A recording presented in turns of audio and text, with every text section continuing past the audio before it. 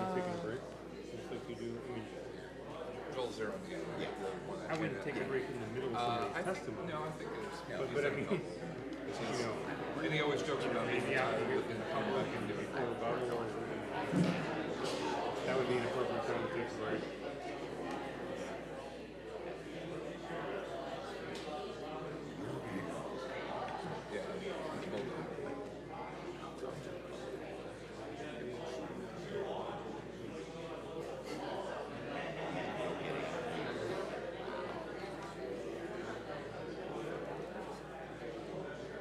Tough guy. Yeah.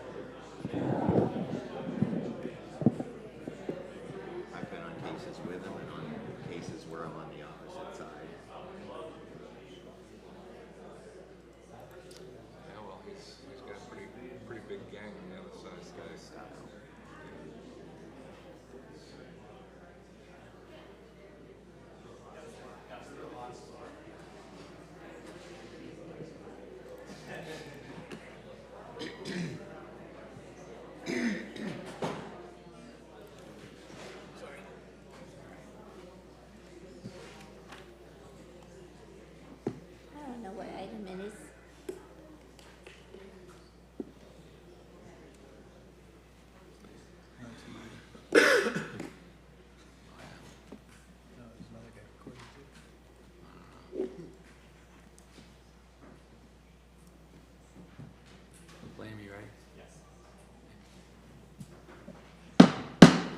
Call the meeting to order, please. You'd stand for a moment of silence and pledge of allegiance.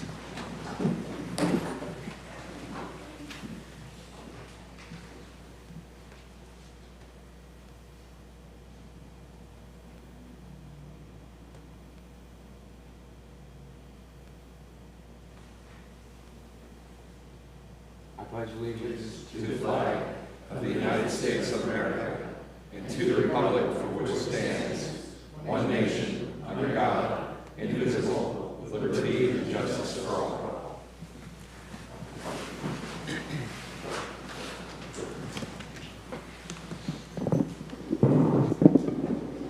Madam Clerk, can we have the roll call, please? Mr. James Girardi. Here. Here. John Moody. Here. Mr. Matthew Muntz. Here. Mr. Gary Potvins. Here. Mr. Chris Williams. Here. Chairman Charles Gray. Here, and I apologize for calling you madam. Mr. Clerk. Yeah. So, could we have the proof of publication, please? The ads were advertised in the Dade Times on August 21st, 2024, October 27th, 2024, and November 27th, 2024, by affidavit of certified mailings and site postings. All right, thank you. Do you have any minutes to approve? Nope. Okay. All right, so I'd like to welcome everybody today. Looks like we're going to have a busy meeting. We're the Planning Commission, and we're appointed by the Board of County Commissioners, and we meet twice monthly. We serve as a local planning agency, and we hold public hearings and transmit to the Board of County Commissioners our recommendations on comprehensive plan amendments, land development code amendments, rezonings, and conditional use requests. Planning Commission is the final decision-making body for special exceptions, certain appeals, variance requests, and certain alternative standard requests. However, final decisions may be appealed to the Board of County Commissioners. Anyone who's in opposition to any land development code amendment, rezoning, conditional use, or any item where the Planning Commission transmits a recommendation to the Board of County Commissioners, it will be important for you to attend the appropriate County Commission meeting. We have those dates available if you don't have them. For those of you who are not familiar or haven't been here before, we have 3 segments of the meeting that we deal with. As we go through the agenda items, we have continuances, we have consent items, and we have regular items. The continuances are items where we have not received any objection and the staff has not objected, and we typically would grant a continuance unless there are some unusual circumstances.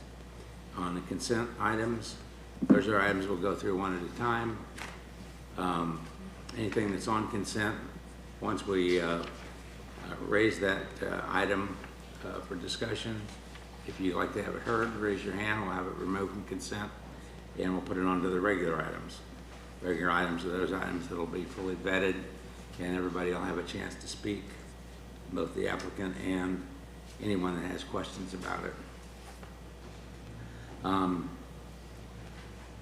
Applicants, and we're going to try to maintain a strict application of this, is that applicants will have 5 minutes to make their presentation, and objectors will have 3 minutes to state their concerns.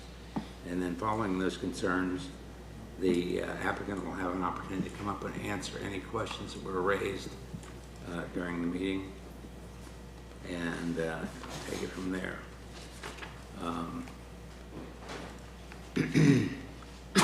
If there's anybody that has asked for extra time in writing, at least 24 hours prior to this meeting, such time may be granted, and I believe there is one, isn't there? That's correct, Mr. Chair. There was one request for Okay. 20 minutes. Okay, and I think we granted that, right? That's correct. Right, okay. So before we go any further, would you be pleased, if you have your phones with you, please put them in the silent position so they won't disturb anybody that's speaking, so everybody can be heard.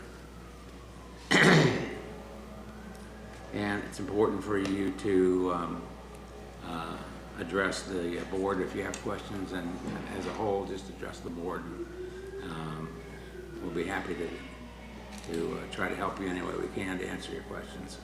Before we start the regular meeting, I'd like to open the meeting for public comment on any items that are not on today's agenda. Is there someone here to speak on anything that's not on today's agenda? Okay, if you'd like to come forward, please. What I'd like you to do is, when you come to the microphone, state your name and address, please, and we're going to have everybody sworn in a minute that might want to speak. Okay, so just. Okay, I don't know if I'm here Before at the right moment, but my name is Kathy Lambert, Lambert. I live in Dade City proper, 37109 Howard. What else did you need? Well, we're going to swear everybody in. So anybody that plans to give testimony today, if you'll please stand and raise your right hand and be sworn.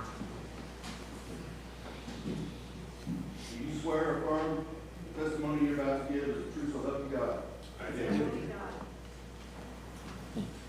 Okay, Yes, very good. Chairman Gray, I feel like I've been here, but I watch on video, and then I think that I was there, but I wasn't there. I just saw it on video. So the thing I want to mention, since you said is if it's not on the agenda, I haven't seen the agenda, but I saw on video a discussion about a plan for North 14th Street in which Ms. Hazelwood and Ms. Moretti were here at that particular meeting. I don't know if it's on the agenda now, but I sat there at home watching these guys, not Miss Hazelwood and Miss Moretti, but other people lying through their teeth about the quality of the road of North 14th Street. I just want to let you know that if you ask the bus drivers who work for this county, the reason we use the oldest bus in the county's fleet is because bus 31 has to go up North 14th Street. It shakes the dickens out of the bus. They don't want to ruin the new buses because North 14th is such a terrible street. Thank you. Okay. Chris, do you have any comment about that? Do you have anything about that? I think that might be the county, I mean, it's a county bus, not our Not your bus? Yes. Oh, I got you, okay. Okay. Come on.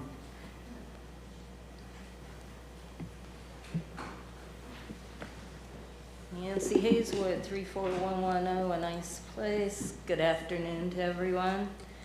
I'd like the Planning Commission to appreciate your diligence and thoughtfulness when looking at new projects coming before you.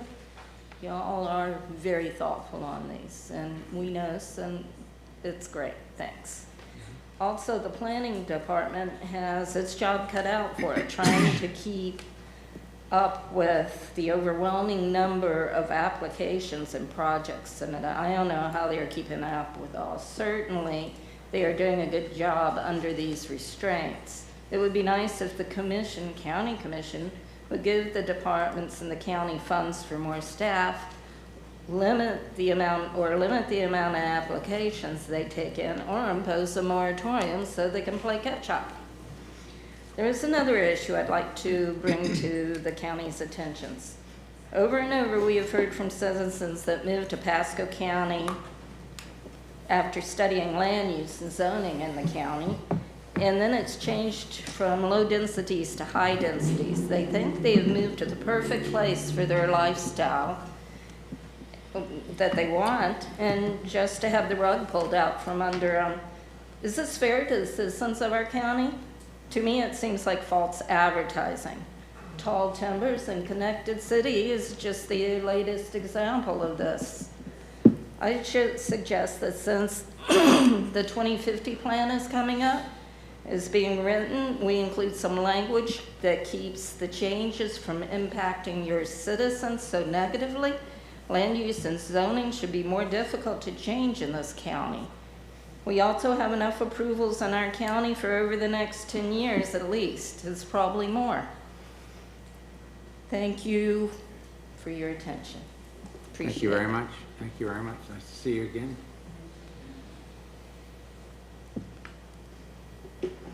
Hi, Lisa Moretti, 16331 Iola Woods Trail.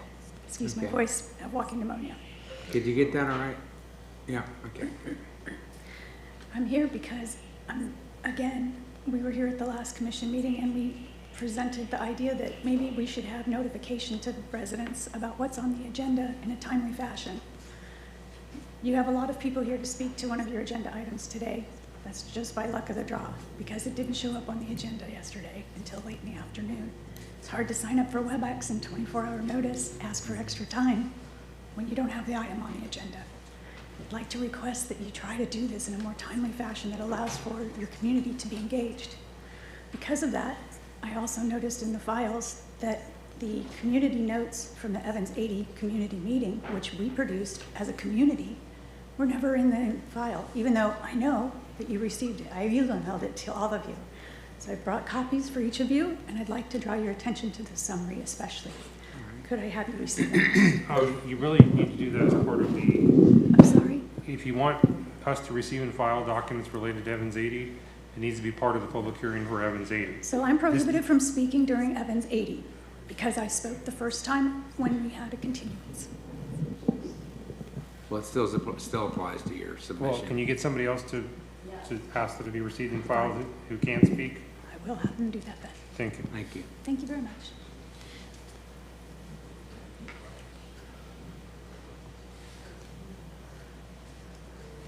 Hello. I want to speak on the flooding with all this building that's happening, and we had a beautiful piece of property. Excuse me, could we get your name and address? Oh, please? I'm sorry.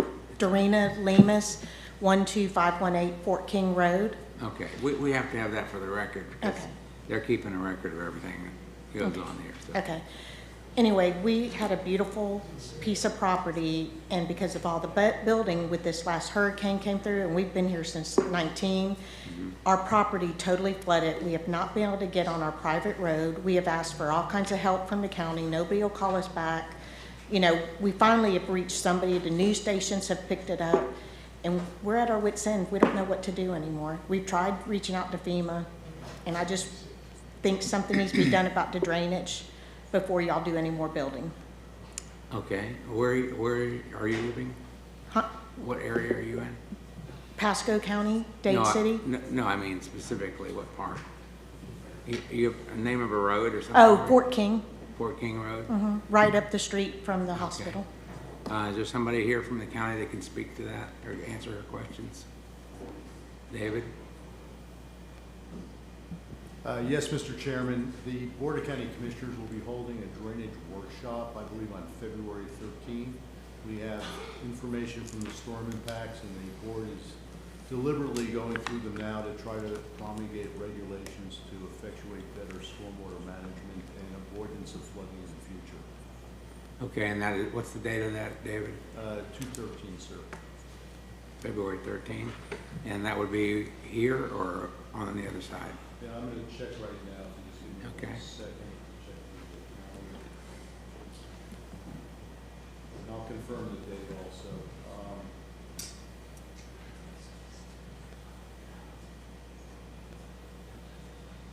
It was my mistake. It's Tuesday, February 18th.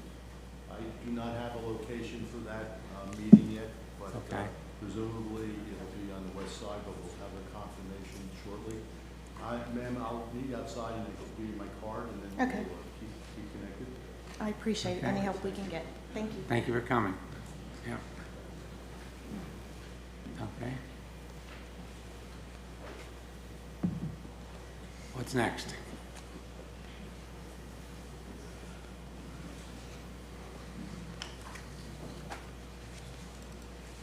If that was our last speaker for general public comment, I'll move to the public hearing section. My name is Liam Devine, Planning Development and Economic Growth Department.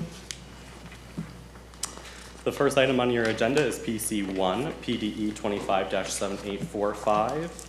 It's a special exception in the name of DBI Properties US LLC, LTE Wells Road. This is coming with a request to continue the item to the February 20th Planning Commission meeting in Newport Richey at 1:30.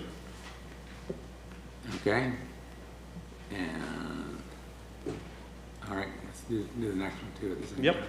So the next item on your agenda is PC2, PDE 25-7848. It's a special exception request in the name of 52 Property LLC, Tropical Board and RV Storage SR52. This is also coming a request to continue the item to the February 20th Planning Commission meeting in Newport Richey at 1:30. Okay, are the applicants present? Is there anyone here to speak on these items? All right, if not, do I hear a motion? Motion to approve the continuances of PC1 and PC2 to February 20th in Newport Richey. Second. Have a motion and a second. Any further discussion? Yeah, does the PC1 need to come back here if it's a District 1 item?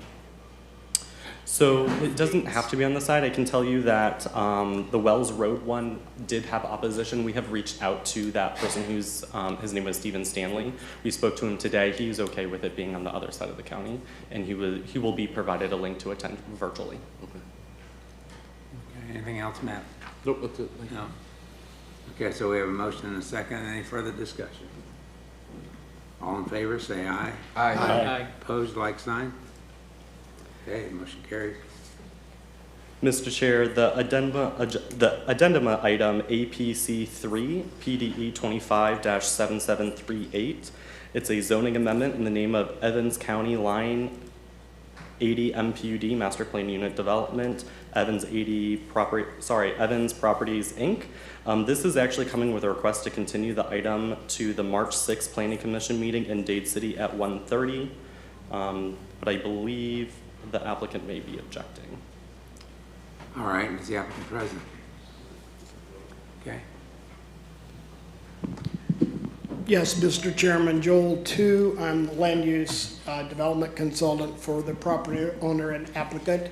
We vigorously oppose any continuance. As you know, this matter was originally scheduled way back September 5th of last year with a staff agenda memo recommending approval, and the hearing actually was opened and started. It was then continued for the opportunity to have a community meeting, which we went and did. That was delayed twice for 2 hurricanes, and we ultimately got scheduled to come back to you on January 9th.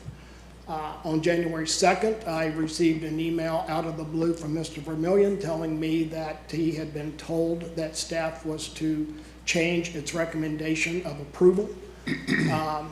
And therefore, we mutually agreed to continue the January 9 scheduled Planning Commission hearing while we could address those questions.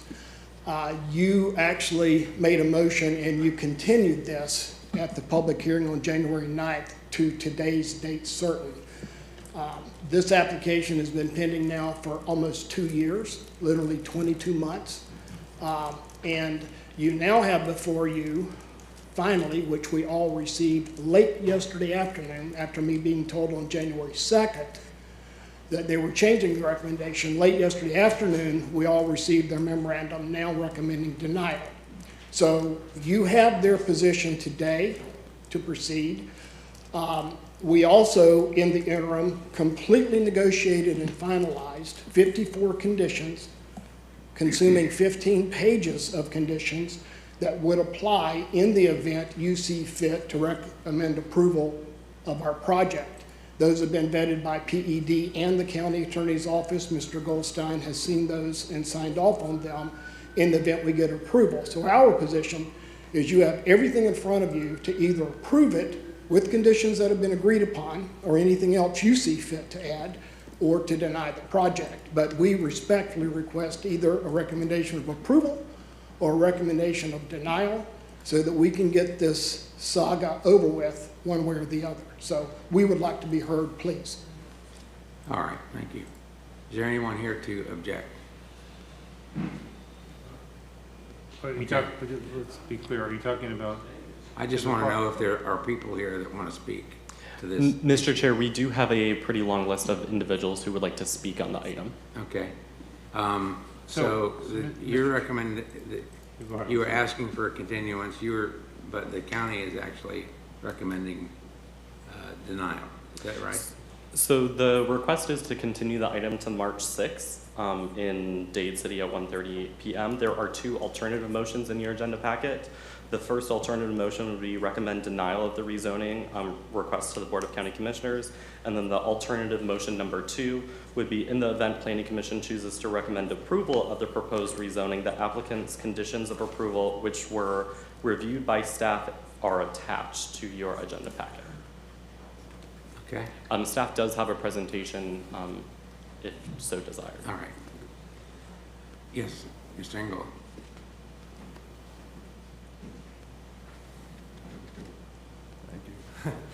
Mr. Chair, just a note for the record, we received new material from the applicant last Saturday and also Monday.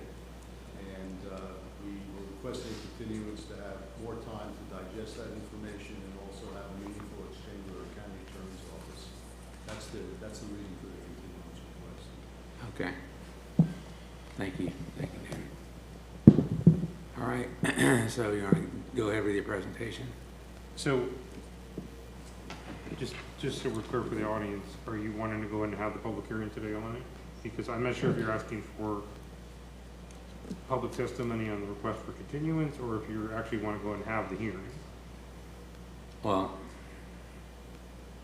what do you, the applicant clearly wants to be heard. It's county staff that is requesting the continuance.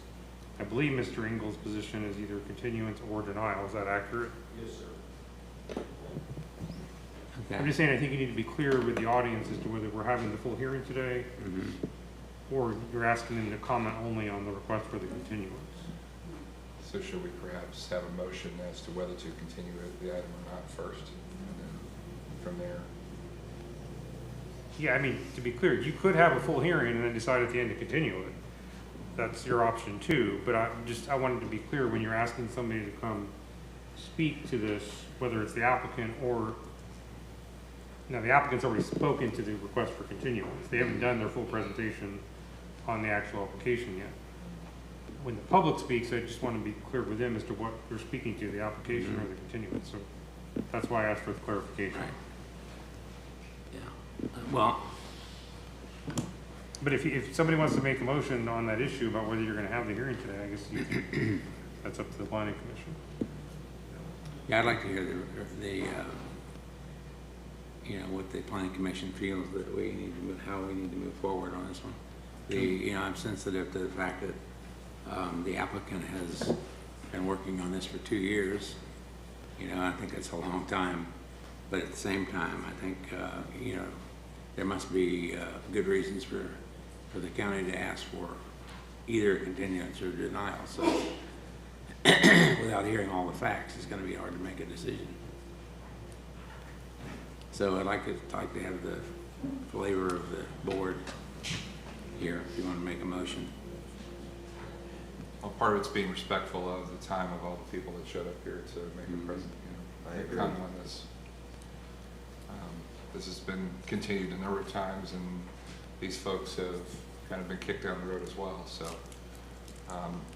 I move that we hear the case today, and then we can make a decision at the end of that. I will second that. I think the applicant has clearly stated their position. They want to be heard today and want to get a resolution one way or the other. So, and also being respectful of all the folks that have showed up to provide testimony, I'll gladly second that. Okay, so we have a motion and a second. Any further discussion? Not all in favor, signify by saying aye. Aye. Aye. Opposed, like sign?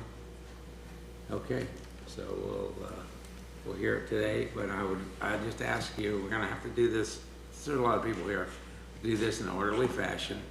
I'd appreciate it if you wouldn't, no clapping and cheering and all that kind of stuff. Mr. Chair. No booing, and let's just try to be respectful of each other and have a fair hearing. That's all. Mr. Chair, Yes. I'd ask that maybe one last time, if they intend to speak, if they haven't been sworn, please be sworn, because this happens where we end up with a lot of people that end coming up, and then the clerk has to individually swear them. All right. Excuse me, sir. Just wait a minute, okay? Be right with you. Yeah, okay, so just understand that if you have not been sworn and you give testimony, it won't hold any water. So if you do want to give testimony, you haven't been sworn, we need to know about it. Okay? Mr. Chairman, a question of procedure. Would you be kind enough to ask the clerk to also swear any staff members who are going to testify? It's patently unfair for us to testify under oath and them not, particularly in this contested setting. I think under the quasi-judicial rules, we're entitled to that, so I would ask them to be sworn. They did not stand and swear originally. Okay. Yes, sir. If the applicant's request, I think they Excuse should. I'd like the mystery speaker to get back up. Sir, come on. You cannot speak from the audience like that. If you want to speak, come up to the microphone and give us your name and address. Right. Have you been sworn? Yes. I can tell you right now, I'm not going to let this get out of hand. So if you can't be civil, then don't my stay. name is Roger Snyder. My address is 34553 Blanton Road. All I'm asking is you use your rules to everybody. If this mystery speaker can get up and rattle off without giving a name, an address, or who he's representing, that's wrong. Sir, he did give his name and address. No, he did not. He did Yes, earlier he when did. he stood He up. did. You need Okay. to calm down, sir.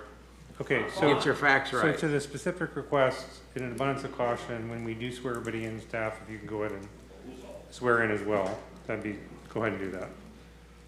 If you're gonna be testifying, so I guess that would include you, Will, and maybe Mr. Engel and Mr. Pitos. So let's do that right now.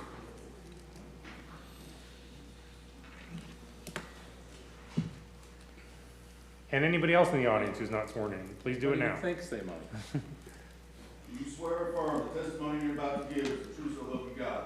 Yes, I do. Thank you, everyone.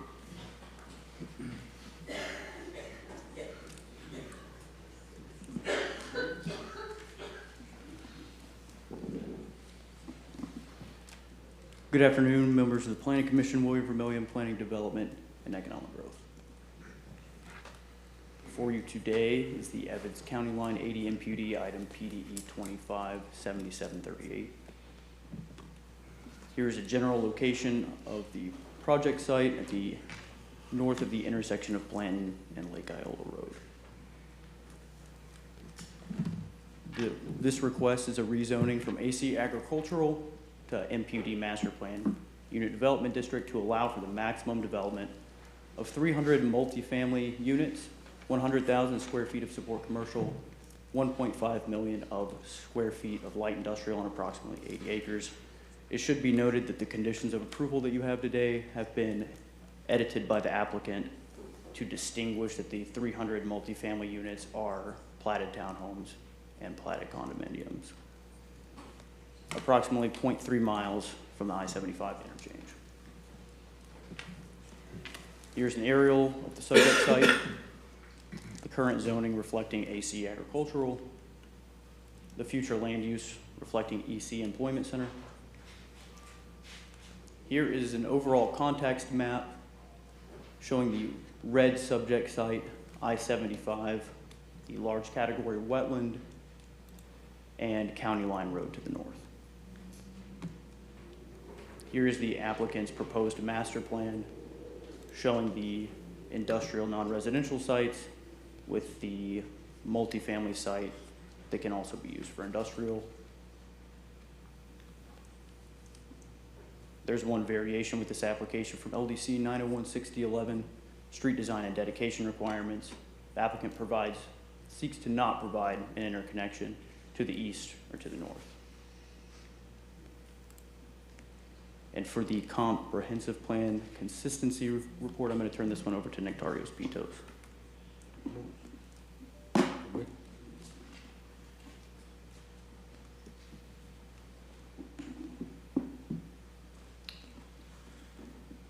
Thank you, Mr. Chairman. Nectarios Pitos, Planning Development, Economic Growth Department. To continue with the presentation here today, the proposed rezoning is inconsistent with the following comprehensive plan policies, objectives and policies. Here we state a number of them: the future land use appendix A6, future land use map EC employment center. That section of the comprehensive plan defines the future land use category itself, what it all entails, including special provisions and guidelines and principles associated with that FLU, FLU being future land use. Policy FLU 1.10.1, compatibility review, policy FLU 1.10.5, relationship of land use to zoning classifications, and another series of policies in the public facilities element of the comprehensive plan, which are, these are the water policies, objective WAT 2.4 employment centers, policy WAT 2.4.1, provision of potable water services for industrial employment center land uses, policy WAT 242, central water and employment center areas, policy FLU 2113, provisions of potable water, policy WAT, water and sanitary sewers, policy WAT 214, provisions of potable water rural area, policy WAT 224, public acquisition of private utilities, policy FLU 217, standards for review of the rezoning requests, rural neighborhoods, policy FLU 2110, corridor overlay district for rural scenic roadways in the northeast Pasco County rural area, policy FLU 2111, rural residential roads. And so what I'd like to do today is simply identify the main arc of the inconsistency associated with the lack of presence of utilities, namely water and sewer in the area, and how the project does not comply with the Northeast Rural policies of the comprehensive plan. So I'll briefly touch on some of these for this presentation today. Policy FLU 110.1, which is the compatibility review. Policy FLU 1.10.1 discusses compatibility and the appropriate timing of rezoning actions, among others. In this case, FLU 1.10.1E notes appropriate timing based on an analysis of availability of adequate public facilities/services, including 1, transportation facilities, 2, water sewer facilities, and 3, other necessary infrastructure and services. The lack of transportation facilities at this location, water and sewer facilities, and other necessary infrastructure to service both residential and non-residential developments at this location is an issue for the comprehensive plan. The proposed project is inconsistent with policy FLU 1.10.1 in that the timing of the project is inappropriate given the lack of facilities, especially water and sewer.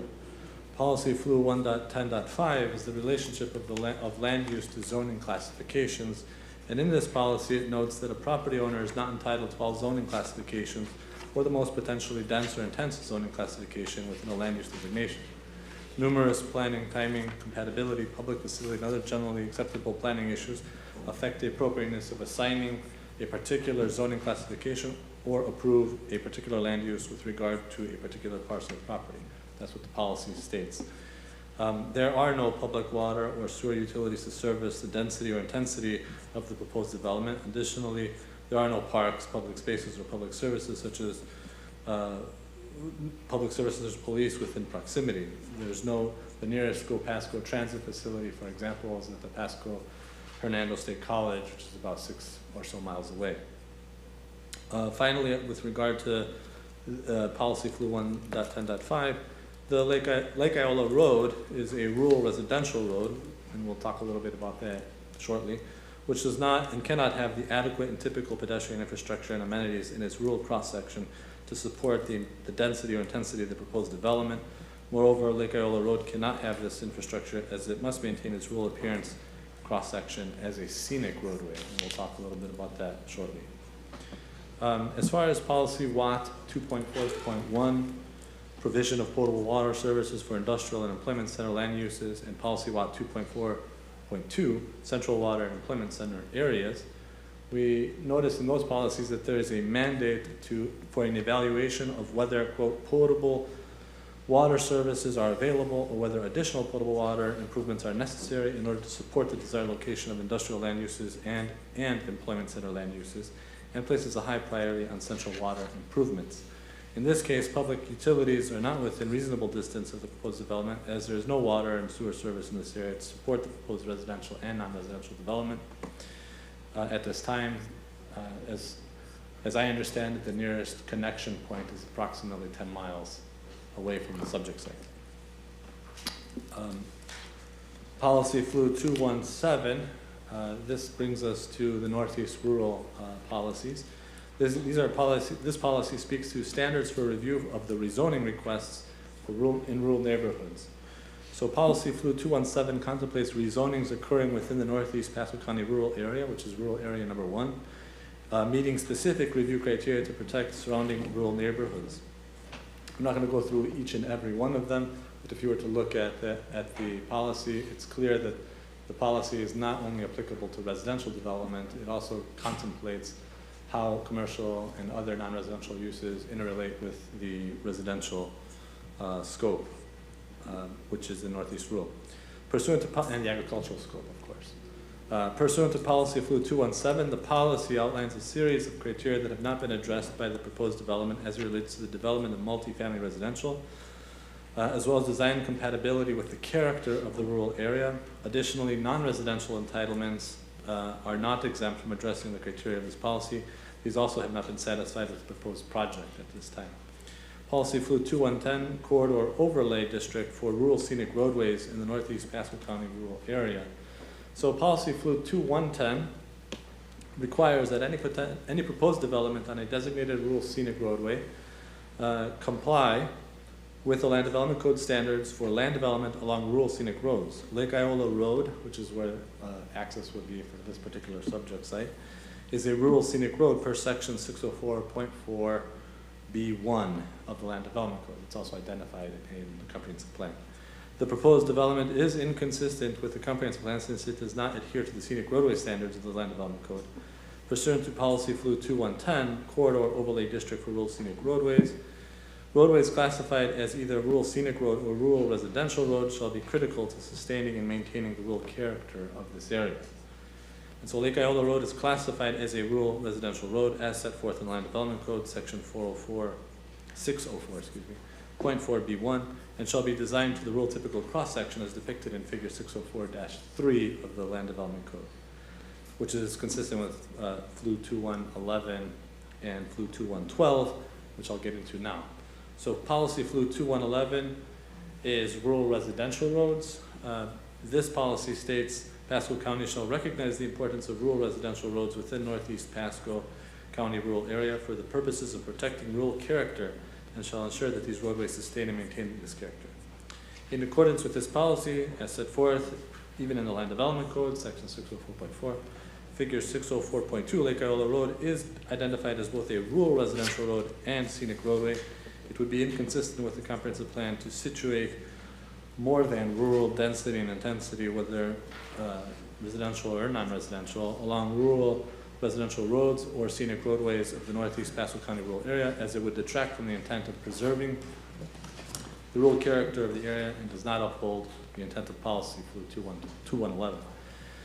As an extra layer of incompatibility, we should note that when considering non-residential development along roads designated as rural residential roads, the rural residential road presumes a residential character along the roadway.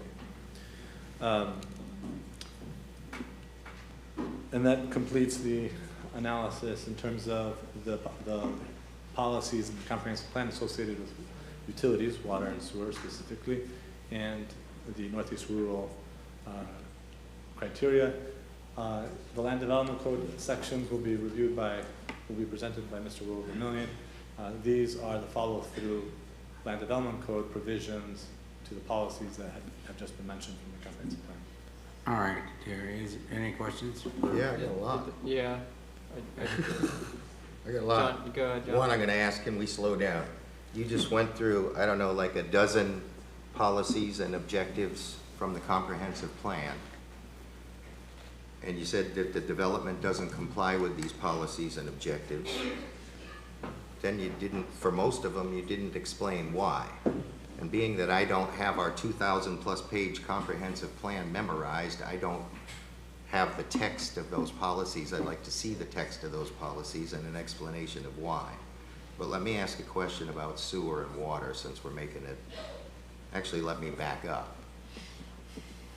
It sounded like from your list of policies that you say this doesn't comply with, that there are a lot of them that you're citing because this development lies within the Northeast rural area.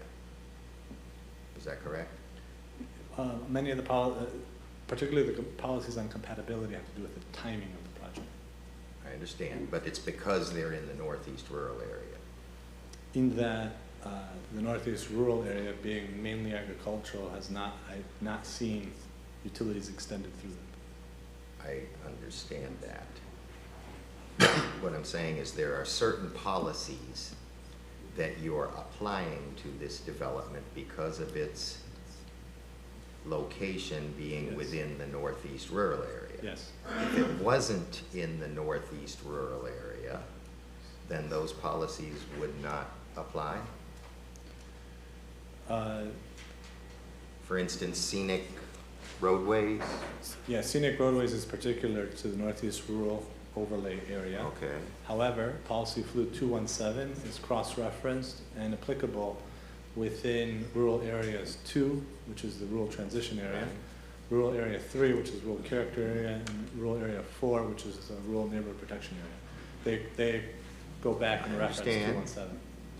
And for instance, in the EC Employment Center description in the flu appendix, there's a requirement for them to transition the land use from more intense to less intense as it gets closer to the Northeast rural area, specifically this EC located at the, although the comp plan calls this wrong every time, it calls it the I-75 US 41 EC. I think they mean CR 41. CR 41. Right. So if they weren't in the Northeast rural area, those things wouldn't apply, right? If they were just in some EC somewhere else? To the extent that there's no EC in the other rural areas, correct. And they haven't asked to be removed from a rural area, is that correct? That's correct. Okay.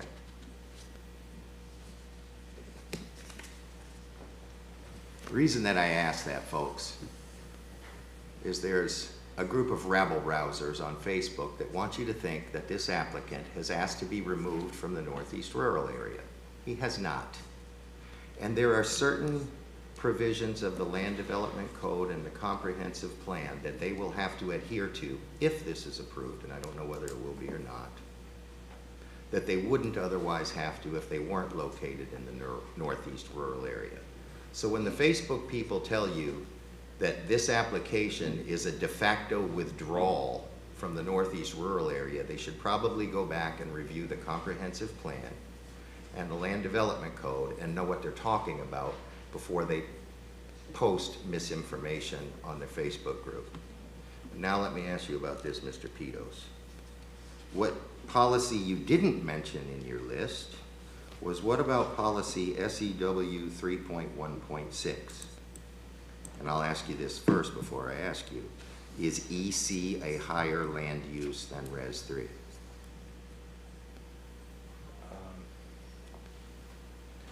Which policy did you mention? SEW 3.1.6.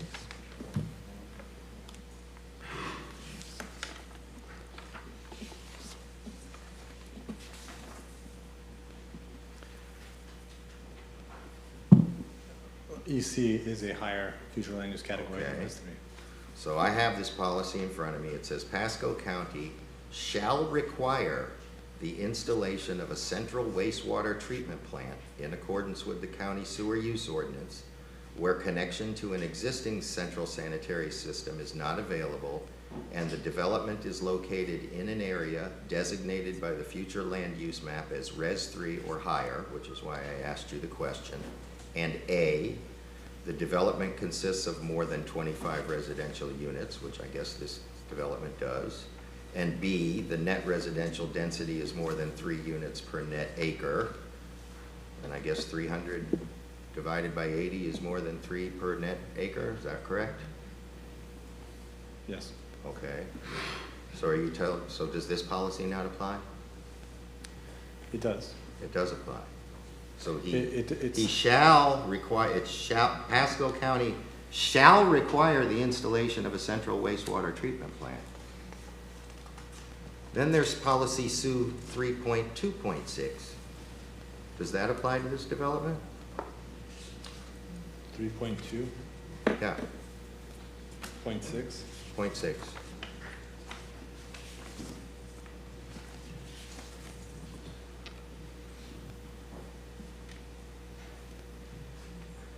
It says, consistent with the provision of services and facilities within the Northeast Pasco rural area, that's what we're talking about here. Pasco County shall A, continue to rely primarily upon individual septic tank systems as the method of disposal of wastewater within the rural area. B, require that new development within the rural area shall not be designed nor constructed with central sewer systems. Public and private central systems shall be, not may, shall, if paid for by the landowner developer, permitted in the future if, number 5, it is within the I-75 US 41 interchange mixed-use employment center Res 9 designated properties. Is this employment center the I-75 US 41 interchange EC properties? It is the... So this policy would say that they shall build a sewage treatment plant. Right. Or that they may, if they pay for it in by themselves, and the policy before it says they actually shall do it. The policy I referenced in the slides on that subject is policy 2113. Yeah, but can you put that up there? No, the policy. Yeah, policy flu 2113 is the same policy that is in policy SEW 326. But you're saying that's inconsistent. This appears to be wholly consistent. They're located in this employment center, and this provision appears to allow them to construct a central sewer system so long as they pay for it. And it would seem that the policy prior, 3.1.6, actually requires them to do it, shall require the installation of a central wastewater treatment plant. And they met all the criteria that are under that. So I'm trying to figure out how these policies are inconsistent with the development. And could you put up objective WAT 2.4 employment centers? Could we see that?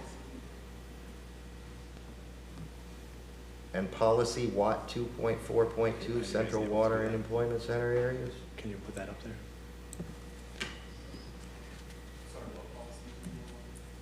WAT 2.4. I'm sorry, policy WAT 2.4.1. So I'll note that the comprehensive plan contemplates in numerous locations central systems for utility service. Right, and it specifically Yeah. names this one. That's correct. He does name it. However, the comprehensive plan leaves the implementation aspect of it to the Land Development Code. And in the Land Development Code, in section 522 MPUDs, it contemplates publicly funded infrastructure in this particular. Can you show me? Yeah. We'll have to load up the code first. Additionally, I would argue that these policies have to be balanced against policy WAT 224, which is talking about public acquisition of private utilities. So there's a contemplation of a comprehensive plan that private utilities are consolidated and turned into public utilities that ultimately are. Whoa, wait a minute. Who said anybody was developing a private utility? A non-publicly funded, I should say. Well, there's a difference between having a packaged wastewater treatment plant and creating a utility.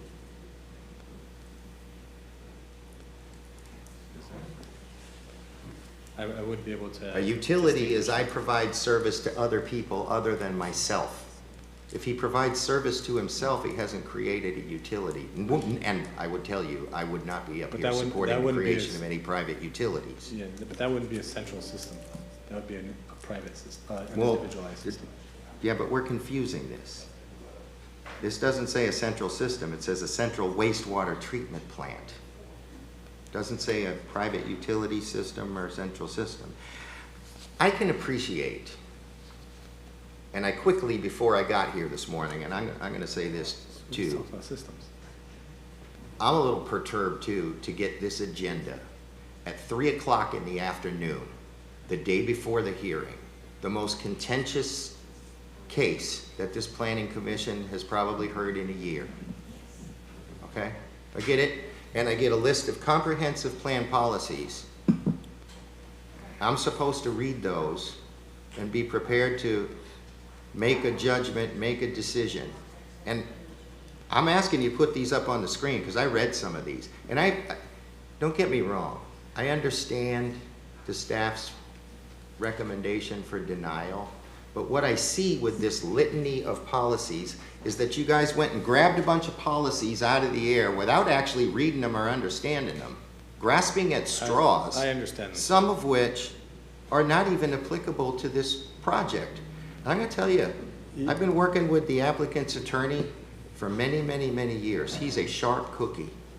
And he's gonna take that list and he's gonna bring it to a judge, and you ain't gonna stand a chance.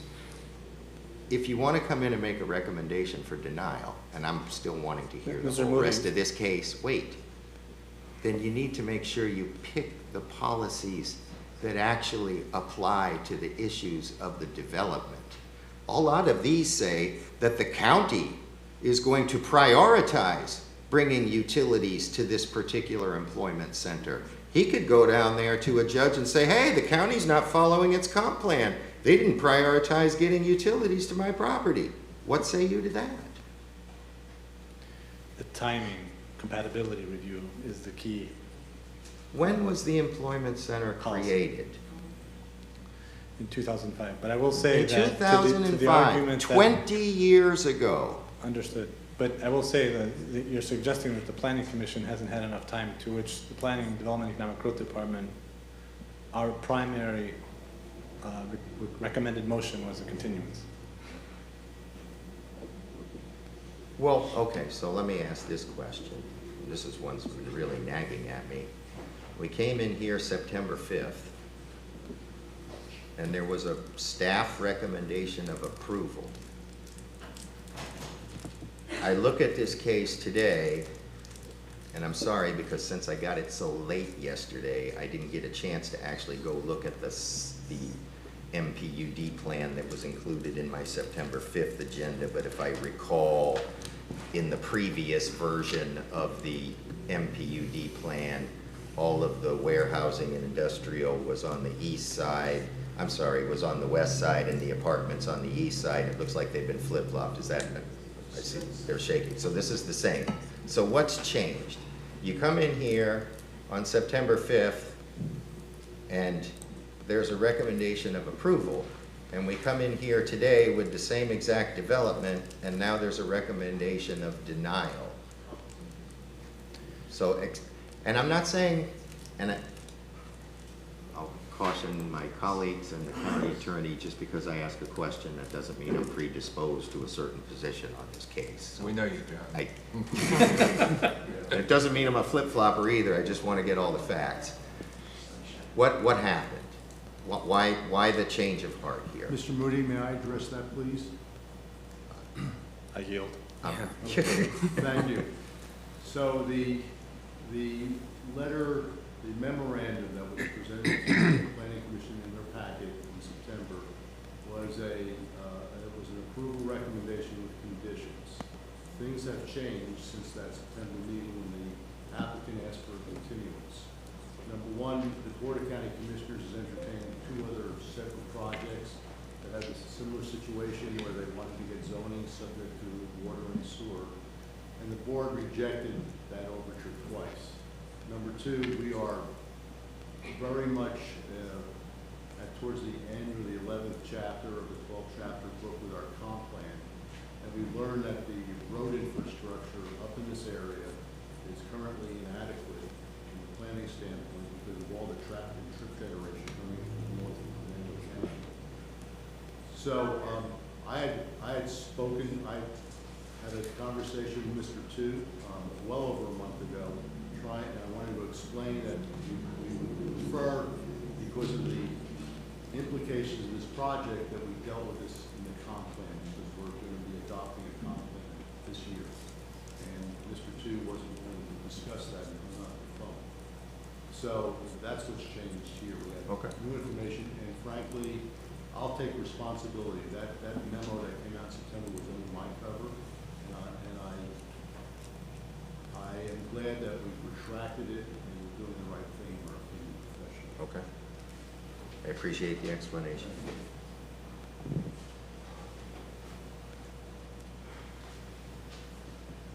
Any further, John? I don't have any. I don't think staff finished their presentation on Well, Mr. Vermillion. actually, well, we haven't even gotten to see the MPUD. Well, we did see the MPUD plan. All right, I have a question about in the employment center Is that for land use. So if you, Mr. Pitos or? if you have a question Yeah. about the comp plan, Mr. Pitos is the one. If it's the land development code, Mr. Vermillion hasn't done his presentation yet. All right. What is the staff interpretation of,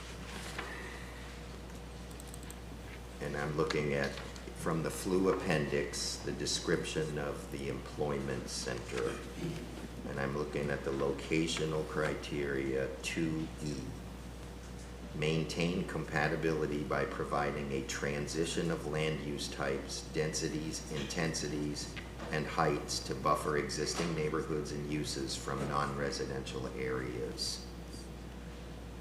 What does the staff interpret that to mean? I could see where different eyes and different brains could interpret that to mean different things.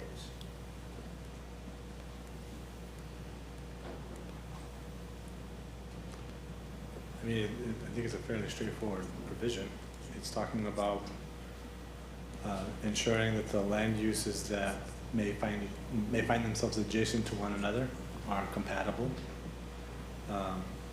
That the density and intensity are not exceeding, are not overly exceeding the rural to rural character, or I would say the highest density that the rural area allows is Res 1. So Res 1 to properties that are so AG or AGR or along the boundaries. Okay, well, and I think that's what's going on. There's some agricultural properties around the boundaries. Same thing with intensities. So could you give me an example of something that you think would be a land use type that would be suitable to be located in an employment center yet be adjacent to the historic agricultural uses of the northeast rural area. What I'm trying to understand is what would be acceptable. I understand staff is saying this is not acceptable, so I'm trying to get an idea as what would be acceptable if presented to staff. It's hard to say without a specific idea, but I think the issue is that the northeast rural area has within it an EC employment center future land use category, right? So where we're at with this is that if you're going to have an employment center land use present, that it ought to be properly situated, set back, screened, not along rural residential roadways. Right.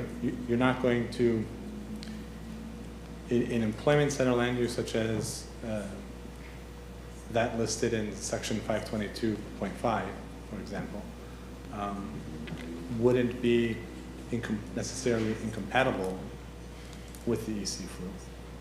So that could locate still within the EC flu. It has, the northeast rural area would have development, what's the word? You would have to mitigate the appearance and location of that development, even in the EC flu hub, according to the standards in 217. Okay. And would it be your opinion that what's been presented by the applicant could be mitigated to comply with that compatibility requirement? Could it be possible? I suppose. Yeah, are there things that you think that they could do to make that development more compatible with the adjacent surrounding northeast rural properties? There may be ways to address policy flu 217 and still meet and be consistent with the locational criteria of the EC flu. But it's a balancing act that we haven't seen in this project.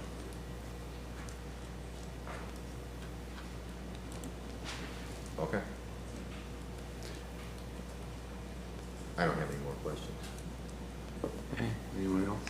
I had the same question as John, is what's changed since September 5th, but that's already asked and answered, so. Thank you, Terry. Mr. Vermillion?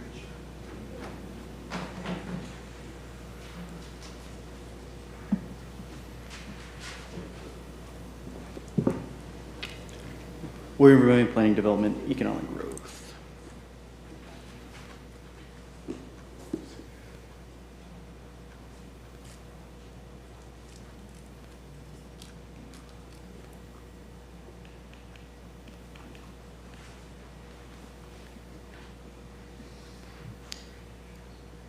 Some of this may be repetitive, some of it is not. Some is codified examples of what we went over in the comp plan, others are not. The first section from LDC 4022, Master Plan Unit Development, specifies standards of review that staff must go through in reviewing an MPUD application and what the county administrator or designee can use for their determination of their recommendation. So what specifically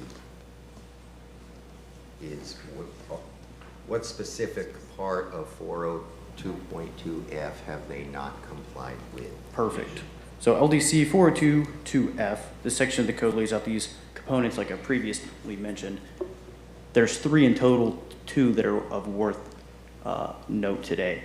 The first is the impact of the proposed development upon public improvements, surrounding land uses in the neighborhood and subregion, and significant environmental features in the surrounding neighborhood and subregion. That ties back to the Northeast Rural Overlay whenever we're talking about proposed development and the surrounding uses within the neighborhood. And number 2 is the added. Well, hold on. So when we came in on September 5th, this was not an issue. Mr. Engel cited that the boards turned down other zonings over utilities. He didn't talk about not being compatible with the rural area, so what changed? I'm speaking to the components of the staff review. Yeah, but So what I'm saying is when you came in on September 5th, you were recommending approval and we weren't citing that they were inconsistent with this policy, so what's changed that it's now inconsistent? Like I said, Mr. Engel explained that, you know, the boards turned down some zonings over the lack of availability of utilities, but that doesn't talk about compatibilities and incompatibilities with surrounding northeast rural areas.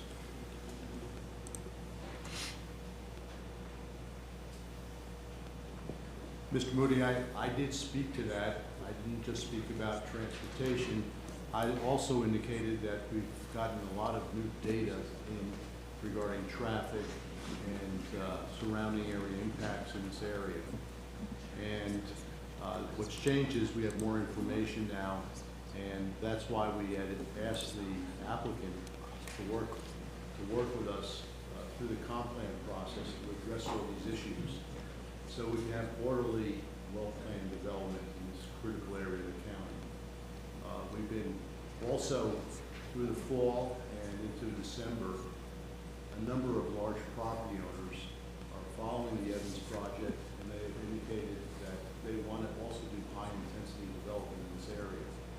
So we are concerned that we're planning by project and not comprehensively professional planning by area. So that's what's changed, and that's why we're here. Yeah, but what if we had heard the case in its entirety in September?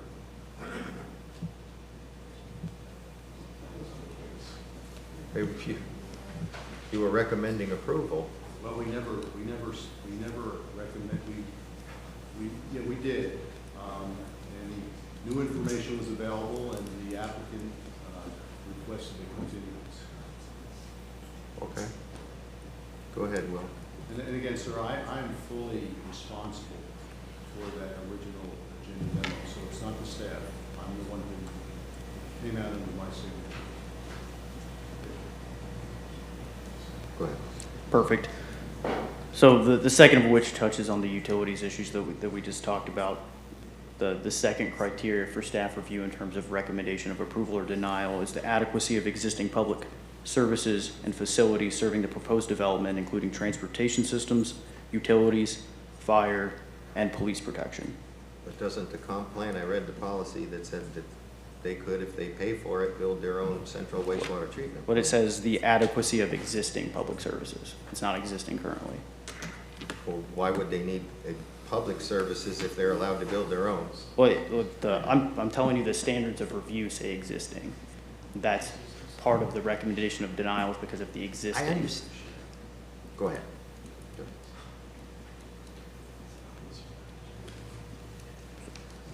Whenever I spoke about those existing public services, which include the fire department and the police department, in the agenda packet that was a little bit late, so I'll go ahead and read in to the record what the sheriff's office provided in comments for planning, development, and economic growth. The Pasco Sheriff's Office says that at 2.5 residents per household, this is projected to add up to 750 new citizens, and based on this recommendation of 2 deputies per 1,000 citizens served, this approval would need an additional 1.5 deputies above and beyond what is currently needed to catch up with their ratio as noted. So that's the same statement he gives us on all of these. It's still a statement to the public services and their existing per the LDC. I understand, but that's never been a reason for a recommendation of denial before, and we had a meeting with the sheriff and suggested that he submit an impact fee study and that we would consider imposing an impact fee on new development to offset the additional burden of new development on his department. But go ahead. Sure.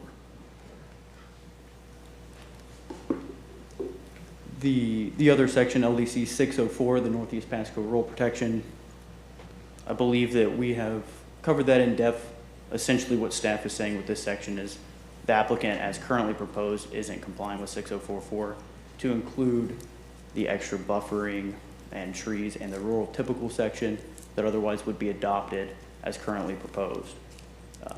Like Mr. Nectarios Pito said, that cross section is 135 feet of 2 lanes with no sidewalks on either side.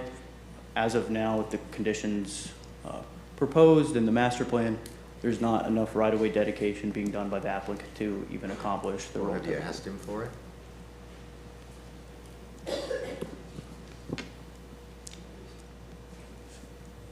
You didn't answer the question.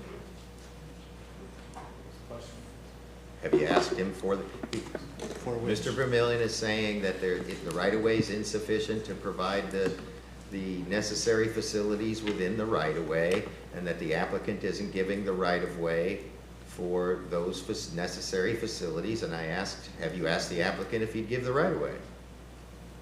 It's pretty much tradition in this building that almost every applicant gives right-of-way to accommodate improved transportation facilities.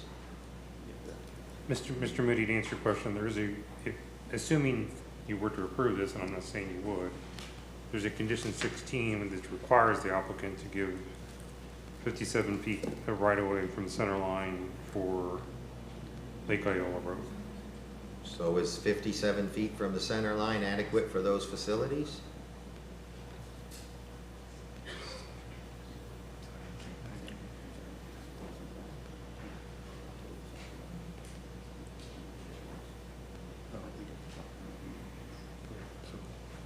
So correct me if I'm wrong. So yes, the condition that Mr. Goldstein noted is so that the request is clearly made to identify the necessary right-of-way. But the right-of-way that's in there, and being, as I understand it, is an alternative width requirement in the condition. I'm sorry, I'm not understanding it. You're So- up here so saying- essentially you're up by here asking- saying that you're not gonna have the right-of-way and that the applicant's not giving a right-of-way, but if we approve it, there's a condition of approval that says he's gonna give the right-of-way. Well, it's 135 feet of right-of-way necessary. I don't believe that that's the total right-of-way, and by how staff interpreted this, much like the buffering requirements, that by asking for this 57 feet, as well as the buffers proposed on the master plan, that was, in effect, asking for a variation from the code. But we asked the applicants to call out all these variations from the code at the beginning. This wasn't called out, so we had no choice but to call it an inconsistency with the code. And it took since September? I mean, most applicants are pretty savvy. They know if there's a problem like that they need to provide a buffer, or they need to provide some right-of-way to get approved for an entitlement as large as this ask is. Usually that's chump change. I had a hard time believing that, but go ahead. Sure. And of course, the last section is 9016011, which we spoke to on the variation. With this, not providing the connections to the north and east, staff found that it was inconsistent with the code on 9016011, street design and dedication requirements. Comes to you with And the again, would you back that slide up? Sure. And one more time. The issue of Lake Iola Road and LDC 604, none of these things would apply if this EC were not located in the northeast rural area. Yes, specifically Lake Iola is called out as a scenic corridor. I understand. Okay. We are here for further questions. I do have one question for, I don't know whether it's Mr. Pitos or Mr. Engel, but, so on the water and sewer, I think you mentioned that the nearest point of connection was 10 miles away. Is that accurate?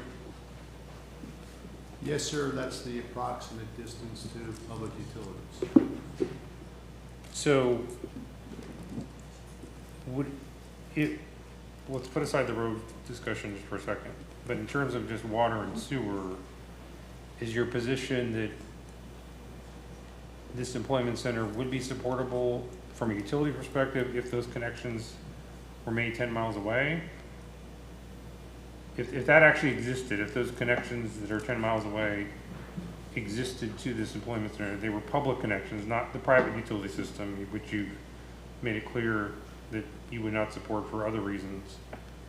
But if it was a public utility connection to the points of connections are 10 miles away, would that be sufficient water and sewer to support the employment center? Mr. Goldstein, we do not know that answer. Okay. We haven't had the utilities assess the capacity of the system if it were to be extended up that 10 miles. Well, the reason I'm asking the question is because somebody put employment center on this property.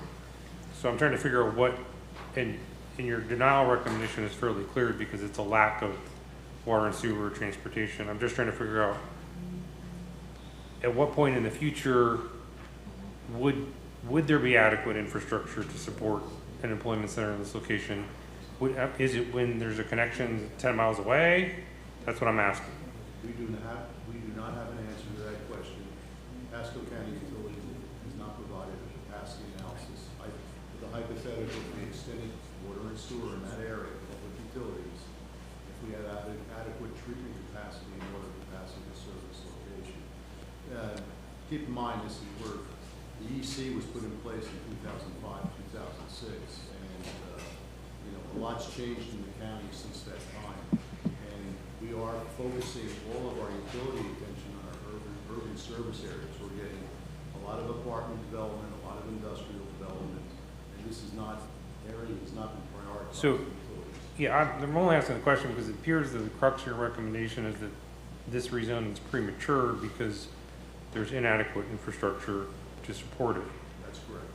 What I'm asking is what level of infrastructure would be needed to eventually support an employment center? And what I'm hearing is maybe it's connecting to this locations that are 10 miles away at some point in the future. Well, sir, that's why I was defaulting to the comp plan. We are now engaged with our partners at Pasco County Utilities, and if we were going to promote development in this area, the property is currently zoned AC. It's not zoned for higher intensity uses. But if this area were to be a priority of Pasco County to develop in an urbanized fashion, we have to consider the fact that the interchange there is rural design, not suburban urban design. And the roads are inadequate for this type of intensity of use, and certainly if other property owners are going to be coming in for higher intensity projects. So all that information should be done through the comp plan, not we should be doing it by the project. Okay, so you're saying there would need to be some sort of area-wide discussion about bringing adequate utilities to this area as part of your comp plan update? Yes, sir. But the comp plan already says that. It says Pasco County will prioritize bringing utilities to this specific EC. Well, one could argue that the two provisions are conflict because it also says if paid for by the developer. No, that's different. The policies that Terry didn't put up on the screen and didn't read, if you go into policy SEWs and WATs, there are actual individual one-sentence long policies, and I'm sorry because I don't have the giant comp plan right here in front of me, that state Pasco County will prioritize getting utilities to these areas. And if you give me a moment, I'll pull those, or while the applicants, I'll get those policies for you. The comp plan actually says they will make this a priority to get utilities to this EC. I'm failing to see how that was a priority if this was done in 2005 and we're here in the year 2025. I mean, I'm not disagreeing with what that policy may or may not say. I don't see it. I'm only pointing out the 3.2 point. There's other policies that say that that will be the case if paid for by the landowner developer. So, I mean, Well, I think I'm not sure that the policy you're saying mandates that the county pay for the extension of Policy water. SEW 3.9.2, Central Sewer Employment Center areas. The county shall place a high priority on providing central sewer improvements to EC Employment Center future land uses. I also know that if we go into the water section, there's this identical policy for water. My only point is that high priority doesn't necessarily mean the county has to pay for it. And 3.2.6 says that for this particular employment center, it says if paid for by the landowner or developer. So Yes, what I'm that's- saying, you gotta reconcile the two policies. I don't think that just because it says high priority doesn't mean the county's supposed to invest a bunch of money to provide water and sewer to this employment center, particularly when there's a policy right on point Right, that says that the developer's supposed to pay for But it. the policy you noted says that he can do a private central system if he pays for it himself and he's within this particular EC. Right. And staff has made it clear that they don't support a private system for other reasons, but I was just trying to ask the question, what level of infrastructure, water and sewer infrastructure would be required to support an employment center at this interchange? Because it's got a future land use of employment center, so I'm trying to figure out what, and staff's position is there's inadequate infrastructure to support it today, so I'm trying to figure out what would be required in the future to support such. I understand the question. So it sounds like it would be some connection to the existing system that's 10 miles away. Is that generally accurate? Mr. Goldstein, we do have an individual from utilities. I don't know what he wants to say, but he wants to speak to that. Would advance him online? Sure. Thank you. Okay. Okay, with Pasco County Utilities. You hear me? Yes. Okay. So, Mr. Goldstein, central means connected to the central water system and sewer system. It's not an isolated system somewhere. Number two is, in order for the Pasco County Utilities to extend the line for 7 to 10 miles with no customers on it, it's not going to be feasible to do because you need the customer base on that system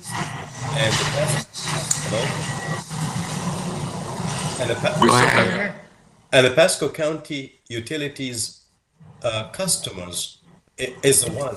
They are the one who is going to pay for that ultimately when the system is turned to Pasco County. It's the ratepayers. It's not a general fund or anything. So we have to be aware of that. So we have to have the customer base on that system. That's very critical to any system that we extend. I've never been aware of that employment center at that location, but I'm aware of other employment centers like the one on Suncoast and 52, other employment centers, but I'm not aware of that employment center. So I'm sorry about not being informed about that one, but I can see difficulties with this. I'm willing to answer any other questions you may have. I'm not sure his answer was much different than what Mr. Pito said, but he's saying basically what I'm hearing him say is that there would be some connection to the county system that would be needed. Is that When it's economic. when they've got the customer base to support it? That's I think what I heard from it was that a central wastewater plant by definition is connected to the central system. And this policy requires them to provide that if they're going to develop it. So really, it wouldn't be on Pasco County Utilities to provide it ahead of time. They're requiring them to provide it when they develop the employment center. It says if paid for by. If paid for by the developer, right. So that's, And once they're available, then they are required to connect to them. right. Okay, so I guess let's put the utilities, I'm gonna ask this, a similar question as it relates to roads. So you made it clear that the existing road network is insufficient to support this rezoning. I mean, what would be needed? I mean, like if they had a direct connection to Blanton and it was 4 lane, would that, I mean, or have you not evaluated what would be needed from a road perspective to support this level of development? I mean, you made it very clear that the connection to Lake Iola, your concerns with that and its existing configuration. I'm asking, what would give us an example of a road network that might be sufficient to support an employment center? Would it be?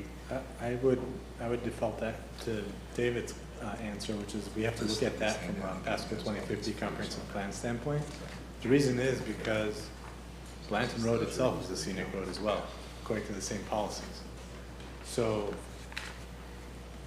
I would default to that position that has to be looked at comprehensively. Right, I guess that's sort of the root of my question is, I'm just trying to figure out, we did put employment center on this property, is there some road network that somebody, I'm not saying that the county would have to do it, but is there some road network that could be built that would still be consistent with the Northeast rural policies that would support an employment center? We would have to study it. I can't say yes or no to that question right now. We would have to study it and see what the results of that kind of study would be in order to identify a potential alternative connection that could further enable employment center here. Well, so Blanton Road isn't, if I recall when I went back, because I was rushed last night to read this because I got the agenda at 3:30 in the afternoon, but Blanton Road wasn't one of those roadways covered by 604, correct? It was Lake Iola Road that was covered as a scenic rural roadway. Lake Iola Road, St. Joe's Road, lots of roads. They're both on there? There's a number of roads that are identified as scenic roadways. Blanton is one of them. And was it at this location? It does not abut the subject property. But Lake Iola basically goes south to Blanton, and Blanton basically is your connection to the interchange. I understand that. What I'm saying is Blanton adjacent to this property, is that one of these roadways that the code seeks to provide some rural protection for? Yes. In this section, in this segment? The entire length of Blanton is a scenic road. The entire length, okay. Well, while we're on roads, are we aware of any plans for DOT to improve the intersection at I-75 there? At the interchange with I-75? At Blanton and I-75. I'm not aware of it. There are no plans by Florida Department of Transportation to upgrade this interchange. It is not on their tentative 5-year plan. Following up on that question, actually, David, while you're on that, you made the comment earlier that the intersection is insufficient for this area. Is that, I guess, for the industrial use, or you can, is it the geometry of it? Is it the I think it's a matter of storage capacity on the ramping, as well as the geometry for the type of traffic that will utilize it with the suburban urban. Okay, because we did approve industrial on the other side. Tractor trailers could be using that area. We haven't discussed with that thought. So we are engaged now talking to our transportation engineering department and the county engineer about these type of road improvements in our comp plan process. Okay, because we did approve I-1 on the other side of the interchange there, and I guess we didn't hear that sort of concern during that that approval process. So that's the first I'm hearing that, so just curious with that. It may have been, you know, I don't recall that. I may not have been a planning director at the time, but it is a concern right now, today. Okay.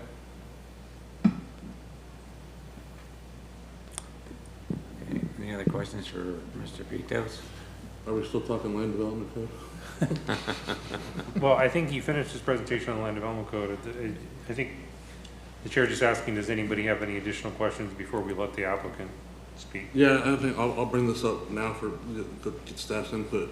How do 522.5 and .6 apply, this being an employment center? And is there a difference between a regular MPUD and EC MPUD?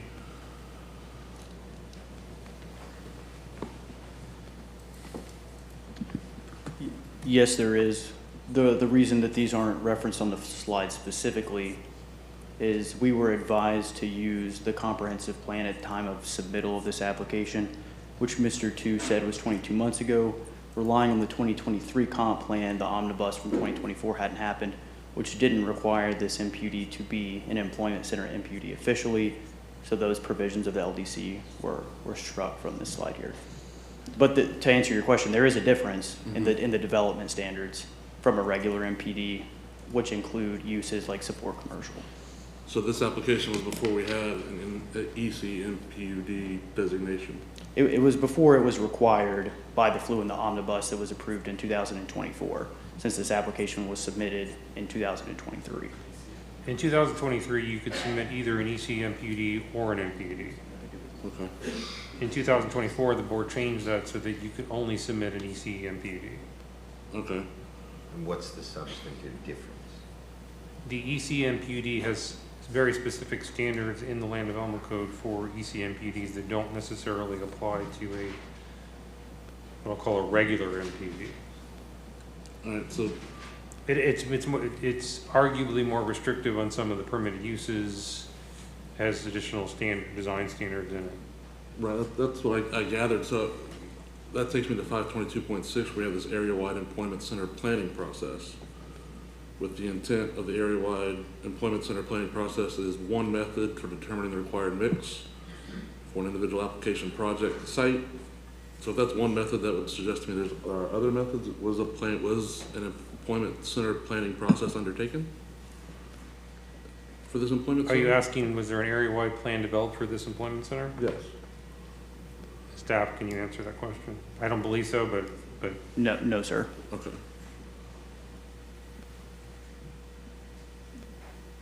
Okay, anything else? Okay, Mr. Two.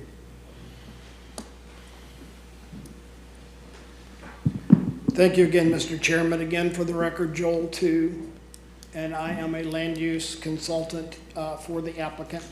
I need to go, yes, to our PowerPoint. I'm going to go through our PowerPoint, but I will interject at points of that and directly address some of the staff presentation and answers to your questions as I go.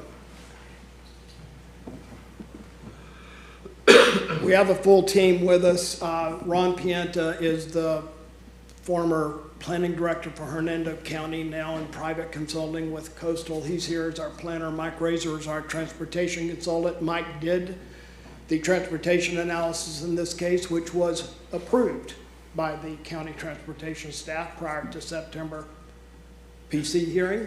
Mike also was involved in that industrial approval on the east side, when in fact that was approved without any issues with the interstate interchange. So Mike's here to address that.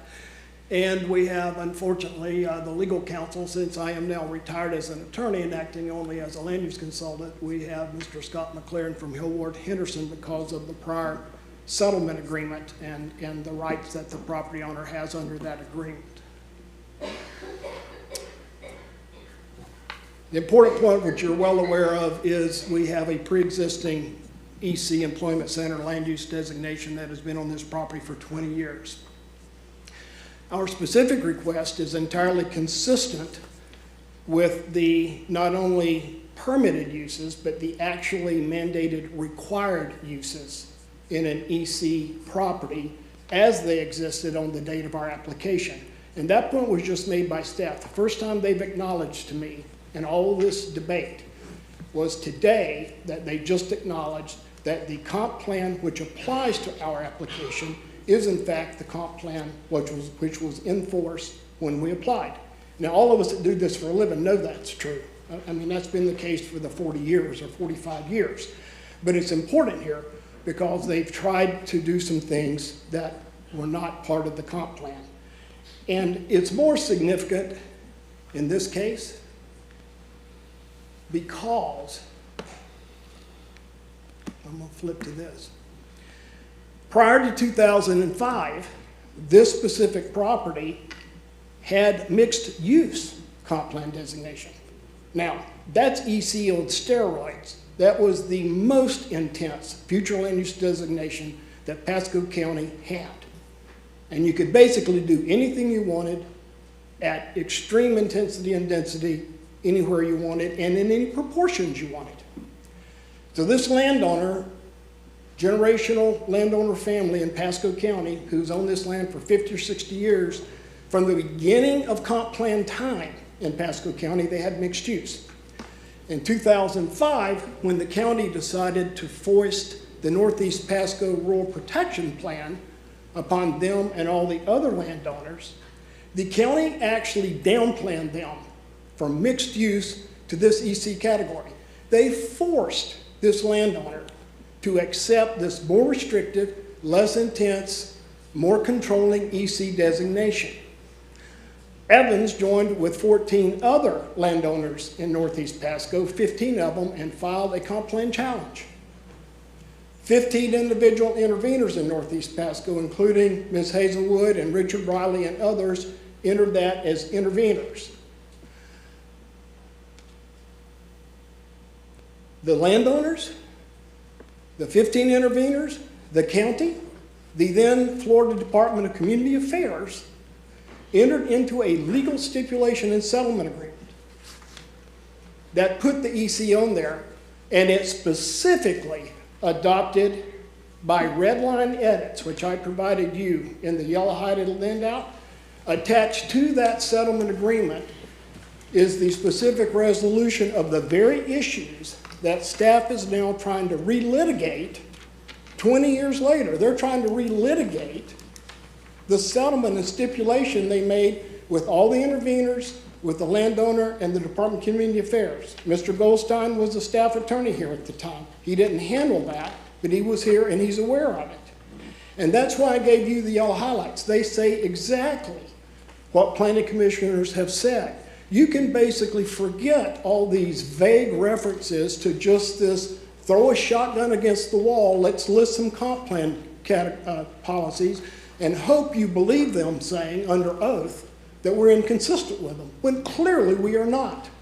That was the most disingenuous, intellectually dishonest smokescreen that I've ever seen. And they dumped that on us yesterday afternoon. It's outrageous. I haven't been this outraged about the behavior of PED in 45 years of working here.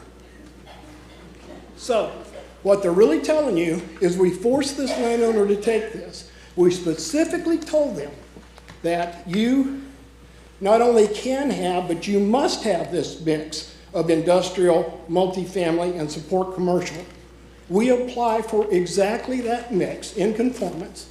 They tell us you not only can have a private utility system, you must have one and pay for it if we haven't yet brought you public utilities. And we, in our condition, acknowledge exactly those comp plan policies. You don't have to go read other policies when you have 4 policies attached to a court order signed by the county attorney's office and approved by the Board of Commissioners and signed by the chairman that says you shall do this and you can do this. We apply to do this. That's the reason why, after 16 months of review, it went through transportation, it went through utilities, it went through the sheriff, it went through parks. We got all the favorable agency and department reviews. We got their requested conditions. We agreed to every condition. And staff writes under Mr. Engel's signature a resounding recommendation for approval that expressly says on his face, we find this consistent with all comp plan policies and all LDC regulations attributable to this property.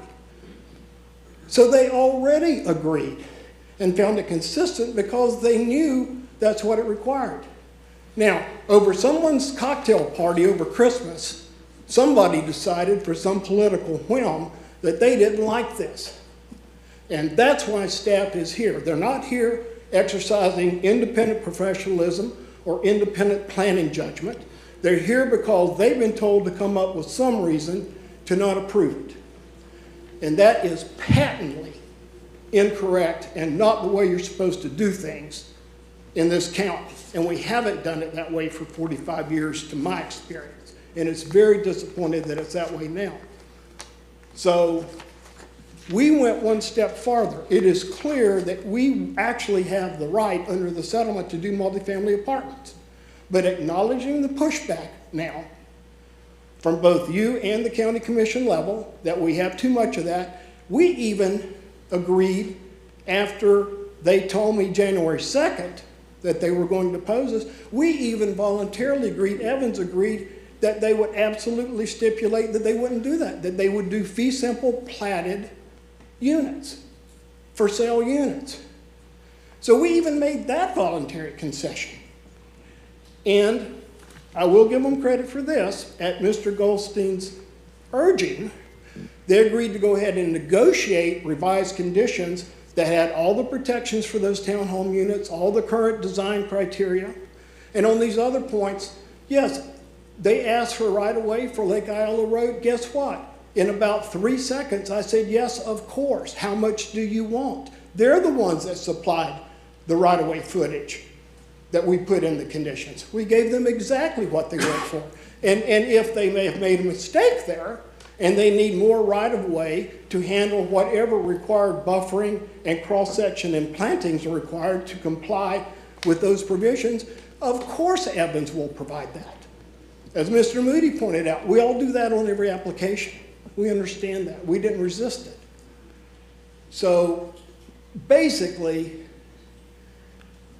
it's nonsense. They argued initially, which I think they've somewhat retracted from because I didn't hear that today.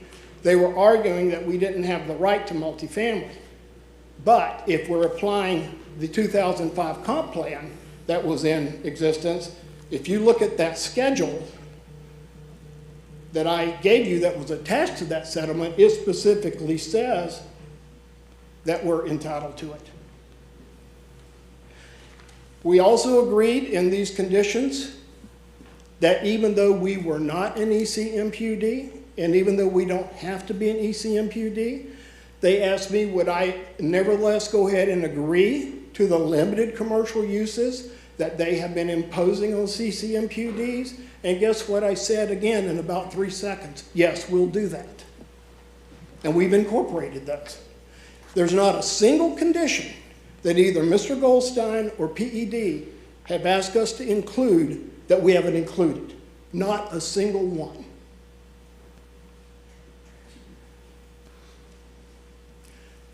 Look at what's around us when you talk about whether it makes sense. It's a moot point whether this EC makes sense because it was stipulated in the comp plan and approved in a court settlement. But here's the reason. There is C2 right on the south side of Blanton. So this scenic section of Blanton Road already has, and by the way, those two large C2 parcels, their underlying land use is mixed use. They still have their mixed use. So they're complaining about our EC, which they forced us to take when they've got mixed use across the street on Blanton. As you said, they've already approved industrial on the east side, also in the employment center. So why all of a sudden do we get singled out and mistreated like this? It's crazy. And I've laid awake asleep at night, despite being retired, the last 30 days, simply trying to figure out why they're doing what they're doing. Because it baffles me. Let's go to the consistency arguments. By specific conclusion, think about this. They're arguing that the EC designation that they, the county, the EC designation, all of that purple, that they put in the comp plan themselves in 2005, that we objected to and litigated over, that we then agreed to settle and take, and that the county and DCC signed off on, they're now basically arguing to you that the county and DCA decision, and if you read that final judgment, DCA finds it consistent with the entirety of the comp plan as it existed on that date. Every policy that Mr. Pitos has cited to you was in that comp plan. So the day that the county signed a settlement saying this is consistent, and DCA said, yeah, we reviewed it and we agree it's consistently, it's the law, all of those comp plan policies were there. So the conclusion of the county and the Florida Department of Community Affairs is that that purple EC area is in fact consistent with every single policy that was in the comprehensive plan at the time. We've applied under that same plan. So how now can they argue we're inconsistent? They're violating the settlement stipulation. They're violating the order of the state of Florida. to now conclude it's not consistent. I mean, that's about as disingenuous as you can get. As to those Northeast rural policies, to Mr. Moody's point, the EC area is in the rural protection area. We haven't asked to take it out because there's no need for us to do that. It was embedded and approved again. The county and the DCA understood when they approved it that it was part of that area and that its existence in that location was entirely compatible with the fact that it had surrounding rural protection area. In our MPUD conditions, when you get to the details about the cross-section or the buffers or the trees, the very first paragraph of every MPUD approval, including our conditions, you all know what it says. This MPUD is subject to the comprehensive plan and the land development code and the following conditions. So whatever comprehensive plan or land development code provision is applicable to Lake Iowa Road, Blanton Road, our adjacent properties, our preliminary development plan and our construction plans are going to have to meet that. Whatever those buffer requirements, whatever those landscape requirements, whatever those cross sections, our conditions say we have to comply with them. We're not arguing that. We just want the entitlements so we can go to that step. Which brings me to utilities. They specifically say what you pointed out they said. We, under that court stipulation and under the 2005 comp plan, as long as the property owners within that EC area are willing to privately fund and construct their own centralized system, they have the absolute right to do so. It says shall. It doesn't say may. It doesn't say maybe. It doesn't say you have to ask Mr. Engel or someone at utilities. Mr. Engel can't just unilaterally say, well, I don't like that, I don't agree with it. His opinion today, respectfully, is immaterial on that point. The comp plan says we can do it. The stipulated settlement agreement says we can do it. Now, if and when we do that, and the county ultimately gets public utilities out there, then under the other policy, we would be obligated at that point to connect to public utilities and disavail ourselves of that private system. That's the way it operates. And, you know, they have been a little slow in 20 years about their prioritization of getting that line out there. It's very clear. You're exactly correct as to what that, and that applies to every EC area, and it did not exempt this one. So they have violated that provision. But we are willing, possibly in concert with the other EC developers, to do that. You can't, you engineers and you realtors and you planners, you know this. You can't go start raising funds for a private utility system when you don't even have zoning entitlements for your land. You got to know you've got something you can develop to figure out what utilities do you need, what's it going to cost, and to get the capital funding or the loan to fund that infrastructure. Nobody's going to go give us that based on ag zoning. So this is step one in that process. We acknowledge it has to be done that way. Evans, thankfully, has a SwiftMud permitted water well, sizable one, that can already be used to supply the water to that private water system. And you simply provide land for the centralized sewer treatment. The utility gentleman is incorrect. In his public world, centralized means county, but in the context of this, it very clearly meant that either we had to provide the funding for the county to extend the public lines, option one, or we had to provide the funding to construct our own private centralized system. And that's very clear.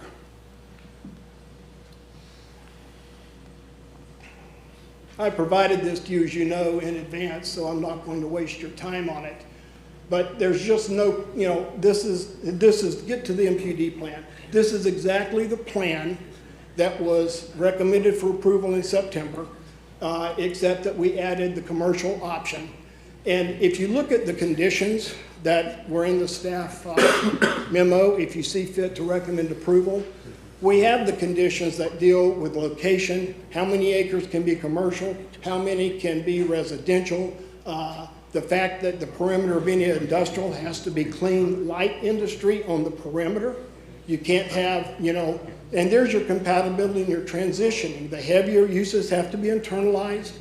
All the perimeter parcels have to be an approved county use. We've addressed that. 15 pages of that deal with all of those issues that staff signed off on. What do those actual percentages work out to, Joel? Yeah, so 20 acres maximum multifamily would be 25% of the 80 acres.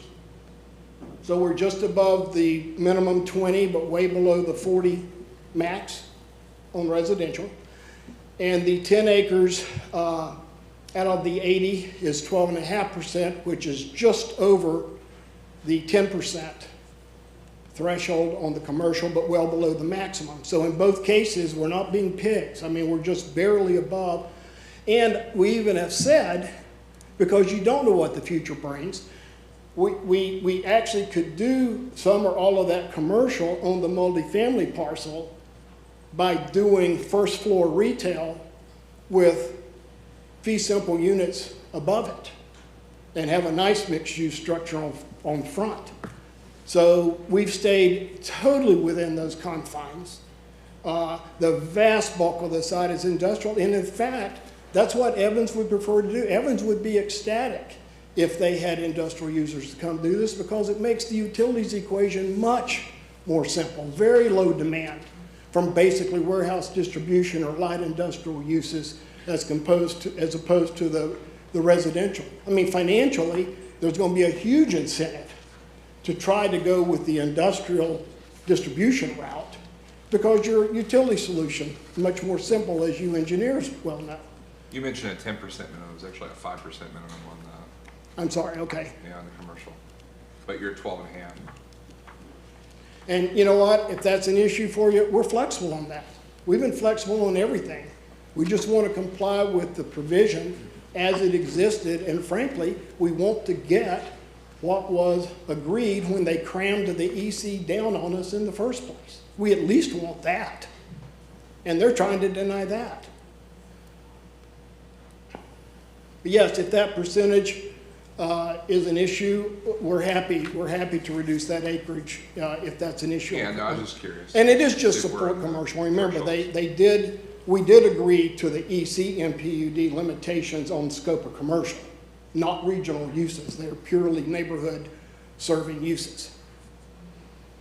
But we will do whatever it takes to get your support and move this forward, and hopefully a majority or more of the BCC will honor the agreement that their chairman signed in 2006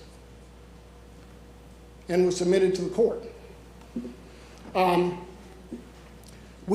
think what I'm going to do in the interest of time is, we have our civil engineer, as I said, he can discuss the private utility options, but I think those of you on this panel are probably just as qualified as anyone. Some of you probably designed those, but if you have questions, he's here. Transportation guy's here. We'll dig into anything you want to, but I just don't think the detail's necessary, because it is a smoke screen. And we need to go with what they recommended in September. Thank you. Okay, thank you, Mr. Toole. Mr. Chairman? Yeah. I have a question. Yeah, Oh, I'm sorry. I'm sorry, Mr. Chairman. Liam just reminded me, I forgot. Yeah, we need, if we could, a motion to receive and file.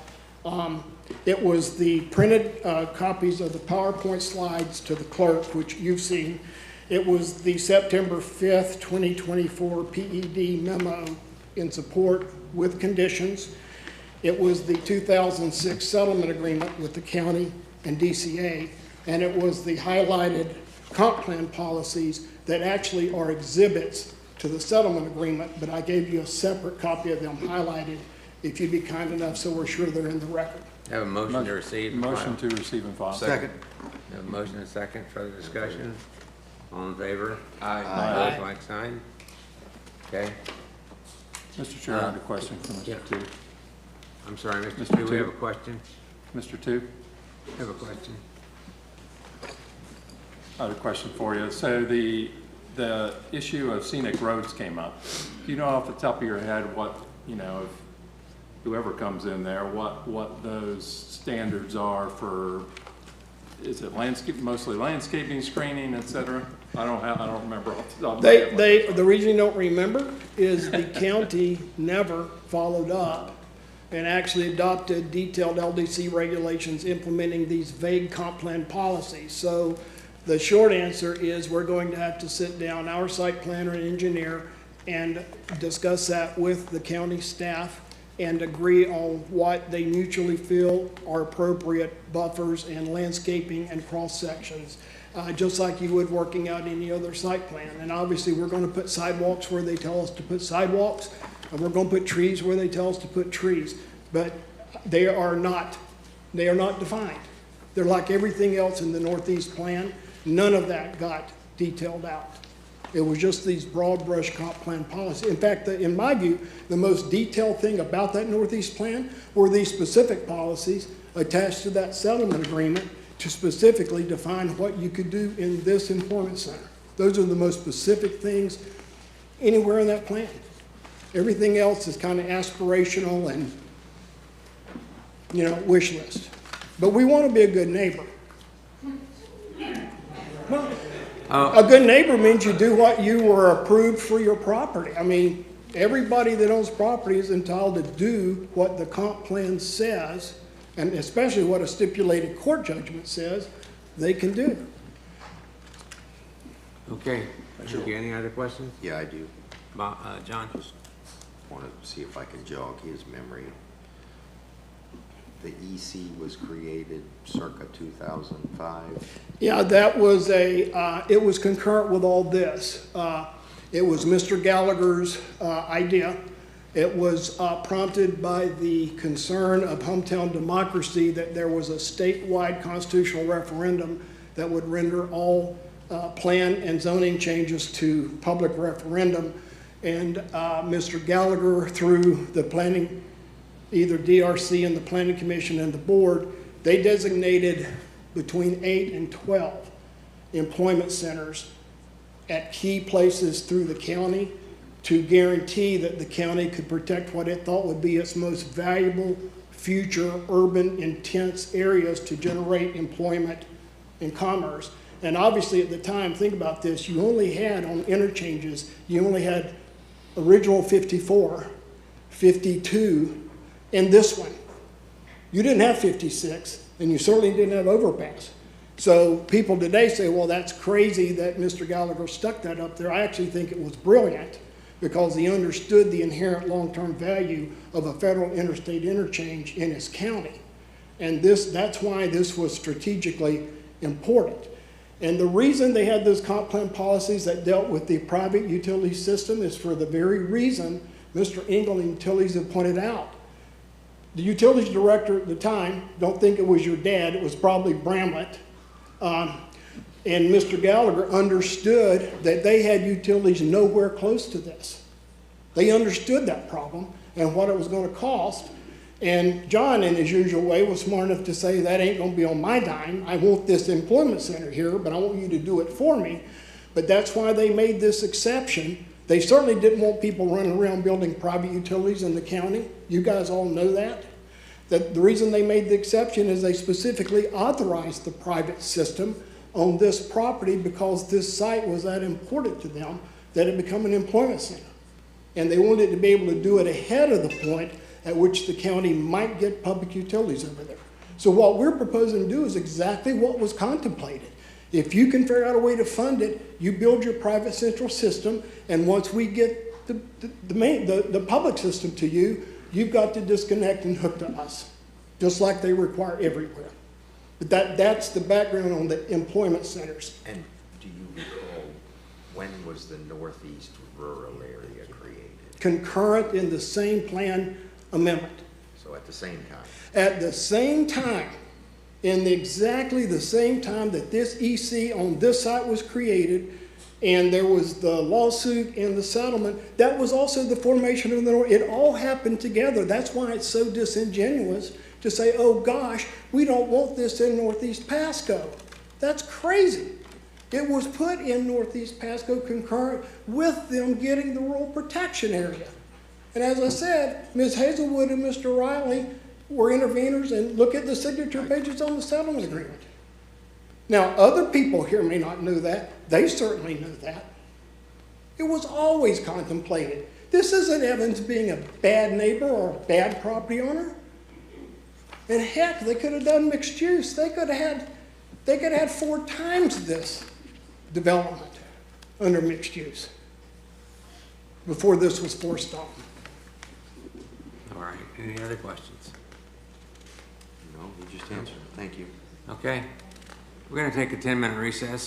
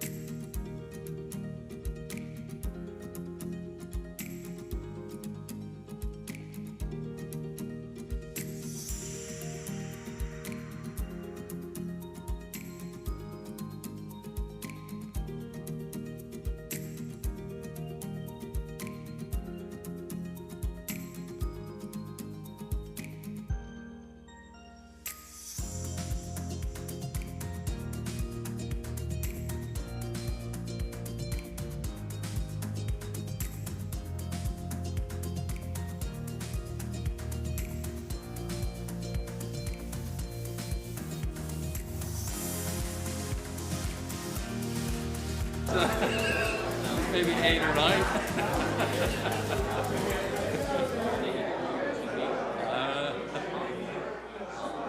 I think so.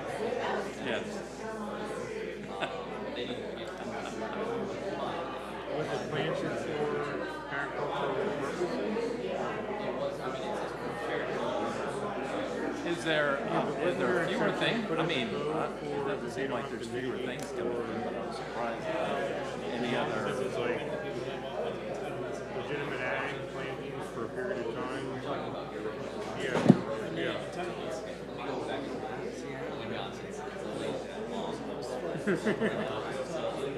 But the general gist of it was a legitimate ag operation.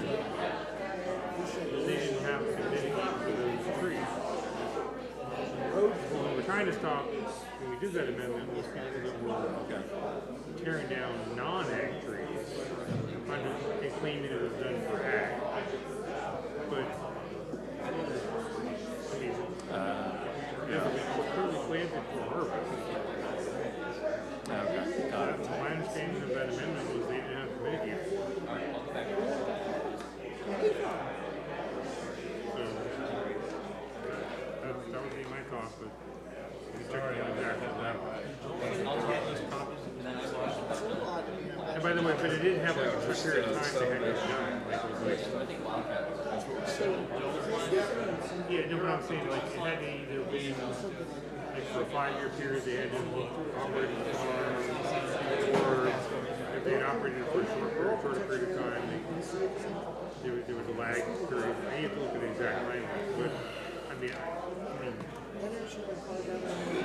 but I guess they probably have, given how old that property is. So I guess they probably did operate it for harvest.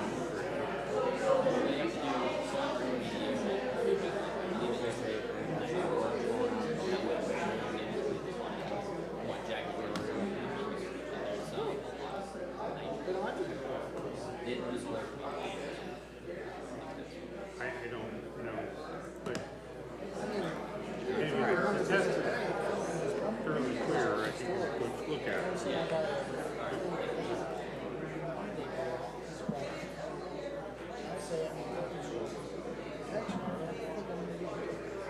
So to clarify, originally multi-family, mixed use, back 2005. The county wanted to impose a Northeast rural area and completely remove that use.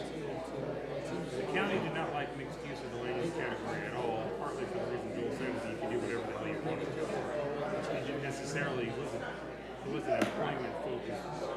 Right. The county wanted to make sure that settlement. What did the county originally change? What was originally challenged by this?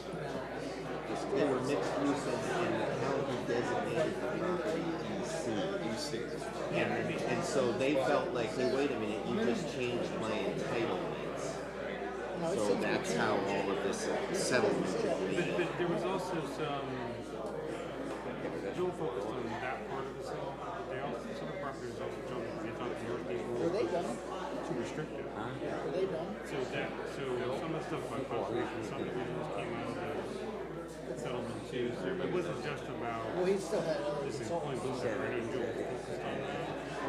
So they conceded this settlement. They conceded to employment center, but there was a few other things that made less restrictive. Yes. Yeah. I mean, besides the stuff Joel pointed out, there was other stuff that got changed. What's that? Sort of the residential part of it.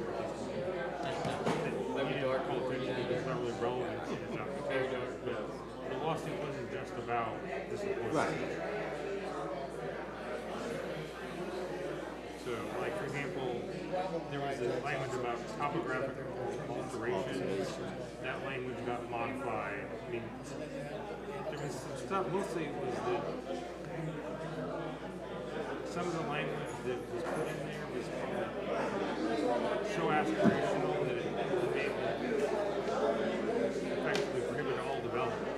And so that's why. That's what got everybody. Yeah. In fact, in my opinion, that was the primary reason for the challenge. This employment center was part of it.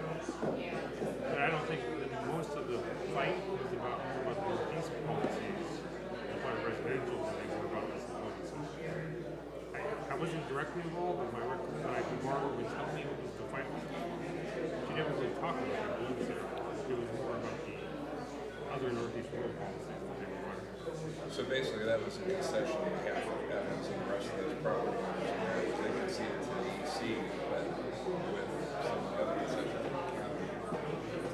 There were other concessions So that was made on the, yeah, I can't tell you who gave what for what reason, I just know that, yeah, I'm not sure there would have been a lawsuit if the only What? was the other What? bigger issues. Is it the current version of the code or the, if you remember, hold on. I'm ready, I don't know about Joe. Ask, yeah. I'm gonna ask you to ask the county attorney because one of the things that came out was they said they applied an earlier version of the code because of when they made the application. I just want to make sure that that's not tangled up in that. I would ask the county attorney.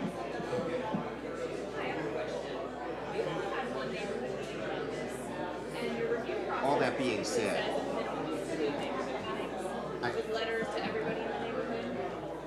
I understand, and I'll just say this. Those in my mind are what I'll call technicalities. Okay? If you say they had to have 2 community meetings, it's remedied by simply having another community meeting, which is 100% compliance. It's better to stick to the issues. Just bring it up and and then technicalities. Because all they'll do is just pay the fee, hold the meeting, and then say I'm in compliance. And we'll be right back. Hey, John, why don't you start? Oh, is Matt leaving us now? Okay.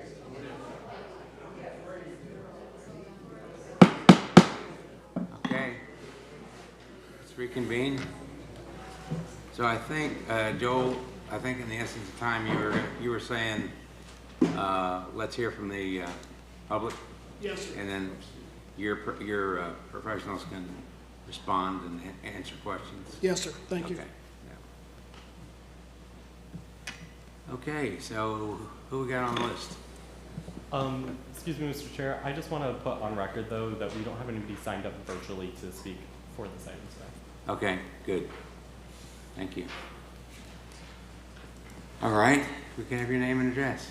Hi, I'm Linda Potberg. I own the parcel that has the addresses 18700 and 18724 Lake Iola Road, and I have a cramp in my leg from that bench. Can staff put up a We map are of this 3 area so we can parcels see where these north. folks are One from? second. What'd you say? I asked if staff could put up a map so we could see where each of the speakers Oh, okay. is. Yeah. Okay. Okay, is there a pointer there that's available? Okay, and you're keeping time over there? Okay.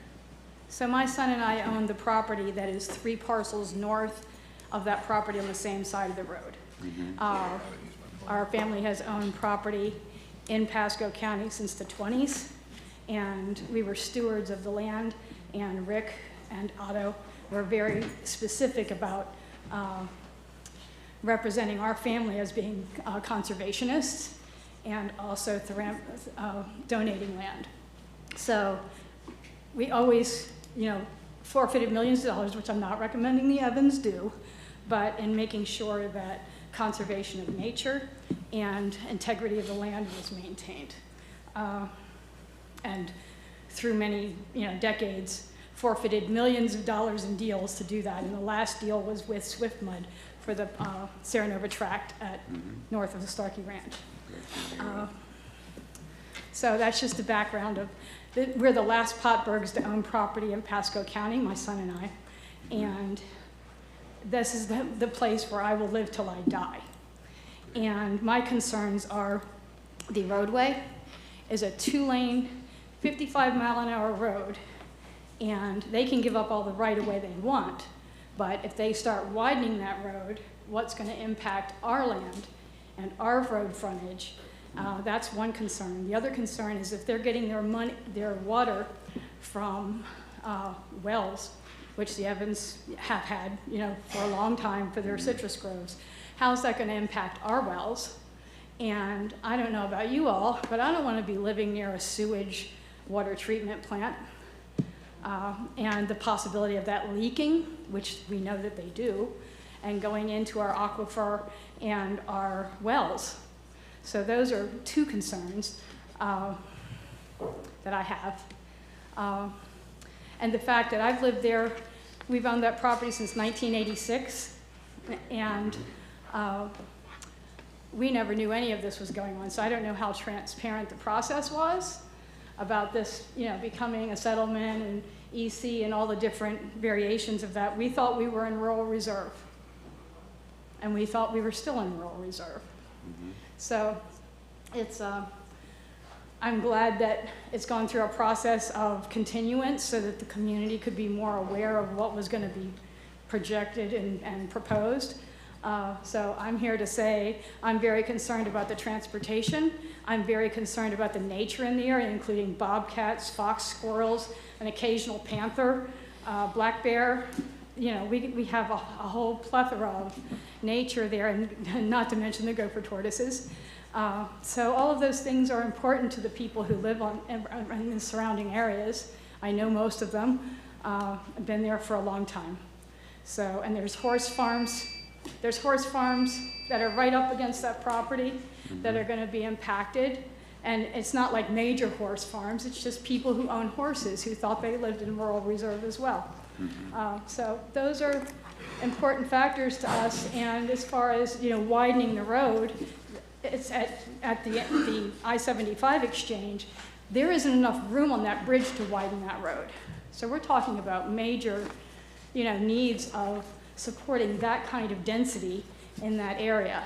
And it is a beautiful place with beautiful scenic roads all the way till you get to the solar farms down by the college.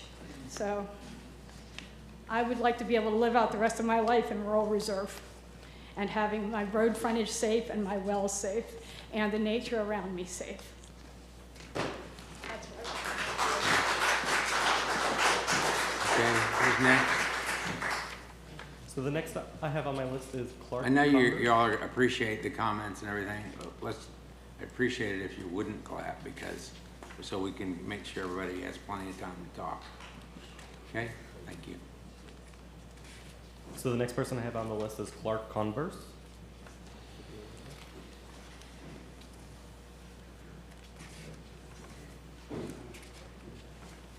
Good afternoon, gentlemen. My name is Clark Converse. I live at 32649 Jim Denny Road. Thank you. It's in St. Joe. It's Dade City address, but it's St. Joe. A lot of people in here are very angry about what's happening, and understandably so. People were born and raised out there. They've raised their families out there. They live in that area for a specific reason, and this kind of flies in the face of that. And I'm assuming, which may make a fool out of me because it usually does, that most of you are well-versed in FLU2. That's the comprehensive plan that refers to the future land use plan for the rural integrity of Pasco County. The opening statement in FLU2 says to preserve and reinforce the positive qualities of the rural lifestyle and protect rural communities. Ensure the rural lifestyle is preserved for existing residents and remains available to future residents. The problems we have, not only the water issues that we're concerned about, which obviously is in effect because we all have wells, but in FLU2 it specifically addresses the preservation of water for future land use, for future owners, property owners. In 2.113 and 2.117, it says, shall not be constructed with central water or sewer. That's in the county ordinances, that you cannot develop out there with central water and sewer. And yet the WAT flies in the face of that and says, yeah, if you develop it, you're required to put in central water and sewer. Okay, so the county has conveniently construed ways to override any promises that they made to the landowners out there, which is absolutely insane in my opinion. It also says that you have to maintain 50% open space on any place where there's more than 20 residential units. That plan does not show 50% of open space. The whole point of FLU2 is to protect the rural character of the area, and protect the future generations of our families who live in that area for a specific reason. We were promised by the county that we would be able to live in that type of environment, and we look forward to living in it. We've raised our families. I'm raising my grandkids in that area. And to have that taken away from us, potentially by allowing somebody to get a foothold in, whether it's legal or not is not my call. However, it really is, in my opinion, irresponsible for the county commissioners to do that, and it is very disrespectful to the people whose lives have been ensconced in that area. I appreciate your time. Thank you very much. The next on the list is Ryan Flynn. I have some packets that I'd like to pass on. Sure. Move to receive and file. Second. Motion and second, all in favor? Aye.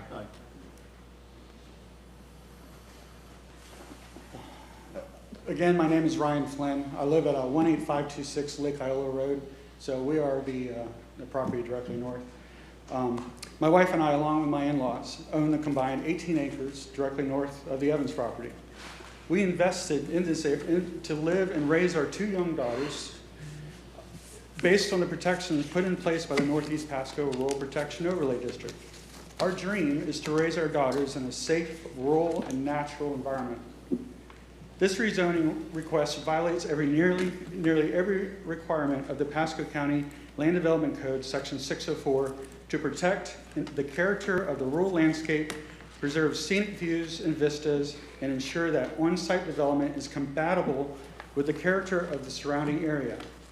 1.5 million square feet of warehouse, along with 300 apartments, are not compatible with the stated goal of the future land use section 2.1 to preserve and reinforce the positive qualities of the rural lifestyle and protect rural communities and agricultural areas.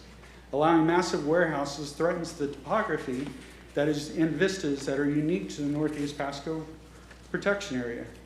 The rezoning to anything other than ag or ag-res, thereby removing it from the protected overlay, would create a zoning island of incompatible development, counter to the whole intent of the overlay. The scenic view and topography from our property and the whole stretch of Lake Iola Road are spectacular and worth preserving, something the rural overlay is supposed to be protecting for both current and future generations. And final, this is simply not at all compatible with the adjacent land uses. There is no industrial or multifamily on the adjacent parcels. We live on a family equestrian farm, zoned agriculture, and our homestead, along with others around us, will be permanently and negatively affected by any industrial development of this parcel. Let's refocus on the good. The area has an incredible opportunity to become an oasis of rural land in what is quickly becoming an overdeveloped state. For old and new generations, families are choosing to leave behind the confines, traffic, and pollution of cities, and instead invest in land, farms, and the chance to live and love the rural lifestyle. The unique beauty of the scenic area will continue to draw in new residents who are more than willing to invest in maintaining this area as the original authors of the Northeast Pasco Rural Protection Overlay had intended. In your packet, I have included a couple of photos. Photos 1, 2, and 3 show our property line with the 80 acres that are behind it. Photo 4 shows a piece of the lifestyle that our family gets to enjoy. I don't want to lose it. Our 18 acres is long and narrow. We share 1/4 of a mile of fence line. Our house sits less than 100 feet from this property line and looks at this property. Thank you. Thank you very much. The next individual I have on the list is Nancy Hazelwood.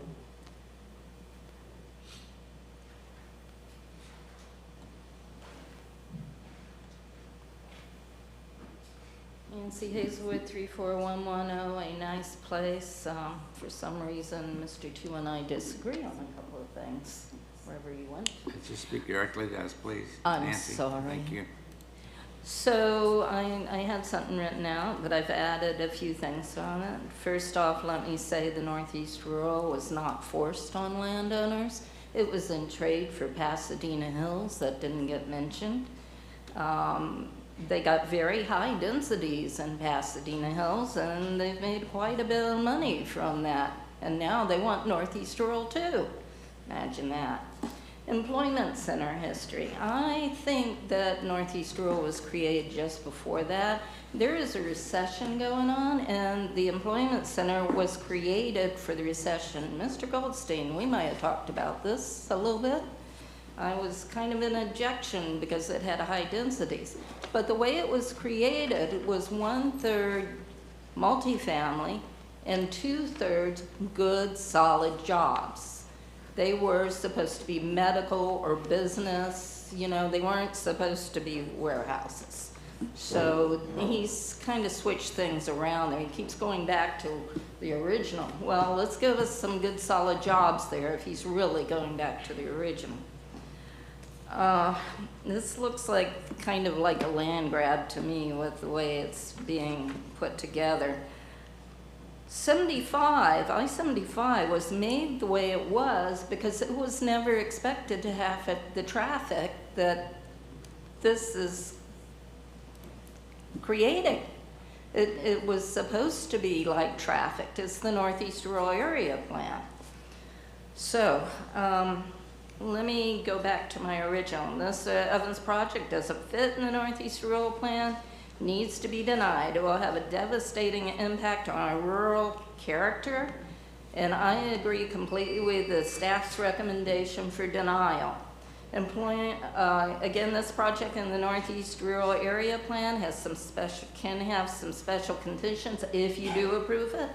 A transition area needs to be created around the project. The building should be in the center of the project with a 400-foot buffer of heavy landscaping around it to protect the residents and the character of the agricultural area. A weight limit for traffic on our rural roads to keep semi-trucks and other heavy vehicles off our roads. They don't belong there. Northeast Rural Protected Area was never supposed to have any kind of heavy traffic. They're rural roads.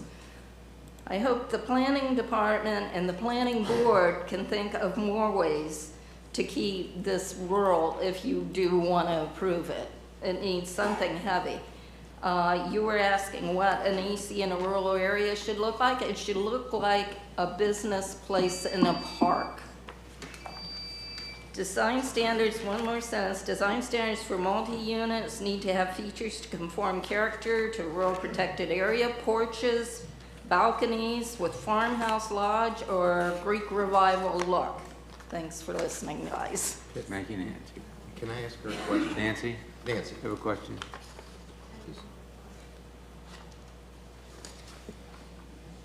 Don't get me wrong. I'm trying to understand. You're a signatory to this settlement agreement. What was your mindset when you signed this? I was a newbie there. We were just starting up the Northeast Rural Area Plan, and we needed to make sure it stayed rural, and they were in objection to it. What we came up with, I thought, was more of a conservation subdivision. That's what I kept hearing about, was conservation subdivisions. And I don't necessarily agree with those at all. So my recollection of it was a long time ago, And Mr. I know Mindy. you were moving fast in the interest of trying to get through in 3 minutes, but can you reread your suggested conditions? Okay. Transition area needs to be created around the project. That's in the Northeast Rural Area Plan. The building should be in the center of the project with a 400-foot buffer of heavy landscaping around the project to protect the residents and the character of our agricultural area. A weight limit for traffic on roads could keep semi-trucks and other heavy vehicles off our roads. They don't belong there. Northeast Rural Protective Area was not meant to have heavy traffic. I am hoping the planning department and the planning committee can come up with some other things that if you decide to put this in, which I hope you don't, I think you should deny it. It's a transition area with a 400-foot buffer and a weight limit. Yes, for traffic coming through. Right. and keep semis off our rural roads. They're that way for a reason. Blanton Road and all those roads are supposed to stay 2 lanes. We aren't ever supposed to have traffic. Our Okay. growth and We development got is in it. a different way. We got it, Nancy, thank you.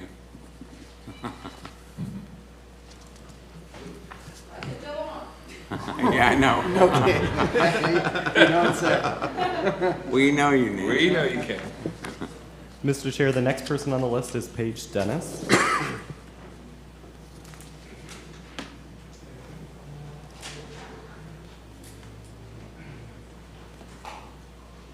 Hi, I'm Paige Dennis.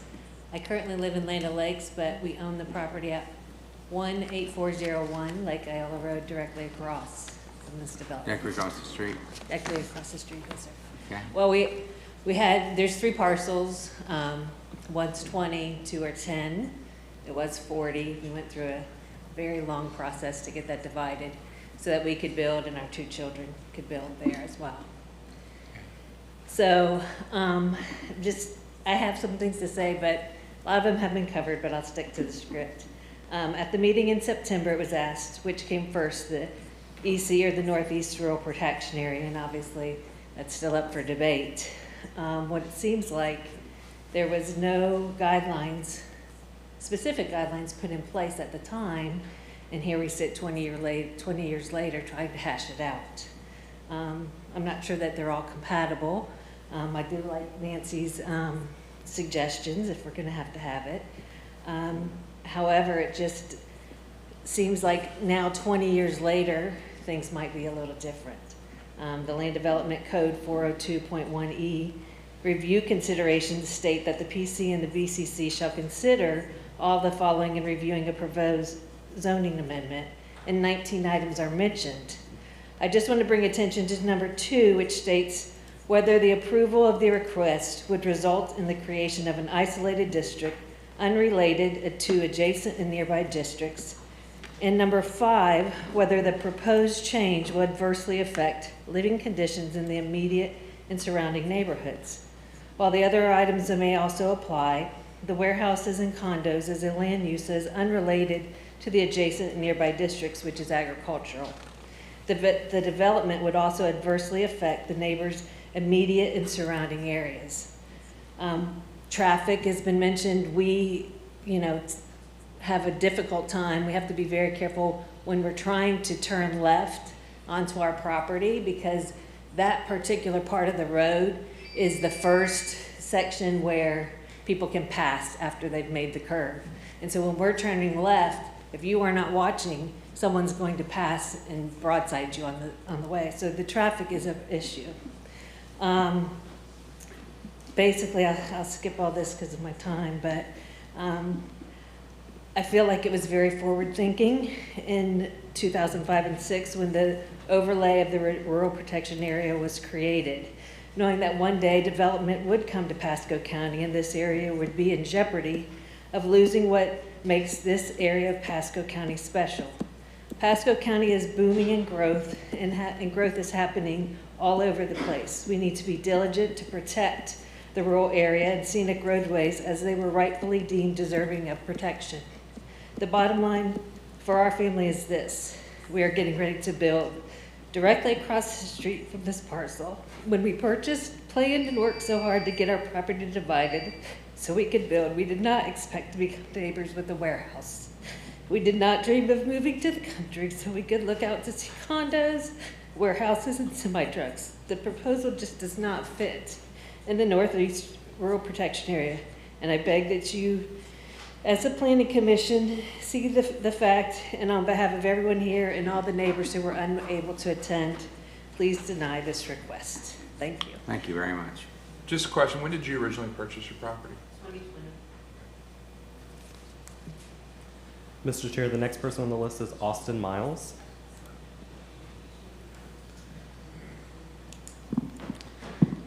Good afternoon. I'm Paige Dennis's son-in-law. So my name is Austin Miles, and our address is 30585 McJunkin Road.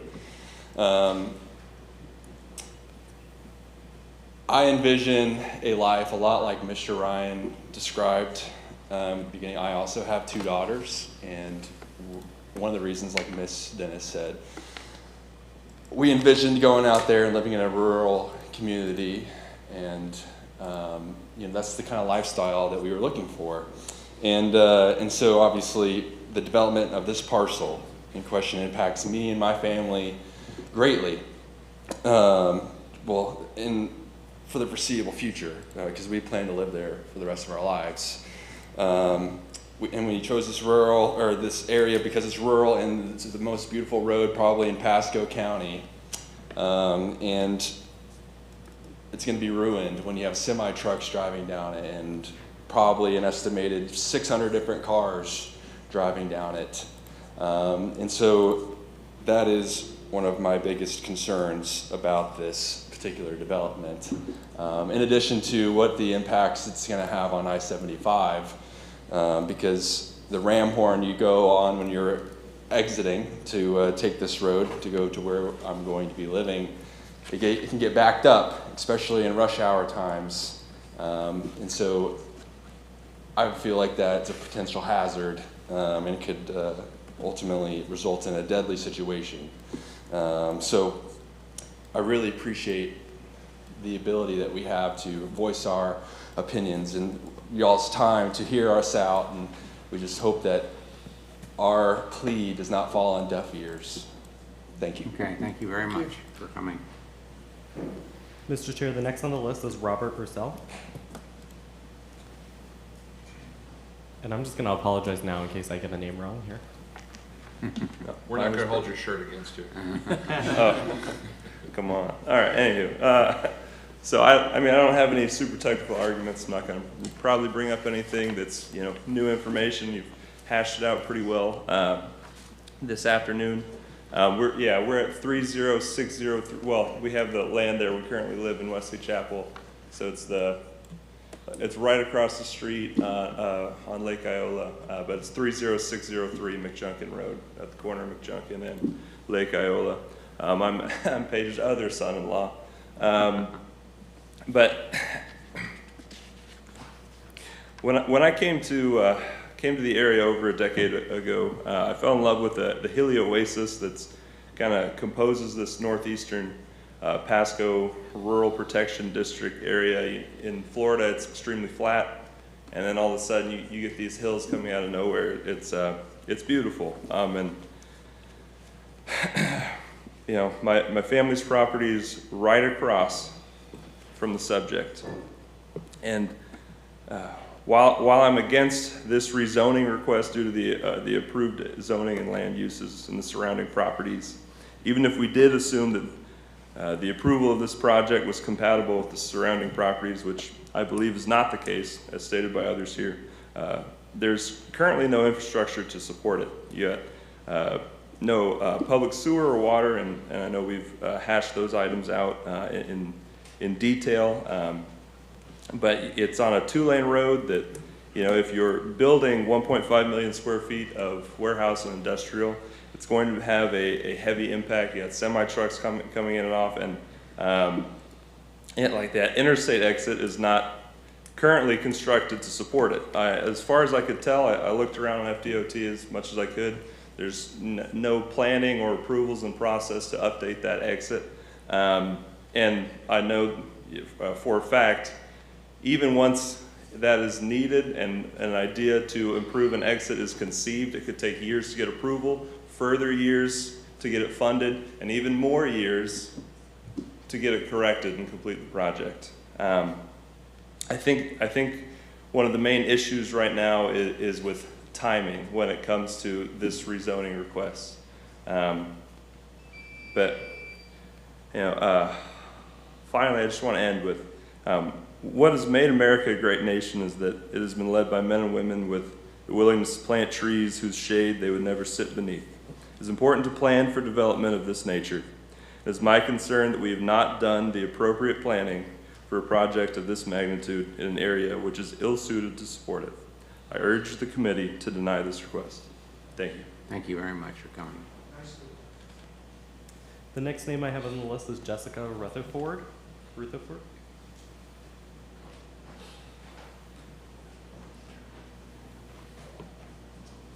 name is Jessica Rutherford. I live at 18449 Lake Iola Road. Thank you for hearing me.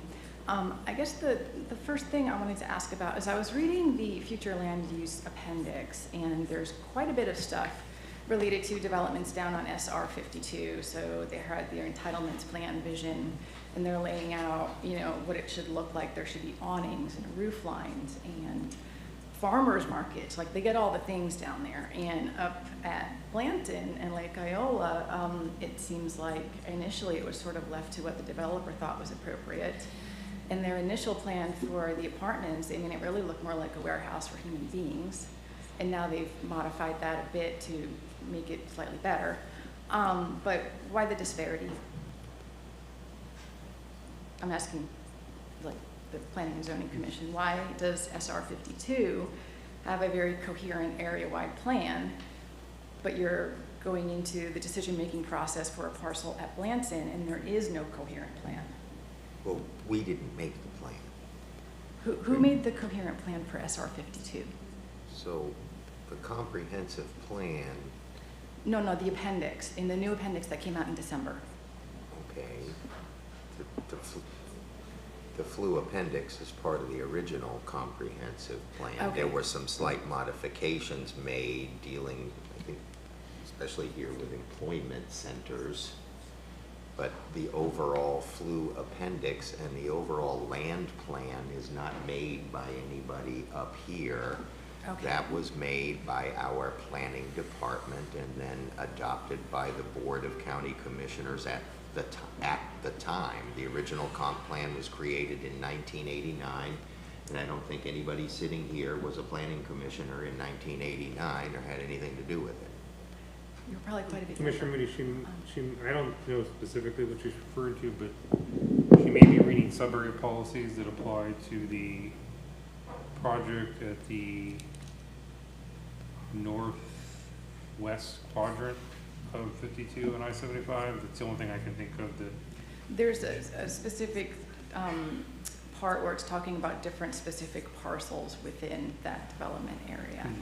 And there's some clearly very new information about specific parcels that are being developed in their size and the entitlements. So yes, or the land you're mix. talking about the Gateway Hub that Yes, came exactly, before here. exactly. Okay, Yes. that's a project that was brought forth within the last 6 months or year. The zoning This- was, yes. The zoning, correct. The comp I don't plan know when the land provisions use were predated was. that. But the PDC is land pretty heavily involved use, in the assignment of the future land use designation of employment center and the prior land use that was on this property, the subject property of mixed use, that's an original comp plan designation. That's from 1989, and according to the testimony given here today, the employment center land use was placed on this property in somewhere around 2005 or 2006. There's nobody here that had anything to do with creating this employment center. No, I understand that. I'm just saying that they have clearly updated. So and I they think, have some I believe the answer specific- to your question is that I believe the project you're referring to is what's called a PD, Plan Development. It's the whole description in the appendix for the entitlement for the Gateway Hub. Right, that's a plan development. Right. Which the criteria for a plan development have to be embedded in the comp plan because there are no generic criteria. It's the equivalent of a MPUD for the comp plan. In other words, it's a negotiated land use category that is negotiated between staff and the applicant. So that was all basically created together with the developer in partnership, is what you're saying? Yeah, the developer and Okay. staff worked on a land use category that was tailored to that particular project. Okay, moving aside from that, I think my reading of the comprehensive plan, that there's really two main issues. The water and sewer is a logistical issue, it's not a decision issue. The two decision issues are the road and the buffering. So talking about the road, the policy FLU 2.1.11, rural residential roads, does specifically list Lake Iola Road as one of them, and then Blanton Road is a scenic rural road, it's not a rural residential road. But what it does say in section 2.1.12 is that the rural roadway system Specific collector, arterial, and rural residential roads shall not be expected to require, nor are they planned to receive, capacity improvements over the 20-year planning period unless otherwise consistent with Chapter 7, Transportation Element Table 7-4A, Pasco County Corridor Preservation Table. Unless otherwise requested or required by state law or county ordinances and policies, including the county concurrency ordinance, the county shall discourage additional roadway expansions of these two facilities beyond 2 lanes. Prior to the determination of any concurrency requirements that would require lane expansion of the roadway network, the county shall evaluate whether there are and may impose alternative solutions for meeting the identified capacity need. So has there been, first of all, I guess, do Blanton Road and Lake Iola Road fall into this category of collector, arterial, and rural residential roads? And secondly, has there been any state law, county ordinance or policy, or county concurrency ordinance that would approve the expansion to 4 lanes from 2 with multiple stoplights? Ma'am, that's the essence of the question I asked staff earlier, and the answer I got back was they would need to study that area. Their intent is to study the area for potential expansions of the roadway network. They don't have any plan in place today.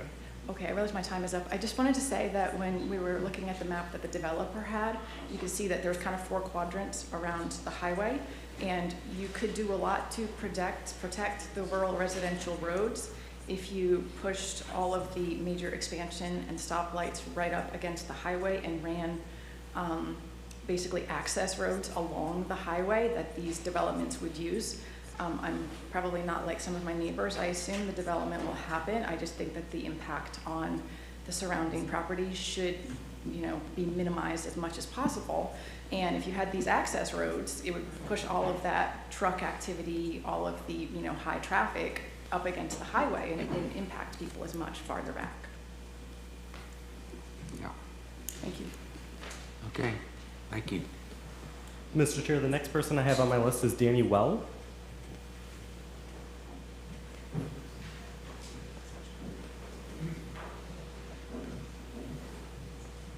My name is Danny Wheel. I live at 3235 Baseball Pond Road.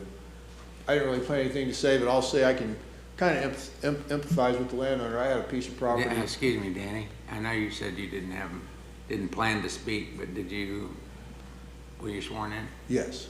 Okay. With the class. Okay, thanks. I owned a piece of property in Pinellas County, had 1 little house on it, and the future land use was 21 houses. For 30 years, I had developers wanting to buy the property. When I finally did sell it, they all went down, and the county said, it's just not compatible. Simple as that. Somebody explain what's compatible about 300 apartments, 1.5 million square feet of warehouse anywhere on that picture. Okay. That's it.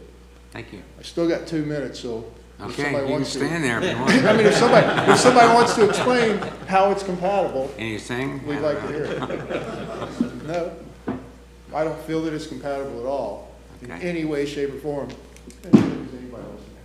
It could be split up into 20 small parcels, 8 small parcels, little family farms, like these folks have.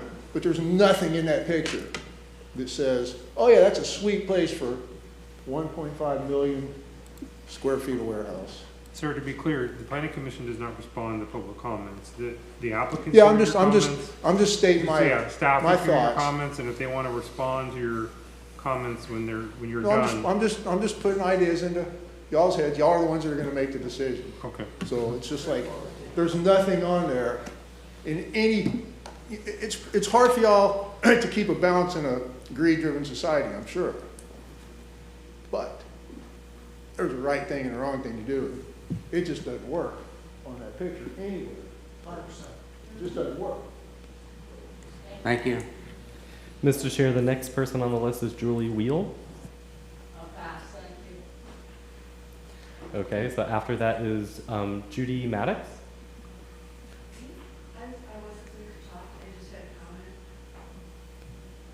Okay. Chance. You can make your comment now. She wrote her comment down. Okay. You, You're gonna need to come up here. You still need your name and address.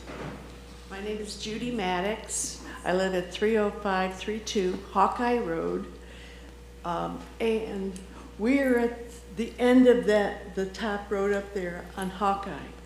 My husband and I looked for property for several years before we found that property. Because we wanted to build our forever home, which we did. We have a beautiful log home right in the corner of that piece of property. We chose it because the land was so pretty and quiet. We hear birds. I had a bobcat come in front of my dining room and just sat there. All of that will go away when there's more people, more traffic, and I just think that there's other parcels of land that could accommodate an apartment complex. That doesn't fit in this rural area that we live in.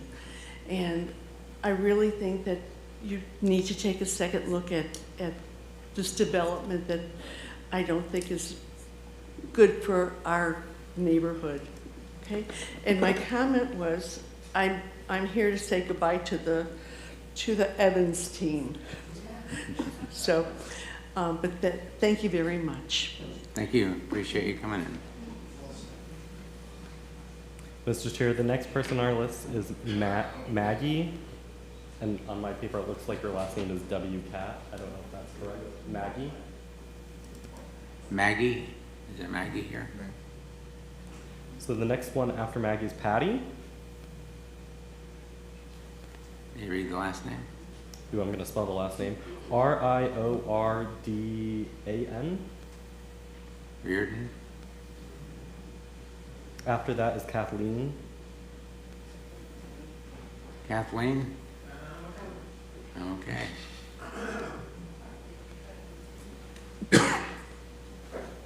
My name is Kathleen Schneider. I live at 34553 Blanton Road. You may not understand, but I am very proud of my husband, Roger, who spoke earlier, because he is very passionate. He's not loud and out of control. We have very good friends, the Plunkett's, the Flynn's, Caroline and Anna, that live just north of this property. I don't think what's being proposed fits the area. I would like to know why the Evans family does not think, hey, we could divide this into 5-acre little farmettes and let people come up and have horses and have animals, have the wildlife. That would work so much better. And without even turning around, I would bet that the people behind me would be more than happy to have something like that in our neighborhood. The exit off of 75 was never built for semis. When we get off, we've seen so many turned over semis because they take the curve too fast. When there is all the extra traffic that's going to be there, it is going to get worse. I am requesting that the Evans family please go back and look at what people are saying and the people that live here. Why can't you do something that fits in better and you would be a welcome neighbor and a good neighbor? Because what you're doing does not make you a good neighbor. You have so many people whose lives are being impacted by this, and it doesn't need to be that way. Look a different way. Don't be so dang blasted greedy that you have to go for the big bucks. Evan has enough. He could do this, and think of how many families could move in there and now have their little piece of heaven that they could live out their lives and that their kids could enjoy. It breaks my heart that our friends are dealing with what they're dealing with. I hope you stop and think that there's other options, and I hope that the Evans family and that their attorneys stop and think what could go on that parcel that would fit so much better. And I plead with you to reconsider any approval of this, because it is going to ruin us. It's just going to ruin us. Thank you. Mr. Chair, the next person I have on the list is Scott Bland.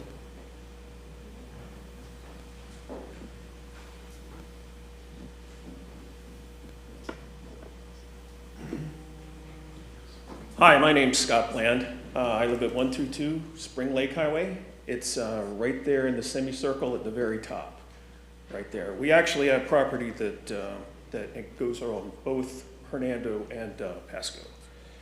My wife Debbie and I have lived on Lake Iola Road for 26 years and raised 2 sons on 20 acres in this wonderfully rural community. Again, our property spans right across the county line, and we get 2 tax bills. Thank you very much. Although I expect my words to have little impact, I'd like to make you aware how destructive this proposal will be to this community. Our house is a little larger than most at 3,200 square feet. The proposal would add buildings nearly 600 times that size and add hundreds of thousands of square feet of impervious asphalt for parking. This is utterly incompatible in character with the nature of the area and is in opposition to the stated goals of Pasco County's comprehensive plan. The buildings, traffic, groundwater usage, light pollution, I have 2 telescopes, and sewage generation will totally erase the rural character of this area. Over 1,000 vehicles a day would be added to this already dangerous 2-lane highway. Recently, I drove up I-75 from Tampa.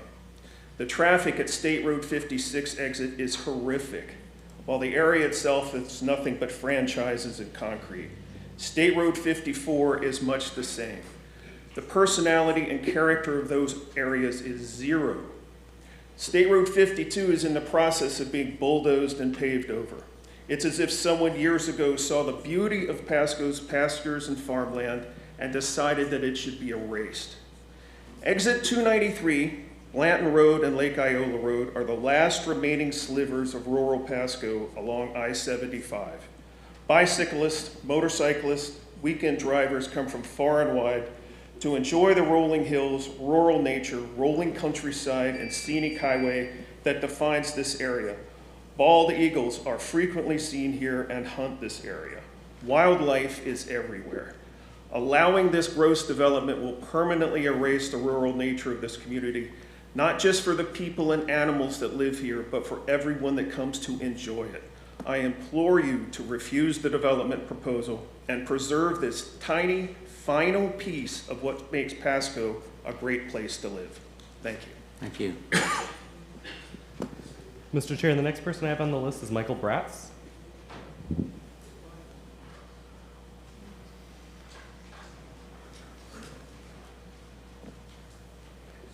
Michael Bratz, 18435 Townsend House Road.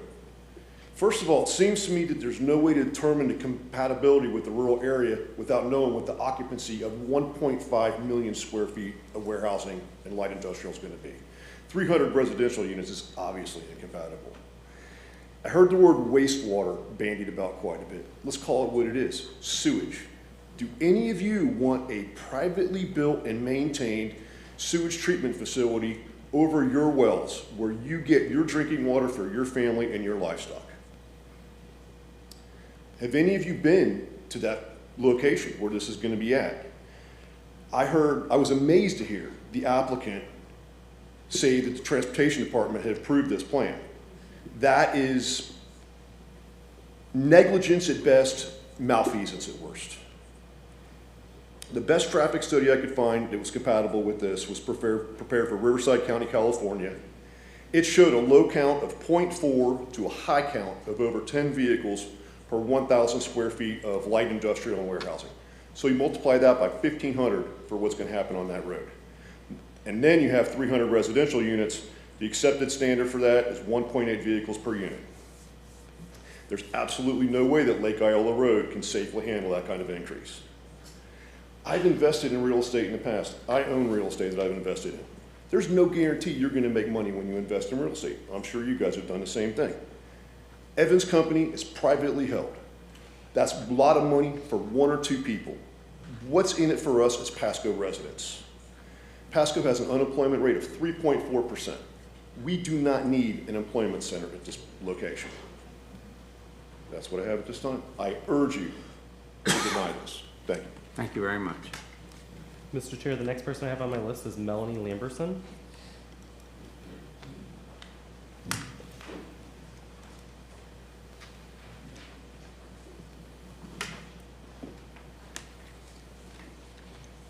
When we moved here 30 years ago, Spring Lake was an area for watching the night sky because of the lack of light pollution. Bikers were frequently seen on Spring Lake Highway, Blanton, and Lake Iola roads, holding races there because of the rolling hills, beauty, and fresh air.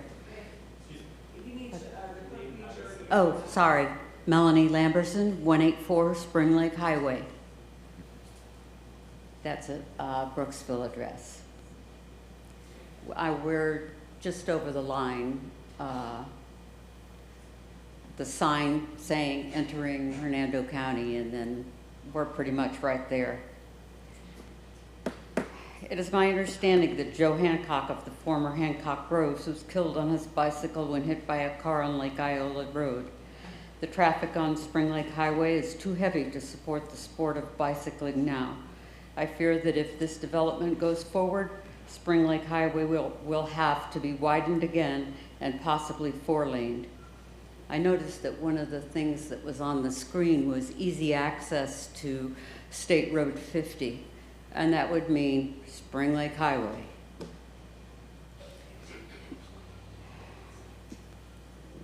I wonder if the Hernando County Commissioners are even aware of this threat to their budget.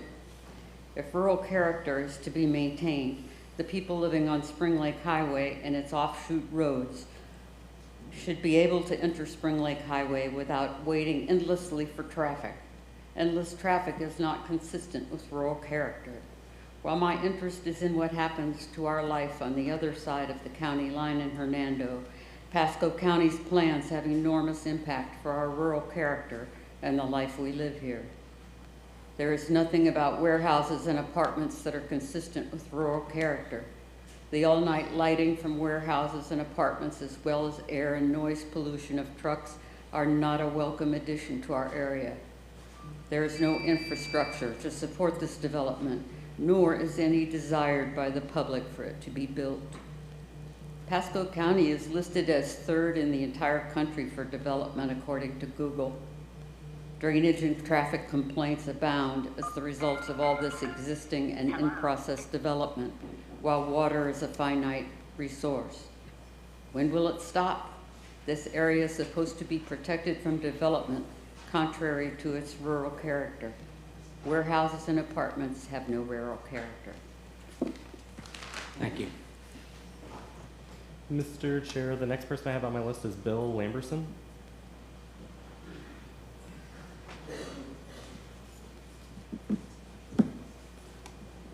What I want to do is just mention this from purely a civil. We need your name and address, sir. Beg your pardon? Name and address for the record. Oh, sorry, 184 Spring Lake Highway, Brooksville, Florida. Thank you. What I'd like to address is a civil engineering thing. Both the southbound and northbound exits off I-75 are the traffic on them is already too much. There's short off-ramps. And furthermore, where Lake Iola and Blanton Road come together, it's already congested there. And there is a planned 900 space RV park less than a mile from there. And also, Travelers Rest is maybe a little bit further than a mile. But the infrastructure there, the roads, are just they're not good enough to support anything else there. Thanks. Thank you very much. The next person I have on the list is Brittany Diello. Sorry if I said that wrong.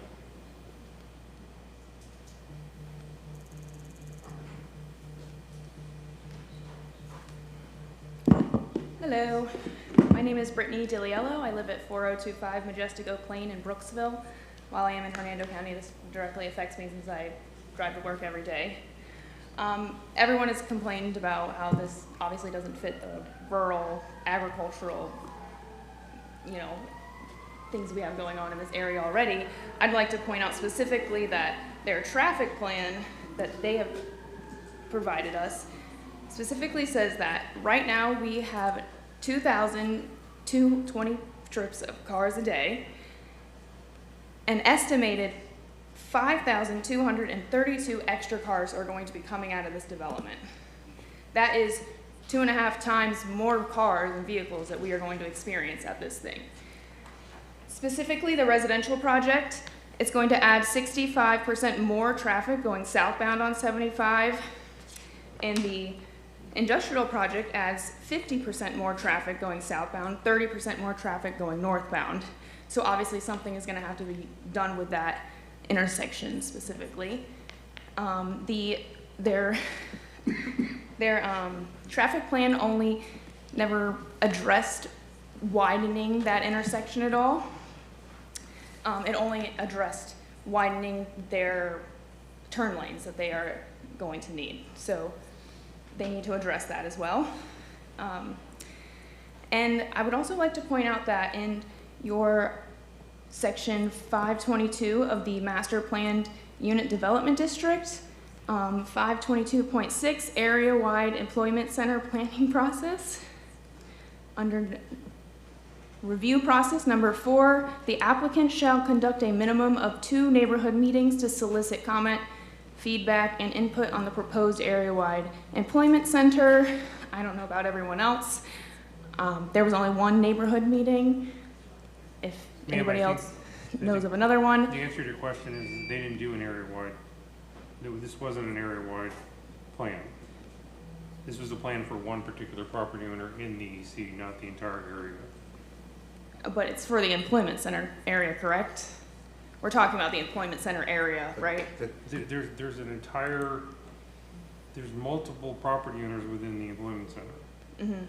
And the comp plan and the land development code contemplate that there could have been an area-wide planning effort for that entire EC.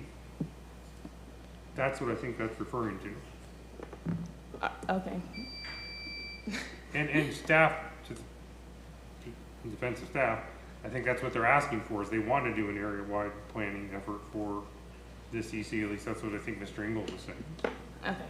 All right. Well. And presumably, if they did, they would follow the process you're talking about. Okay.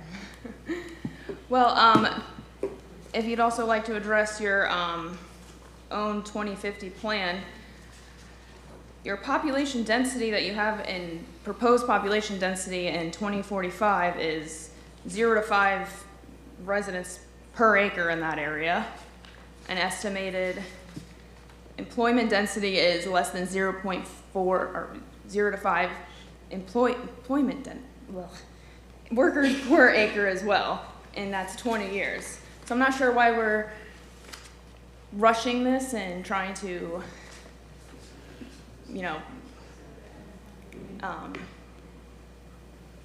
sorry. Never mind, sorry, thank you. All right, thank you very much. Mr. Chair, the next person I have is Daniel Diello.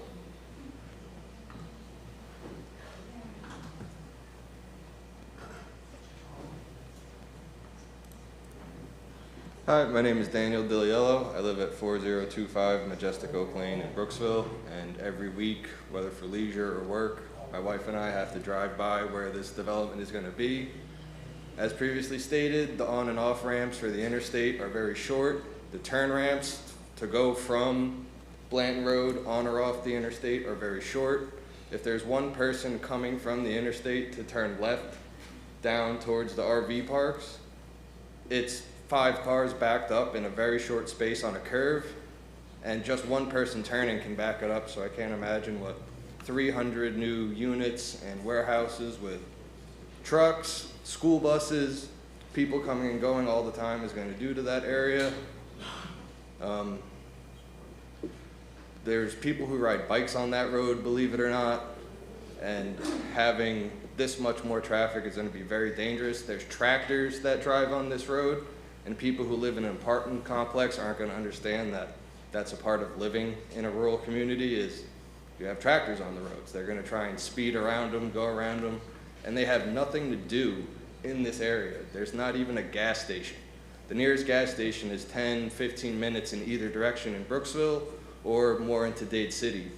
And these people have nothing to do other than travel through Brooksville, use the interstate, and those are tiny 2-lane roads that are dangerous if you have too many people on it, or you're having to pass people, or people just don't understand the rural characteristics of rural roads and the wildlife that's on them, the tractors, the agricultural stuff. And it just simply doesn't fit. There is nothing around this development other than one tiny electrician warehouse, I think closer to Blanton Road there. Yeah, there's nothing for these people to do who move here other than travel through the county, travel through Brooksville. The infrastructure in Brooksville is already so low where if there's 2 simultaneous car accidents, someone's just gonna have to wait. The last time I called 911 in my neighborhood, they didn't even have a time frame to when they could get here, and I had to drive my neighbor to the hospital myself. And that's all I have. Thank you very much. Appreciate you coming. Mr. Chair, the next person I have is Kathy Lambert. Kathy left. Okay, so the next person I have on the list is Mr. Russell, John Russell.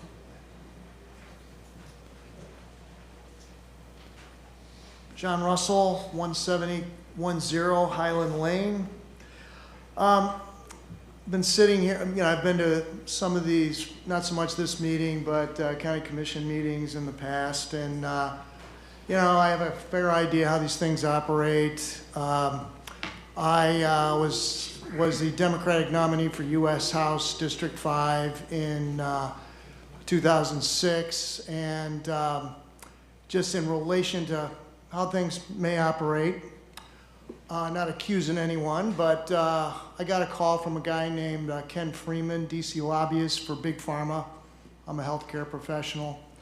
And John, if you're willing to work with, play ball with the pharmaceutical industry, we'll get you all the contributions you need.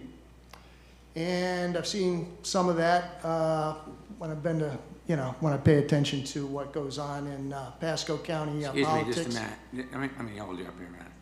Could we just get to the point? I'm getting to the point. I'm trying to illustrate. People are giving us details. We know you think we're all crooks, so just Yeah. get to the point. Well, I'm not saying all you guys particularly. I'm saying I know how politics operates in here. And so these people are speaking with fervor and emotion and are factually correct for the most part and presenting documentation thereof. But when we're talking about an employment center, usually you'd have an employment center somewhere where it would be more convenient for people who are seeking employment. This is not the most convenient place I think most people would garner putting it kind of out in the country there. I think it's more of a placeholder. And what was mentioned earlier was the fact that once the camel's nose, this is well be the camel's nose under the tent, that opens the door to the people who are big landowners who are already inquiring about how we can put our stuff up for sale. And so once that rezoning of land occurs, then the whole place is shot. I think there's a problem. There's a problem with people in positions of power actually understanding value. I've heard a lot of people here take note of what the value truly is in a place other than Wesley Chapel. And when we talk about safety, so I'm in healthcare, I've worked in trauma at Tampa General, and so I've seen lots of the detritus that occurs on our roads. And when you're talking about, I don't know if anybody here's into motor racing and knows what the Laguna Seca, the corkscrew at Laguna Seca is, because that's exactly what the southbound exit getting off onto Blanton Road is. It's like the corkscrew at Laguna Seca. It's very dangerous. And when we're sitting here and we're wondering about, you know, is the county commission serving the community as a servant of the community or a servant of the developers? It seems to me, having been around here for more than 20 years, much of the membership on the county commission are either landowners or they're servants of landowners. I would speak to, you know, specifically to Mr. Oakley would be one to pay attention to. Really find it but relevant. there is no. Is his time up, sir? Yeah, you know, I think I probably sent it up. You get my drift. We want an honest decision that suits the terrain that is that northeast rural corridor. And I don't want city water. I have perfect water. I have perfect water right now. I thank you very much, and I hope you'll come to an honest and thoughtful decision on this when it comes to that point. Thank you very much. All right, who's on next? Mr. Chair, I don't have anybody else signed up, but I believe there are several people in the audience who wish to provide public comment who have not spoken yet. Okay, can I see your hands? Okay, have you been sworn? No, not yet. Okay, let's, anybody that wants to speak that hasn't been sworn, please stand up, raise your right hand. You swear affirm the testimony you're about to give is the truth so help you God. Yes.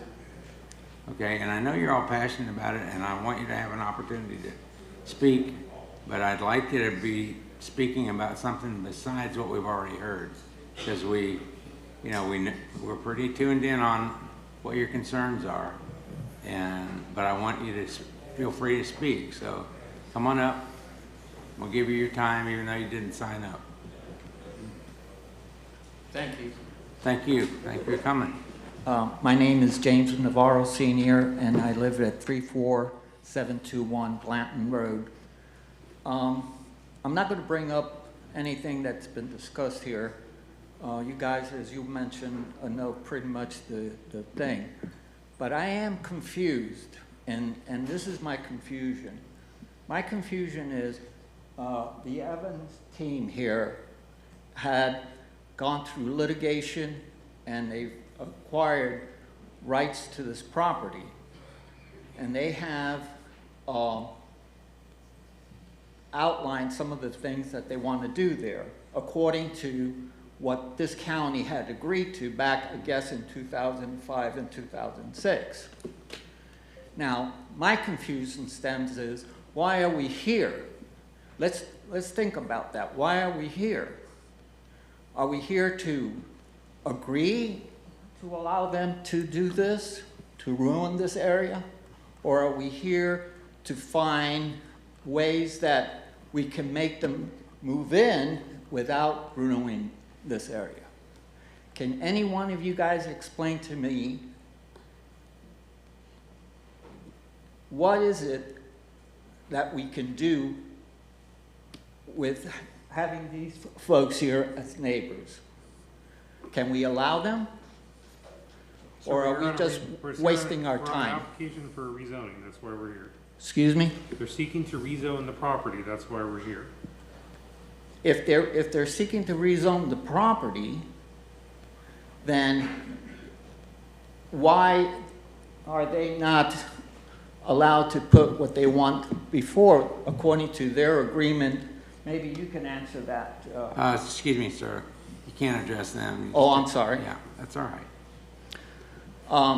If they're going to go rezoning to this new plan, is it something that you guys have last say on, or is that something that you have to agree? Any rezoning of this property would have to be approved by the Board of County Commissioners. Okay. Even though they had this legal agreement? There's a comprehensive plan land use designation for this property of employment center. Okay, That's the comprehensive plan. They still need to obtain a zoning approval to do the types of entitlements that they're seeking. And we're the first step in reviewing that. Second step is Board of County Commissioners. okay, so That's second and final. So you can take some of our opinions and considerations into your decision. That's why it's a We public will. hearing. Right. So, having said that, if you guys can at least, at some point, look at what everyone says here and take that into account, because I'm not going to go over the same things, but at the same time, I want to have the nice views and also the pleasant living conditions we have. That's exactly what we're doing today. Thank you. Thank you very much for your time. Who's next? Oh, careful.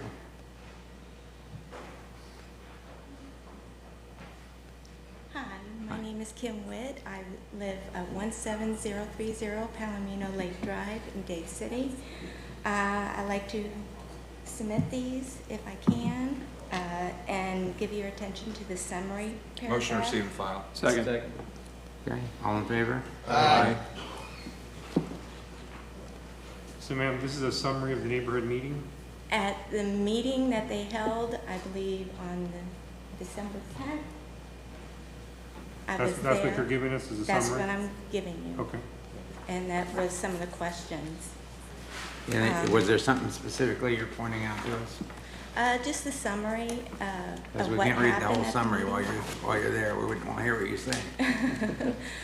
Well, it was not a very good meeting in my book. Let me ask the question a different way. Is there anything that was said at that meeting that's different than what we've heard today? Just very unprofessional, I thought. But I'm giving that to you. You guys can read it if you want. The question I have is that if this is an industrial that's happening, what's going on with the waste? How is it going to affect my well, my property? I grew up in West Palm, and I grew up in Tampa, and I have seen the changes. It's not good. My husband, who grew up in Lutz, was involved in an automobile accident because of so many people on the road, and he's paralyzed. And we moved out here, and he just grew because there was more things to do on his property. If you allow this, you're affecting people's lives. And the last thing I want to say is, if you can do something, it's not always the right thing to do. Thank you. Thank you very much. Appreciate you coming.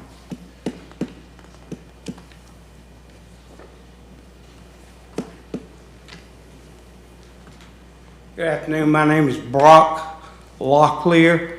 I live at 18615 Lake Iola Road. It's just north and across the street from the subject properties being discussed. I bought it some 25 years ago. At the time I bought it, Pasco County told me that God couldn't change the zoning out there. It was going to be one dwelling unit per 5 acres. I eventually sold off the 37 acres in 5-acre plots, some 6, some 7-acre plots. Everybody would stop me on the weekends on my bush hog and ask if they could buy the property up there because they fell in love with the rural area and they wanted a little farmette. I walk my dog out by that highway in the front yard every morning at 7 o'clock.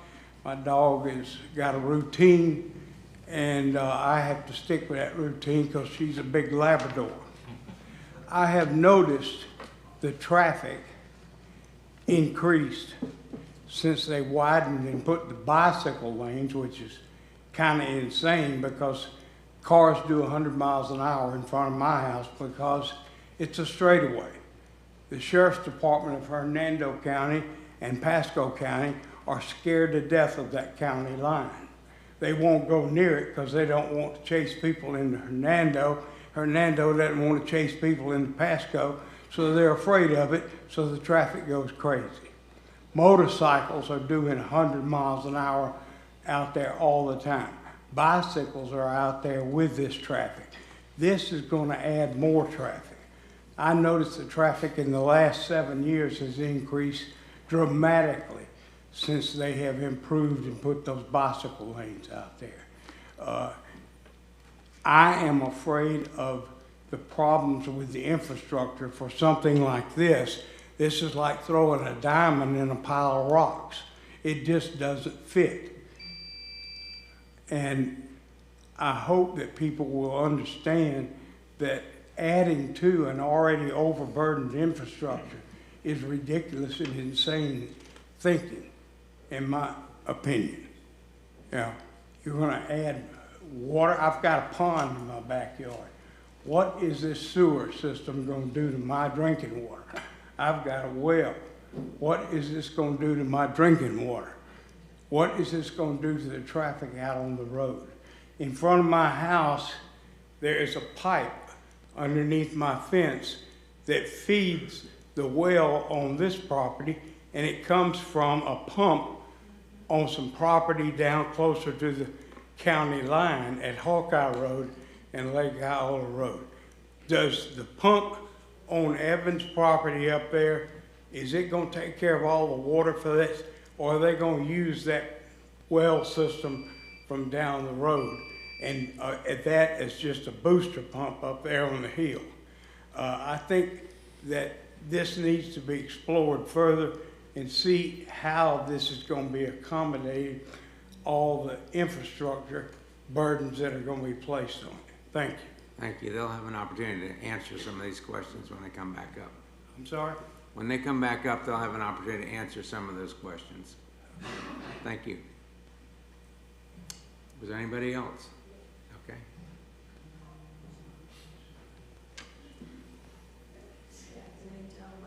Yeah.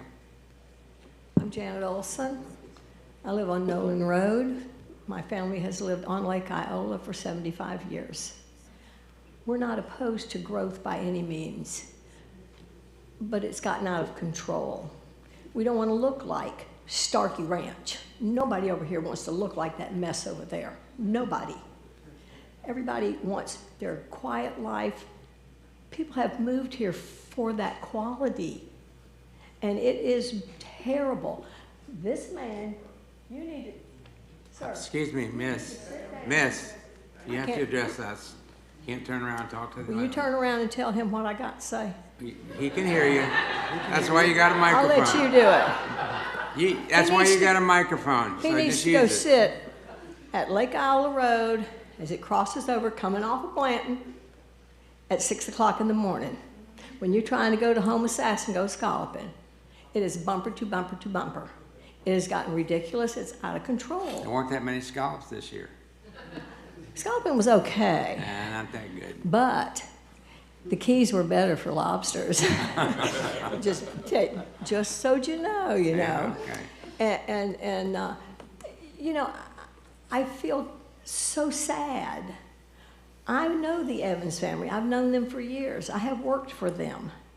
I think Jimmy and Harriet would roll over in their graves if they saw what Emmett was doing. I really do. I really, really do.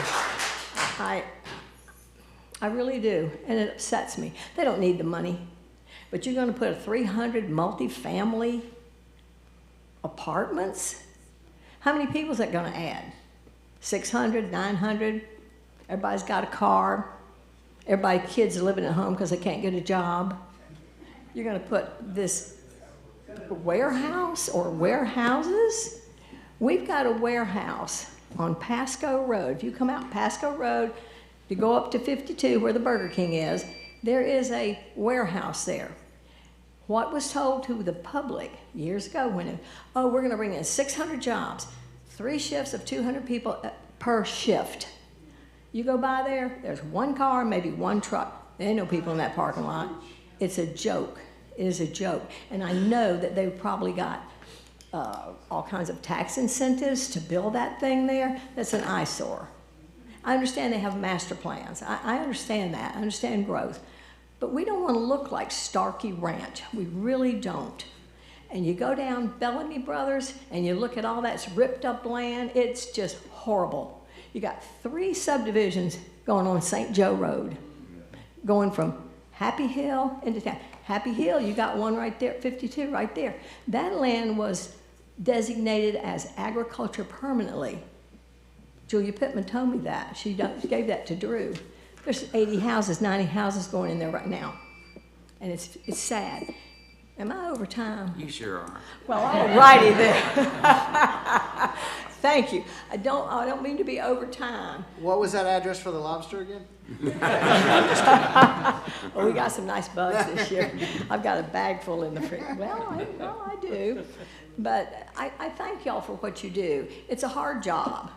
It really is. You have a lot of bull dropped in your lap, and it's how do you walk through it. But being here for a long time, and there's generations sitting right back here, and I'm still considered a newcomer, even though I've been here. Am I not? Only You know that. 75. But I love this community. I have volunteered and bartended fundraisers in this community for 25 years to give to the community because I can do it. And I hate to see what's happening. I really do. I do. But you ain't putting there won't be one by my house. No, there won't. Well, But thanks thank for you all coming. for what you do. We'll I see you at the next appreciate it. fundraiser, Janet. Appreciate Thank you. you. I like you. He's got a good My name is Colby Cassidy. I'm at 13337 Kent Bradley Street. But me and my wife actually just purchased a 10-acre lot on Amberlea in October. Amberlea Road is about 1 or 2 miles southeast of this on the other side of the interstate. We purchased this land because of the scenic views and the rural overlay. We purchased this because of the Northeast Rural Protection Area. The drives are obviously beautiful and everything we ever wanted is here. We plan on building our forever home on this property. This is completely incompatible with the entire character of this rural area. I think that's pretty obvious. I'm not going to parrot everything that everybody's said, but the Lake Iola Road is completely incompatible with the traffic for the mobilization of this project alone. And once it's developed is a whole other story. So like everybody said, the interstate on-ramp and off-ramp is pathetic already. To add this to it is going to be absolutely insane. 300 units, 1.5 million square foot of, it's just ridiculous. So I just think it contradicts the entire idea of what the rural overlay is and what this stuff is for. We spent our life savings in October, close to our life savings, buying this 10-acre property because of everything that this area is. I actually called the planning department to find out if it was going to be anything like this any time in the future, and I got a no. So this was in October. I'm not really sure why I got that answer, but that's a conversation for another time. There's a lot of questions, obviously, with the project, whether it gets public utility water or if it's got a plant of its own. Either way is bad. It's terrible for the environment. It's terrible for the groundwater and all the lakes in the surrounding area. And I got a drop in our land with some springs in it right next door. So I was also told about this what time is it?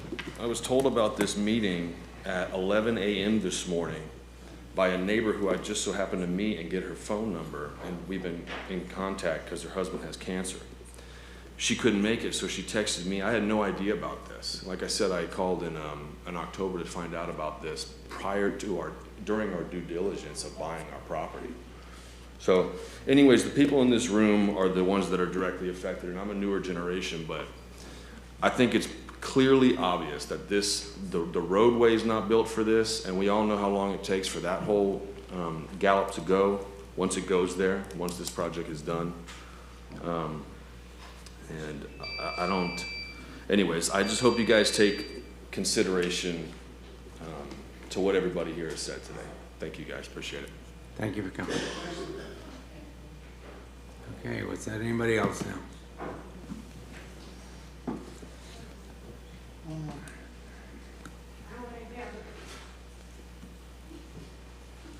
My name is Lynn Silvers. My address is 25329 Old Spring Lake Road.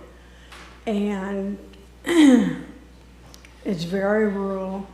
In fact, the road is condemned because of the traffic. And so, and it is Hernando County. But I think they ought, if, in order to keep it looking rural, and they ought to put maybe 5 or 10 acre farms on it. And I know they paid over $1 million for it, and they're probably crying already, but you can't really put, you have to have water brought in because we all have arsenic in our water, so you can't even put wells in very well. And everybody in that area has got arsenic. And the problem with me is that everybody uses our roads as shortcuts out of Brooksville. So that's going to put more traffic on our roads, and it's going to wear them down faster. It's just that I'm worried about the traffic and all that on Spring Lake Highway and Old Spring Lake Road and Powell Road and Aries Road. So that's all I got to say. Okay, thank you. Is there anybody else?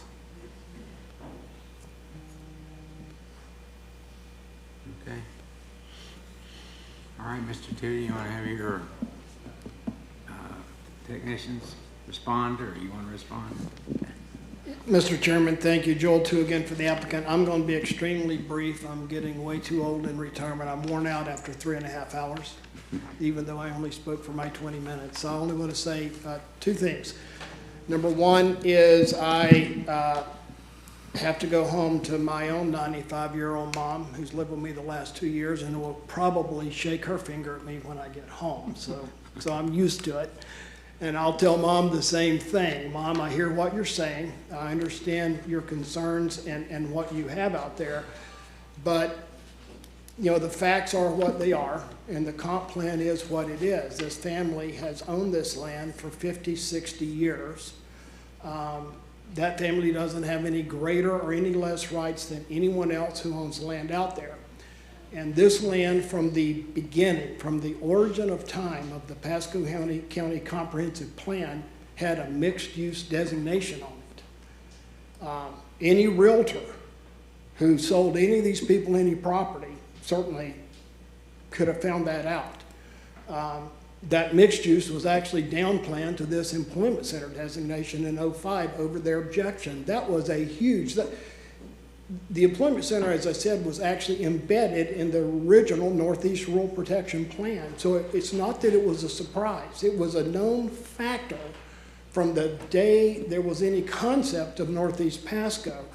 So either the people weren't here and weren't aware of that whole proceeding, which was months. I mean, this was a year or two, probably 2 years it took for that comprehensive plan amendment to go through. So it's not a surprise. It's always been the fact, and it is what it is. We are sympathetic, and that's why I said, whatever the comp plan policies are, whatever the land development code requirements are, as we go through site planning, once we have specific users on specific parcels so you can determine what is appropriate, we will buffer, we will landscape, we will have setbacks, and we will do what the comp plan and the LDC require, and we'll comply with any additional requests that are reasonable as we go through that process. So that's really, you know, those are my 2 points, is that we can't change that. And my final point, because it's a lot easier for me to say it than the Evans family, but I've worked for them for 20, 25 years now. It's a little unfair for the family to be personally attacked, because people only look at one situation where all they're asking to do is to have that which they've been entitled to for 30, 40 years.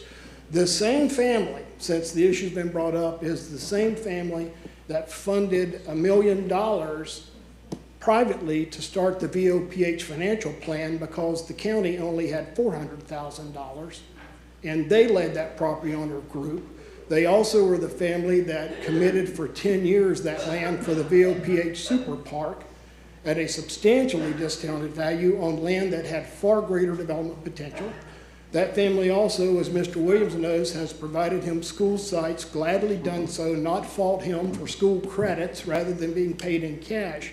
So it's unfair to paint them as a greedy, wealthy family. They have been a mainstay, largest employer back in the day in Dade City with that citrus plant when they started it with Likes and then did their own plant. They produced jobs. So I think it's unfair to turn this into a personal attack on the family. Hopefully that's not where this is coming from. But I just feel like they need to be defended, and I'm happy and proud to defend them on that point. We all have rights. If it was my land, I would feel like I had my rights. Thank you. Joe, Thank you. can I ask a question? Yes, sir. How did you guys arrive at the $1.5 million square feet of warehouse and the apartments? I understand, and I'm looking at this document you gave us from the settlement, the stipulated settlement agreement. Some of the uses could have been corporate business park, targeted primary business. I'm not exactly sure what that is, and I think that probably changes over time. I know at one point warehouse and distribution was a targeted primary business, and industrial uses, and I see multifamily included, but why the warehouse and industry versus corporate business park or whatever targeted primary business is? If you refer, Mr. Moody, to the agreed conditions that we worked out with staff, we actually covered all of those. We have as permitted uses the corporate business park, the target industry, the I-1 light industrial, certain limited I-2 uses. The thought process with staff when we were cooperating on what this should be was let's give you a reasonable smorgasbord as long as we eliminate noxious uses and uses that would be offensive like outdoor, storage or outdoor manufacturing uses. Because we're going to be competing with that Pasco Town Center double branch and Hines. The thought process is that most of those appear to be heavily headed toward medical technology and medical type uses. We think that this will be a good site for a broader mixture. We probably will get some warehouse distribution. I think we'll get some clean light industry. That's why we said that all the perimeter parcels have to be clean light industry. The others have to be buffered in the center surrounded by those uses. As to the quantity, the county staff at the time wanted us to make it as robust as was reasonable given a normal FAR ratio. And also the contemplation is if there's enough demand, the whole site would be those employment uses. We may not build the multifamily if that happened. And so if you do the math on that, it's an FAR of maybe 0.5, which for that type of large warehouse structure is not, overly heavy. So it was a number that worked with a reasonable FAR ratio if it got fully built out. But that's why it says up to that amount. And then of course we limited remember now, we voluntarily limited the multifamily to only platted fee simple product. There have been references to apartments today, and we agreed, even though we have every right to those under that category, we've agreed we won't do that. And just, I might ask you this question, but it's more for clarification of some of the comments that came up here. In this future land use designation of EC, are you allowed to do single-family detached? You are not. homes? Exactly. See, that's the thing. You absolutely cannot. So we're doing that which it allows, except that we're voluntarily agreeing not to do an initial rental, apartment. We're doing fee simple platted products. So I think we're actually, and we've limited the retail to only what staff agreed were good neighborhood support uses, not large-scale regional uses. We've limited the industrial, carved out noxious uses. We've agreed to put light industrial only around any perimeter lot. There is one issue I want to bring up. The gentleman that owns the immediate parcel to the north, and you need to be aware of this. We had originally, we had to fight staff because staff wanted the mandatory cross access to every adjacent parcel. And we said, well, that's crazy. Why would we force a connection to the gentleman to the north who, given his 10-acre parcel in his home, he likely isn't going to be happy with that. So that's why I asked for the waiver of the mandatory cross access. Staff's the one trying to force that cross access. That shouldn't happen. You know, we shouldn't be required. He doesn't want us to cry, just talk to him. He obviously would not want us to cross connect. So we've tried to do everything to be sensitive to that. So that's why if you do see fit to recommend approval, please include, which it's in the conditions, they had agreed on this originally. You know, be sure that you approve that part to grant that waiver to not require that mandatory cross access to him on the north, because if I were him, I would not be happy with that. So, but that's how we came about it. We just did a logical FAR that if the full site went to an industrial or target business or any of those uses, you conceivably at an FAR of about 0.5, you could get close to the 1,000,005 square feet. Probably not very likely to happen, but it really depends on what happens with Hines and Columnar down at 52.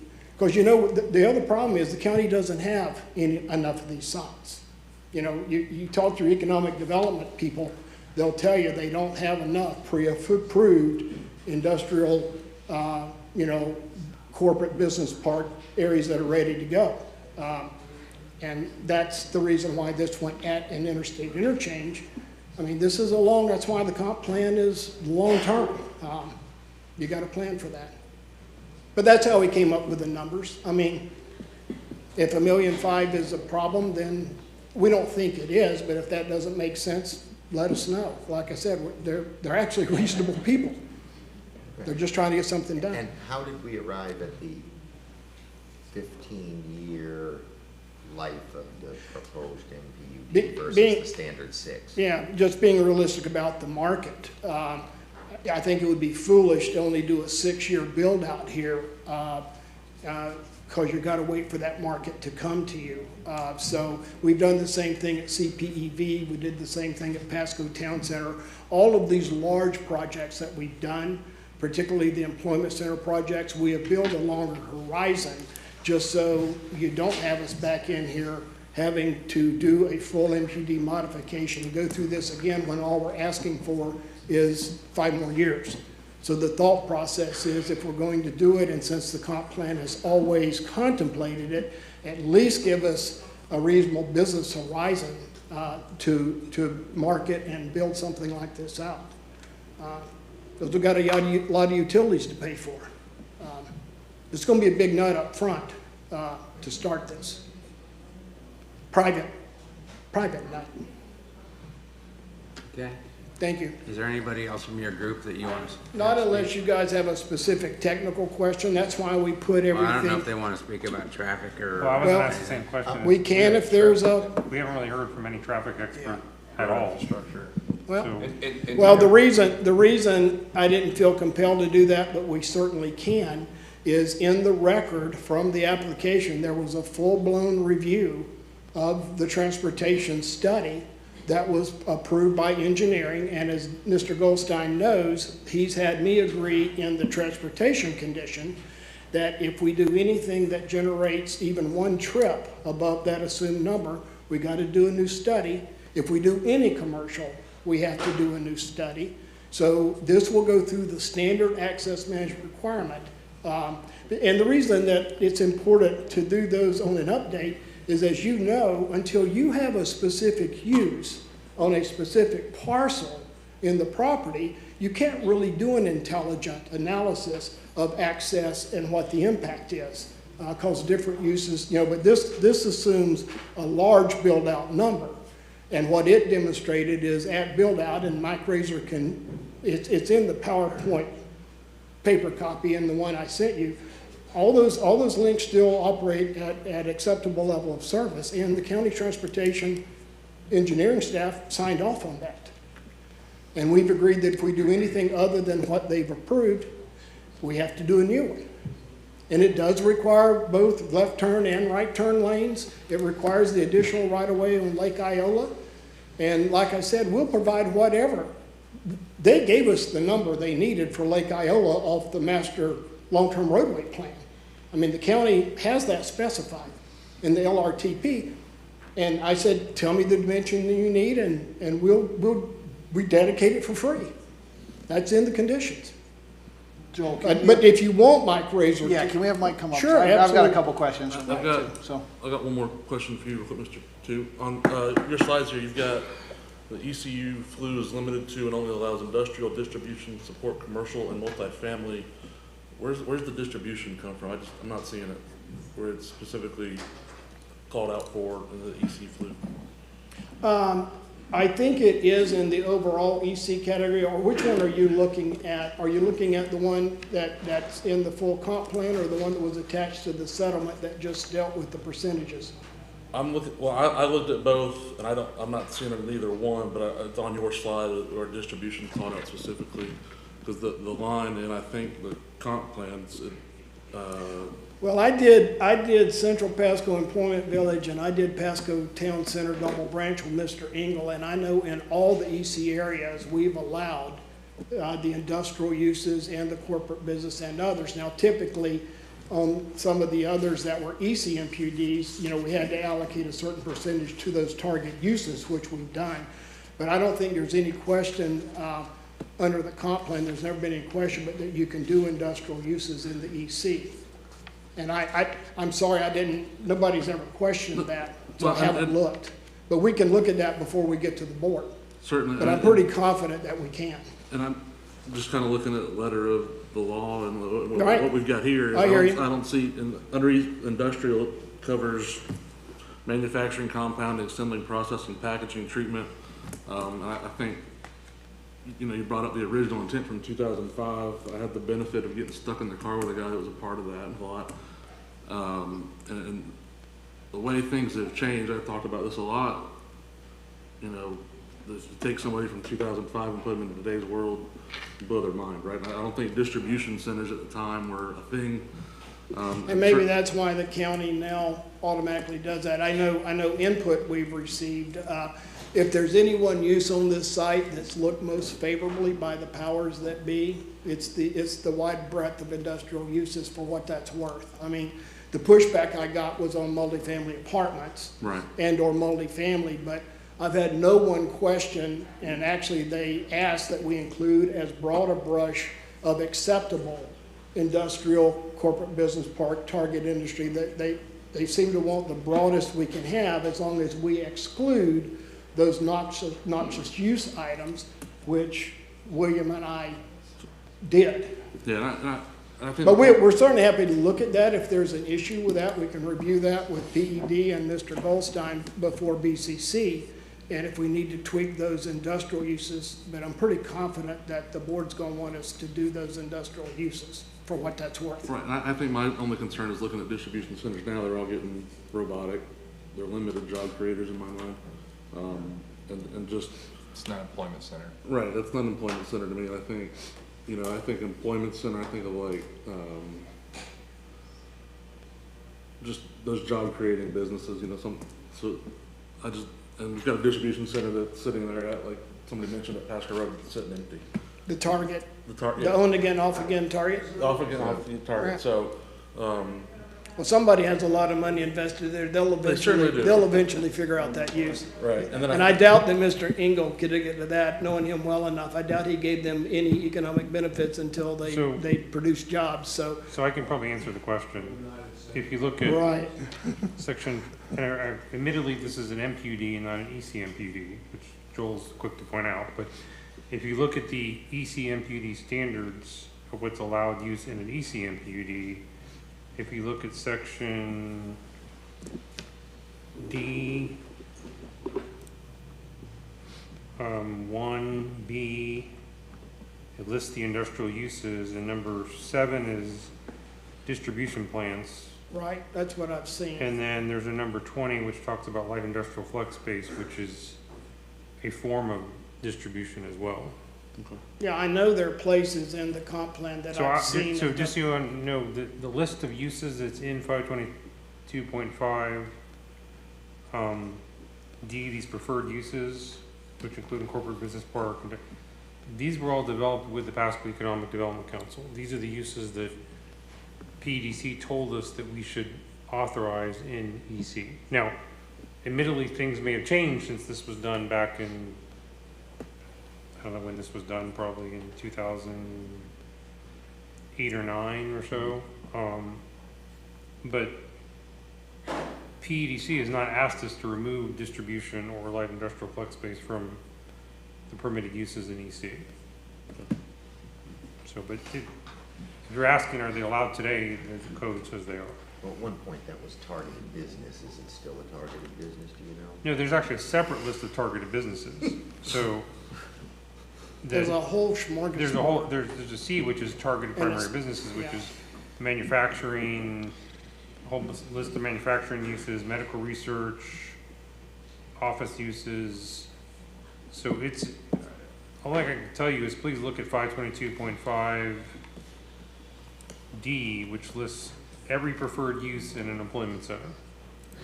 And it's got corporate business park, industrial uses, light industrial flex space, distribution. I'm not expressing any opinion about whether this list is too broad or not. I'm just telling you that this was the list that PDC gave us when this section of the code was developed. Okay, Jamie, I think you wanted to see. Yeah, and for Mr. Razor, he's gonna need his slides back. Could we go back to our Would you PowerPoint? come on up? Thank And you. you'll have your slides on the PowerPoint. They're toward the end if you need to. Well, good afternoon, getting into good evening. My name is Michael Razor with Razor Transportation Consulting. I'm a registered professional engineer with a specialization in traffic engineering, and I have been sworn. There may be specific questions, but I will give you a brief overview of traffic for this project. When we initially took this project on in 2023, early 2023, we had prepared a timing and phasing analysis to accompany the rezoning. That study looked at 250 apartments and about 1 million square feet of light industrial. The results of that study, as reviewed through staff, both through the methodology and the analysis, identified that transportation performance standards pursuant to the Land Development Code were met or exceeded. From that point, as we have heard from today's discussion, the entitlements have been modified, generally upwards. We did not update the study because during that time period, Mr. Tu had identified that there was an exemption in the code for this project requiring a timing and phasing analysis. 90112C3C, I believe, where a project with an underlying future land use of EC is exempt from providing timing and phasing analysis, so we did not update that. But the original one that we had done with slightly fewer entitlements identified that the transportation study area met the adopted standards pursuant to the Land Development Code. I've also heard discussions today regarding the interchange, and I think we can all agree it's an older interchange. And most of the interchanges in Pasco County, all of them, have been old at one point, and they've been reconstructed when the need and the growth is there and hits it. And this situation wouldn't be any different. I had spoken with DOT about this particular interchange during the project at the northeast quadrant of the interchange, which was rezoned a few years ago to IL or I1, I'm not sure, industrial of some sort. They had indicated at that point that they had no issues with the interchange. They had no concerns about that particular project. When reaching back out to them this time around, I think some of the folks behind me had gotten to them and they were not so forthcoming and stating that they didn't have an issue. They said they needed to look at it, they needed to talk with folks in Pasco County and whatnot, so I never really got an answer to that. At that time, we looked at 5 years of crash data. There was not a crash history associated with the interchange that was atypical or pointed out any specific deficiency. In asking DOT for updated information, they said that they didn't have complete records over the past 5 years. So the prior 5 years is what we've looked at. And again, there wasn't a specific deficiency identified through that review, as I testified before the Planning Commission and Board for that project at the Northeast Quadrant. So with that, I'd be happy to answer any specific questions. Jamie? Well, my specific, I mean, multiple people got up and voiced concerns about those interchanges, particularly at the interstate. And maybe you just touched on it briefly, but I mean, I was trying to get an understanding of what is the process. I mean, I've seen enough DOT projects that I'm hoping they're complete in my lifetime. Right, they're always building something somewhere, and sometimes things don't get done. However, Overpass Road got built fairly quickly, as did 56 interchange. So there's some outliers, specifically in Pasco County. But as you know, being in the engineering field yourself, you know the demand needs to be there first. Just like we heard with water earlier, they're not extending water lines 10 miles for no reason. The need needs to be there. Well, I didn't know what trigger. I guess where my question was going is what would trigger you? I guess you would only trigger the requirement to do a DOT level study if you're connecting directly to a DOT road, in which case you're not. I think I know where you're going with that, and you're right. This development, assuming it gets approved, if it does get approved, is not going to be a snap of a finger in generating, you know, max build-out traffic. It's going to happen over a long period of time. Other development will come online, traffic will slowly grow, and during that period, the DOT evaluates these things. They will hear from folks. They will hear from the county. David, Mr. Engel, even earlier said he's going to be incorporating some of this in the 2050 plan. So these things happen, I'm going to say naturally through planning efforts over a period of years. So it's not like this development is going to be, you know, next year generating, you know, the maximum build-out level of traffic. Okay, and then I also remember a couple of years ago we had another project that in this area, and there was concerns, and I think even your intersection analysis, which I'm surprised, I think your intersection analysis said it's a level of service D at Bland and Iola, or level of service F. But yet your statements that all intersections meet criteria. Right. Level service F is acceptable criteria pursuant to Land Development Code, depending upon volume to capacity ratio and specific delays. Level service F is a qualitative metric of transportation performance. There are quantitative metrics as well. Level of service is the quantitative. There's delay and volume to capacity ratios, which are the quantitative measures. So you can have a level of service F operating condition and still meet standards if your VCs and your delays meet other standards. Explain the qualitative Sure. part of that. So level of service is a letter grade between A and F.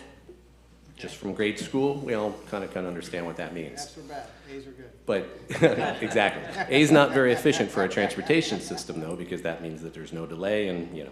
So the origination of what you would assign a level of service letter grade is based on other values.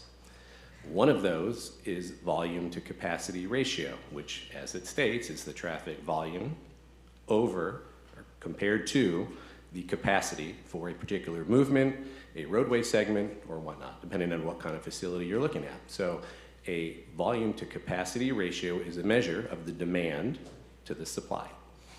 Delay is a value that is based, and it depends, in the context of what we're doing here and in the study that we did, delay is on an average number of seconds per vehicle stopped at a certain condition.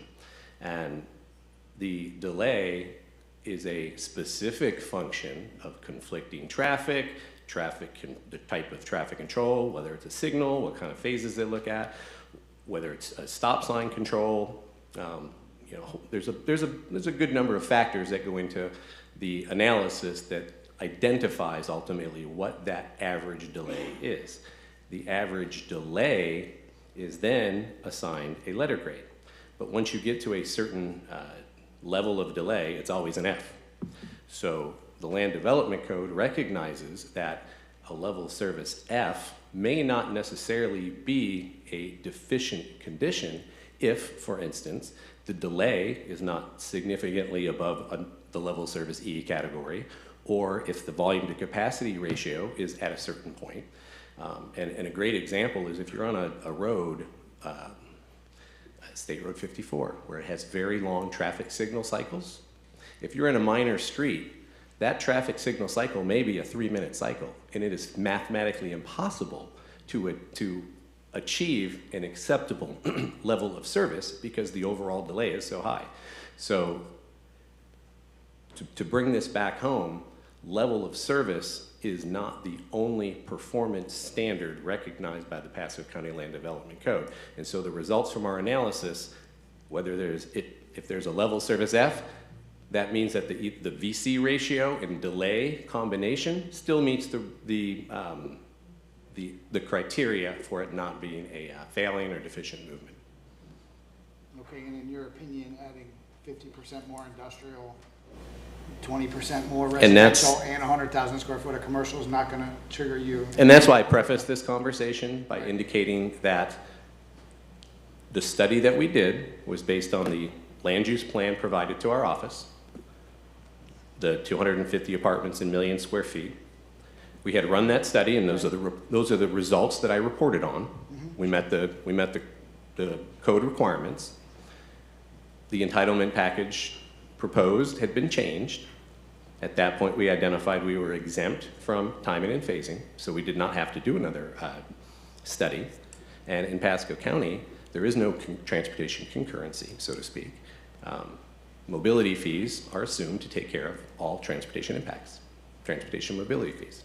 So with that, I don't know what the results would be if we had run a different scenario, because we were not required to do that by section 90112 3C of the LDC. My concern is that obviously, even though you're not required to do it, and we've got everybody here is going to attest to and testify that there's a problem, and yet they're going to add more traffic on the road, but we're just going to look the other way because you're exempt. That's the concern. It's no different than us It's analyzing not your fault. But that's no difference, Jamie. And I understand your point, and I agree with your point. But I will tell you this: I've sat up here and pointed out many a day that when we get the traffic engineering testimony, we analyze an MPUD and we look at it in a microscope, and we don't look at all the other MPUDs that were approved last week or last month or last year, and the cumulative effect from all of those things, because we got rid of the concurrency system in favor of the mobility system. And it's a problem of the code. I'm not. Well, it is, but if I could address that, because Mr. Goldstein and I obviously work on this a lot.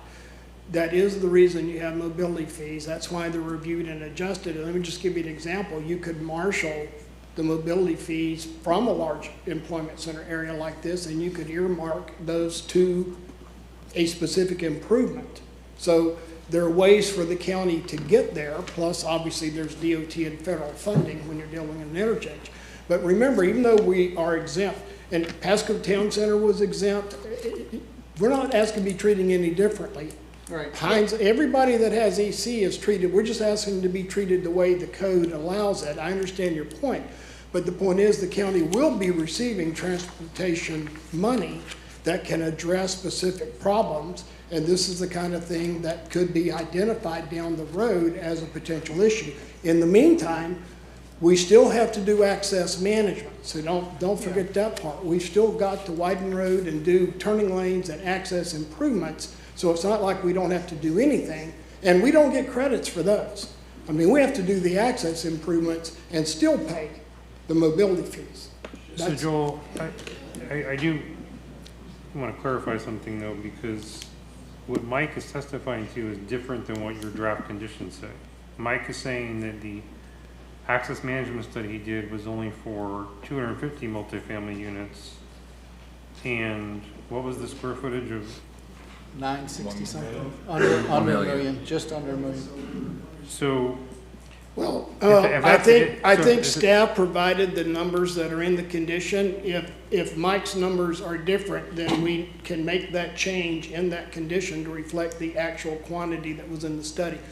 The condition contains what the staff review gave us to insert. Yeah, I'll let William address why it reads the way it does. Well- I'm only pointing out that the testimony we're hearing is different than what is It, in the language. Mike did the study that he knows he submitted to staff and staff approved, so if Mike tells us what those numbers are, I'm happy to have that lined into that condition so they accurately reflect what he submitted. We agreed to what we were providing. Because it does say that if you do commercial, you gotta redo the study. And we've agreed to that. But I think part of what Jamie's concern is that it doesn't really necessarily require a new study to add more apartments Well, but beyond what he analyzed. Okay, doesn't the condition actually say, David, that if we generate any trips beyond those assumed in the study? The problem is that the baseline is 300 multifamily units and 1.5 million. But hear me out. What the condition says is if we generate any trips beyond the assumed trips, it doesn't matter what type of No, use. well, it says any development of land uses that generates greater traffic impacts than those assumed. But it says what was assumed was 1.5 million and 300. But it says the impacts assumed. The impacts are the trips. Okay, let's put, Mike, what are your numbers, and just put them in. This is not worth quibbling over. Let's put what Mike says the numbers are in, even though it's really trip-based, so it doesn't really matter. But give it What were the numbers? 250 multifamily units, 931,531 square feet of industrial. So. And no commercial, right? Well, commercial's already addressed because it says they have, to add commercial, they have to do a new study. So regardless of what you do with this overall application, since it sounds like the applicant's conceding that those numbers need to be what Mike just said, I think we need a motion to amend condition 10. Again, I'm not saying this is gonna get approved, but at a minimum, we need a motion to amend condition 10 so it's reflecting the numbers that Mike just stated. So moved. Second. Any further discussion? All in favor? Aye. Opposed, like sign?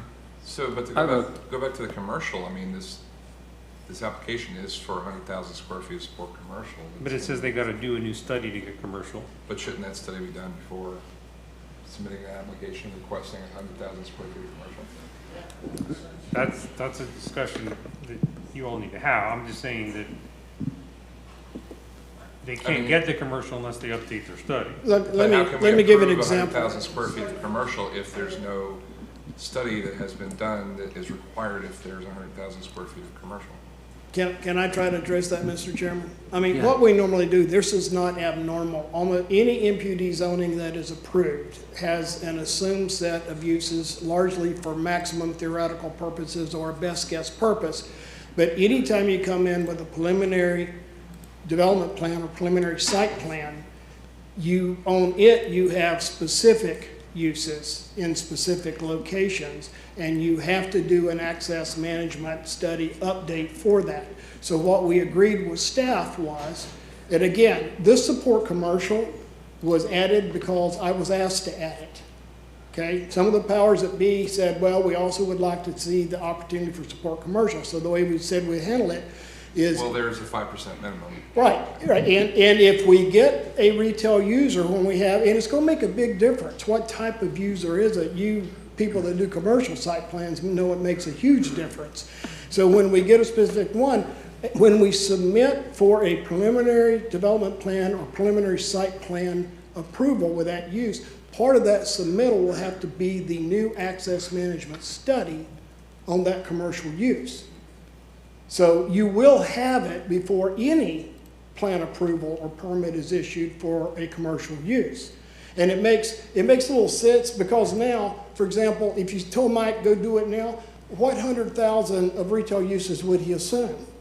I mean, what mixed bag would you look at a crystal ball and guess? You wouldn't even know what uses because they all have different trip rates. So I want to be clear about something. My only point, whether you guys want to approve this project is up to you. My point is the condition 10 is factually inaccurate based on Mike's testimony. All I asked for was a motion to make it factually accurate. That's all I'm trying to do here. Which we do. So did you approve that motion? We did. Yeah, we did, yeah. All right. Now what you do with the project? That was my follow-up after. Okay, all right. Okay. Joe, can I ask Cliff, and I think maybe address Cliff's question. And this would be,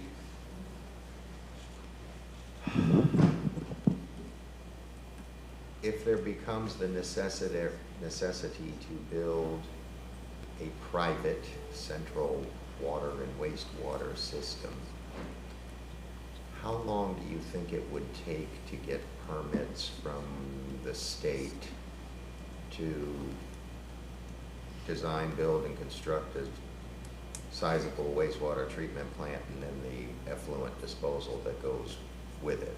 2 years. 2 years. So it's not imminent. It takes a while. You've got to get the design, permitting, DEP, Swift Mud, water use permits, water quality testing, water quantity testing, all done, approved, and then once your permitting's done, select your contractor and build it, but it'd be a 2-year process. And any idea what? I'm sorry, Cliff Manuel, coastal engineering, professional engineer with 44 years experience in design of water and sewer systems. Any idea the type of effluent disposal and how much area that would take up? So the loading rates for the fluid disposal do depend on whether you take it to tertiary or secondary treatment standards. This would probably be secondary, and we would need at least 10 to 15 acres in addition to the plant site. All right. And just for purposes of for the folks in the audience that has expressed concern about how this would look, how a wastewater treatment plant would look, can you just kind of describe what that plant would look like? So it's an interesting thing in my many years of experience, this was designed and built a lot for these types of places where water and sewer hadn't got there from the public sector. Private plants were put in. They're generally located internally and buffered. It's our desire not to make them a neighbor to, our neighbors. So they're internally designed. They're very small footprint for the plant itself. And then the buffering and the actual disposal ponds are at grade and can't be seen. And so they perk into the soil. The perk rates are all regulated by the Department of Professional Regulation. Those perk rates are designed to make sure that the water quality standards are met in the surrounding areas, and that's all reviewed during your design. 2 years? Yeah. At a minimum, okay. And What about smell and leakage? Ma'am, you can't speak from the audience. Well, since she asked. You can ask. yeah, that's kind of what I was getting at too, is just because there's some concerns about the aquifer and quality of the water of the people with wells. A properly operating sewage treatment plant doesn't smell. One that's not properly operating smells. That happens in municipal plants and private plants. That's the nature of the beast, no different than your septic system at your home. When it's functioning properly, you don't smell it. When it's not functioning properly, effluent from your drain field is bubbling up through the ground and it smells. The other thing that complements smell is the distance of loading a plant. So when you have a plant on site and your user is right there with you, because these are private plants for specific use adjacent to the plant, they're not as smelly as ones when you have to send the waste 2 miles before it gets to the plant. Sure, and it's septic by the time it gets right. there. Absolutely. Okay. That's all I had. Thank you, sir. Any other questions? I had another question on condition 10. So when they talk about any development of land uses that generate greater traffic than those assumed, who's making that at least initial determination for triggering that? Is somebody complain, or is the county looking at the uses, or how does that work? Well, presumably, I think I can answer this. Yeah. Presumably, the staff should be checking that if they come in for a site plan and it's generating more trips than what was assumed. Paper. Okay. They would say you're not getting approval for that unless you do a new study. Gotcha. Thank you.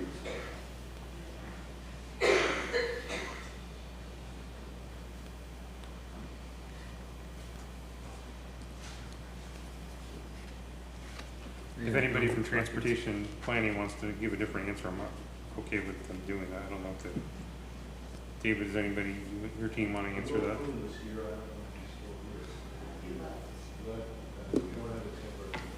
Okay. Assume my answer is accurate. I'm assuming that. Thank you.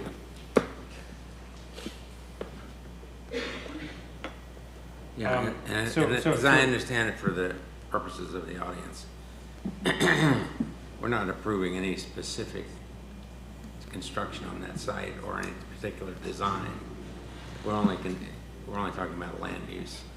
And, talking about zoning, but and yes, it's there'll be lots of other meetings to discuss if they want to develop the site in terms of the site plan and the buffering and all that stuff. So generally, if you're asking, will there be additional public hearings, the answer would be probably no, because at least in Pasco County, our site plan approval process is an administrative process currently.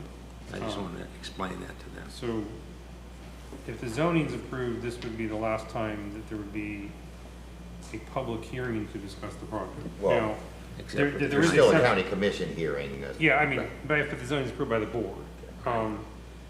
But the site plan approval process is generally administrative unless there's some odd variance or something that's coming, that goes through the public process, but generally it's an administrative process. Okay. And I understand for purposes of the commercial that, you know, you don't know what commercial is going to be, so I understand for that you haven't done another traffic study, but the way I understand it is prior to any construction on this property, there will have to be another traffic study done because there is a 5% minimum requirement for commercial, and it says if there's 1 square foot of commercial that's constructed, there will be another traffic study. So it is a 100% chance, according to the way the flu is written, that there will be another traffic study conducted. Right, and we basically stipulated the condition 10, that the first development plan we propose that has any commercial element, that plan has to include that new access management study. That's what we understand condition 10 to say, which David and I had, I think David and I agree that that's what it says and that's what would happen. Well, and now that we've amended the condition, it would also be any multifamily over 250 or any, or letting over industrial over 900 and some odd thousand, correct. that might do. Correct. So. Correct. But regardless, there's going to have to be another traffic study done because there's a minimum of 5% coverage of commercial that's on here. It somewhat depends though, because in theory they could come with the industrial or multifamily first. Correct. Which wouldn't necessarily trigger a new study. That's correct. Mr. Chair, before you go to the Planning Commission, I do think you need to give our staff a chance to state any additional comments they want to state based on the testimony they heard. And Will, do you have anything? I don't know if David Engel or Will or Terry want to say anything. Dave?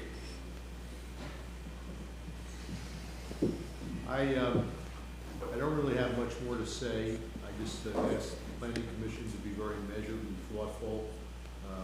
We like balanced planned growth, and as the Planning Commission indicated previously, which is new information, with connected cities, that they were concerned about development, not following certain protocols and delivering certain things. This is a situation not only affecting the Evans property, but creating a precedent without a good comprehensive analysis of this area, looking at traffic, looking at drainage, looking at compatibility. All the things that we've spoken about today, I really feel that they may have an unintended consequence that will be negative for this area. Secondly, the warehouse distribution does not pay mobility impact fees. So it would only be generated by the commercial departments. Thank you. Thank you, David. Will, you have anything? No. Terry?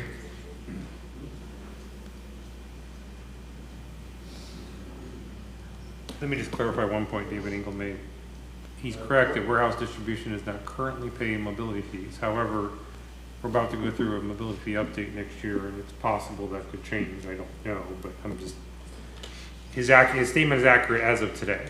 I just want to be clear. If this gets approved as of today, does that mean that? No, because mobility fees are assessed when they come in for building permits. Okay. So is it possible that in the future they could be assessed mobility fees? Yes, it's possible. Okay, just making sure We're we're not also dealing with. changing our list of target industries, and there's a pretty good chance that warehouse distribution can be removed because it's a low job generator. Thank you, Mr. Chairman. Carlos Pitos, Planning and Development Economic Growth Department. I'm not going to repeat all of the arguments that were made at the beginning, or the initial presentation arguments that were made at the beginning of the meeting. I just want to point out, though, that as it relates to the particular land uses within the EC future land use, the argument is not about the inconsistency of land use, but about the timing of the development as it relates to the presence or lack thereof of water and sewer utilities. So just want to remind that, because that did come up a few times during the discussions in the various 3-minute presentations from various individuals and from the applicants. Mr. Chair, the public Pasco County Utilities representative would like to make Yeah. a statement. Yeah.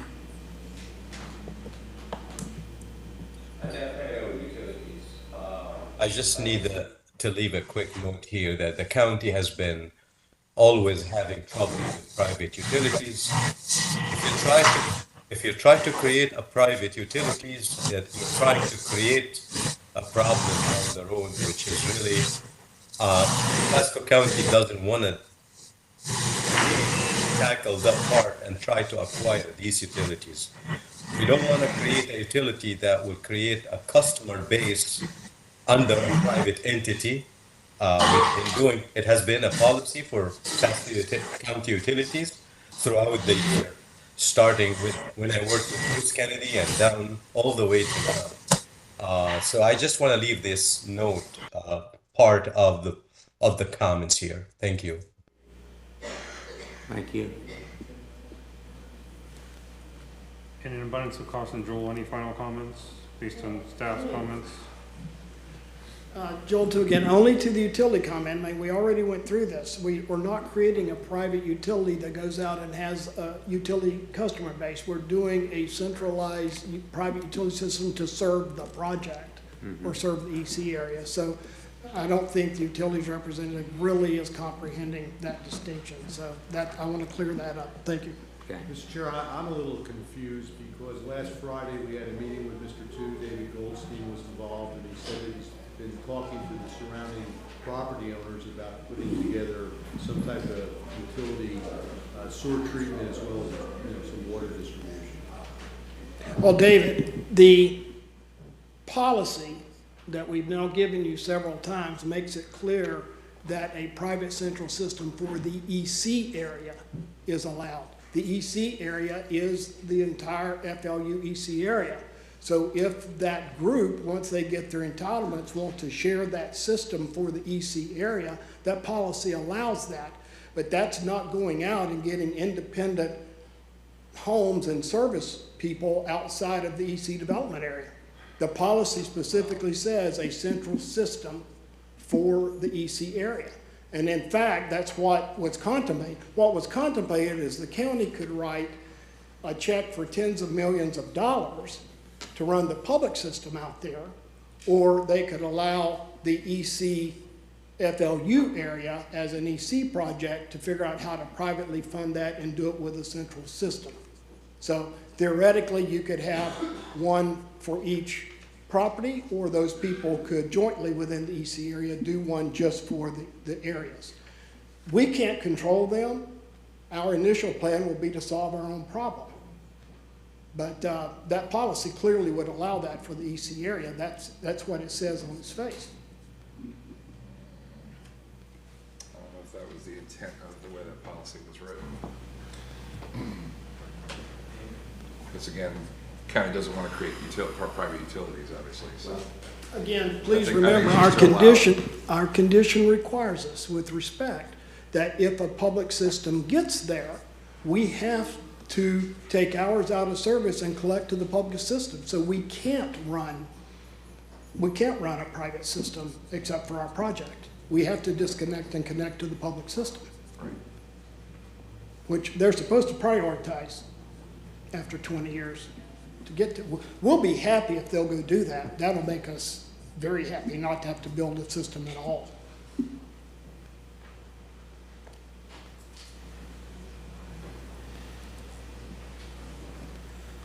Okay, do we have any more questions or comments or? Do we have a motion for discussion?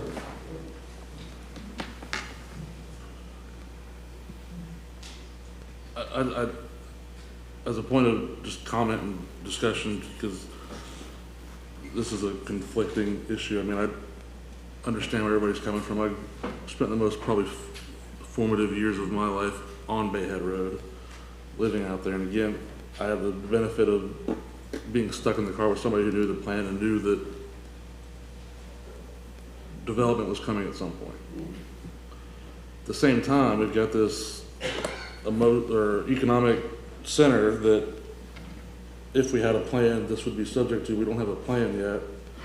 I understand that they've got entitlements, but we just got done talking about Connected City where we had an aspirational plan that we didn't get met. Like,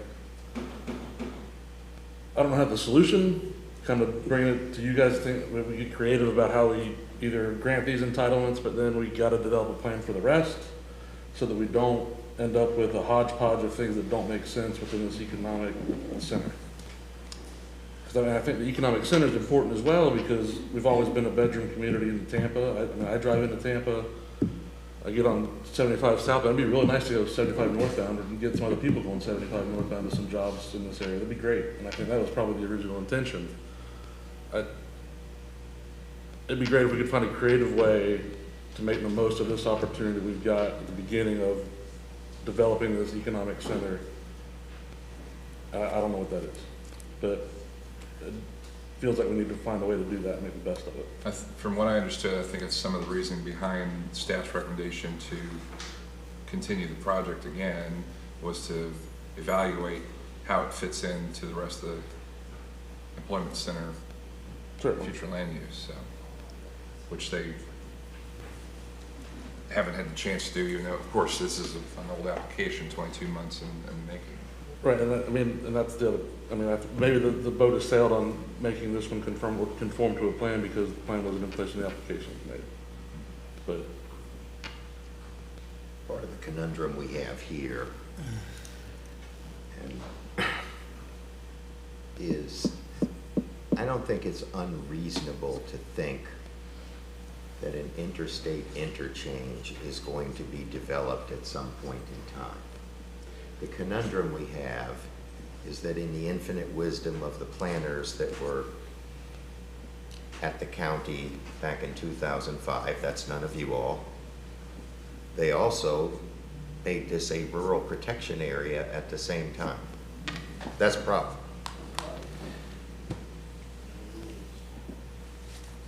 But the issue, I was going to use the word litigated, apparently wasn't litigated, it was negotiated and settled and stipulated. And there's an agreement. There's an agreement signed by, actually I couldn't find in here, can somebody sign me, who was the chairman of the board of the county commission that signed this? Ann Hildebrand. Ann Hildebrand signed it. And some of the most vocal members that I've been working with for 20 plus years of the Northeast rural area are signatories to this document. So that's the problem we've got to work through. I don't see the project as imminent.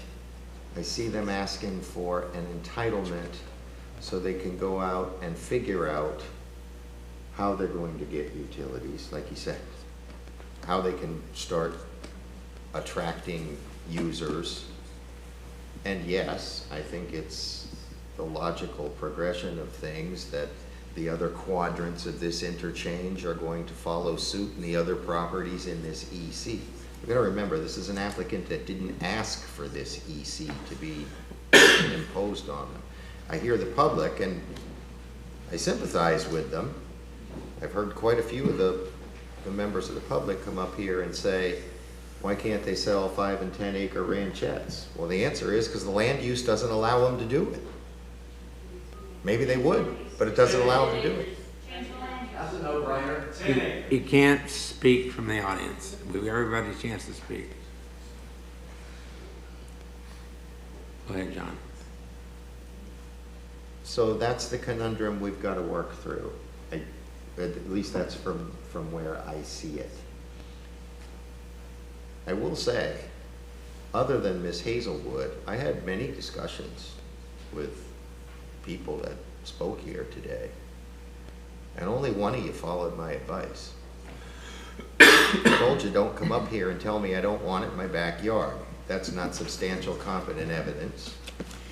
And nobody came up here and offered a bunch of comp plan policies that show that they're in some violation of the comp plan with this proposal, and I don't believe that they are.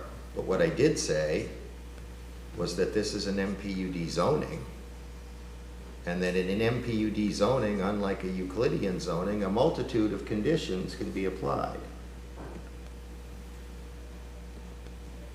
And I'm not sure what that was. I was actually hoping that the folks, some of the more vocal folks in the Northeast rural area would come here with some conditions that their group could live with and the developer could live with. In my personal opinion, I'm leaning towards a continuance. Now, I don't want to deny these people.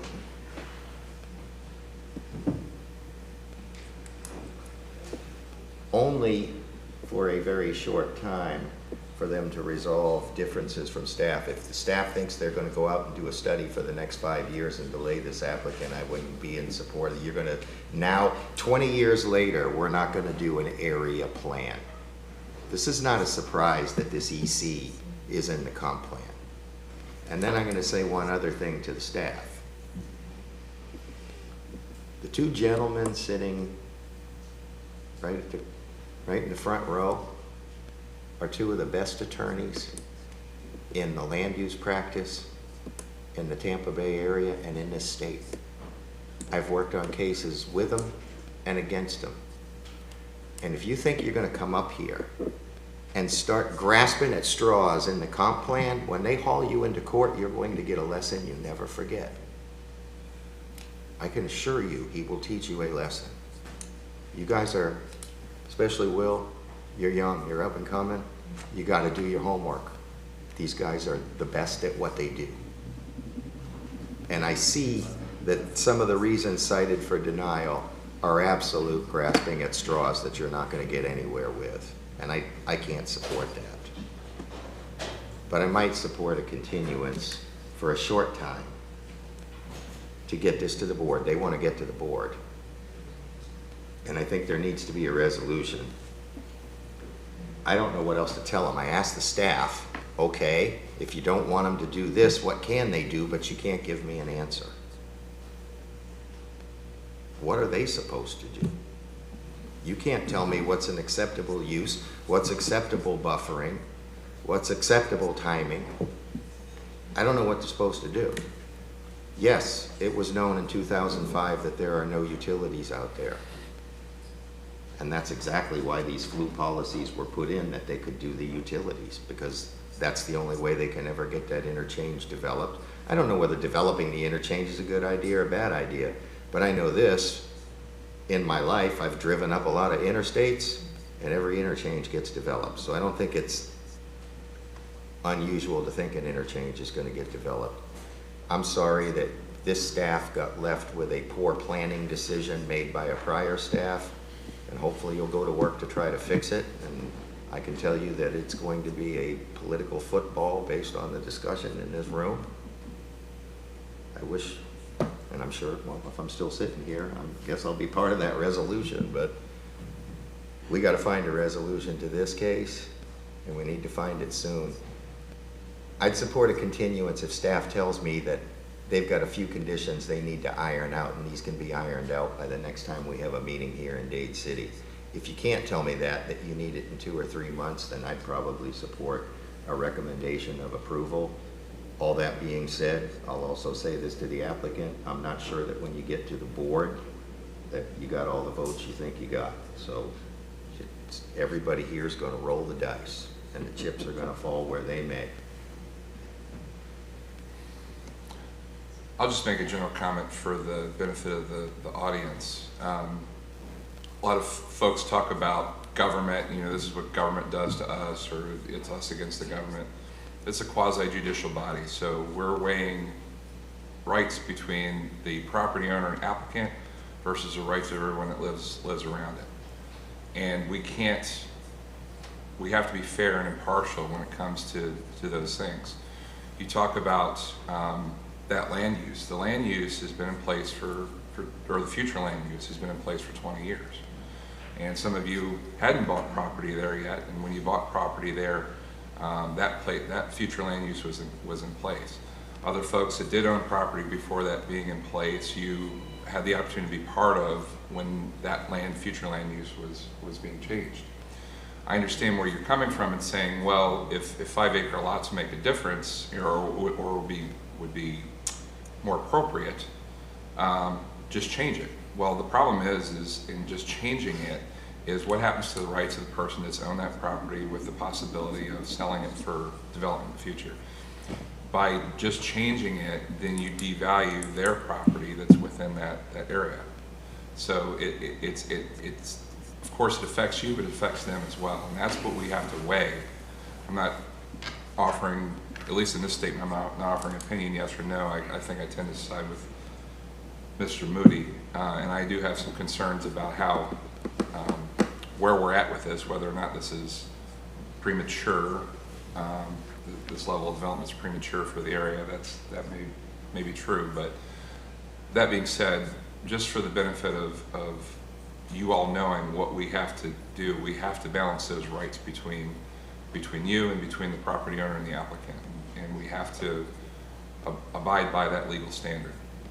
So I just wanted to mention that.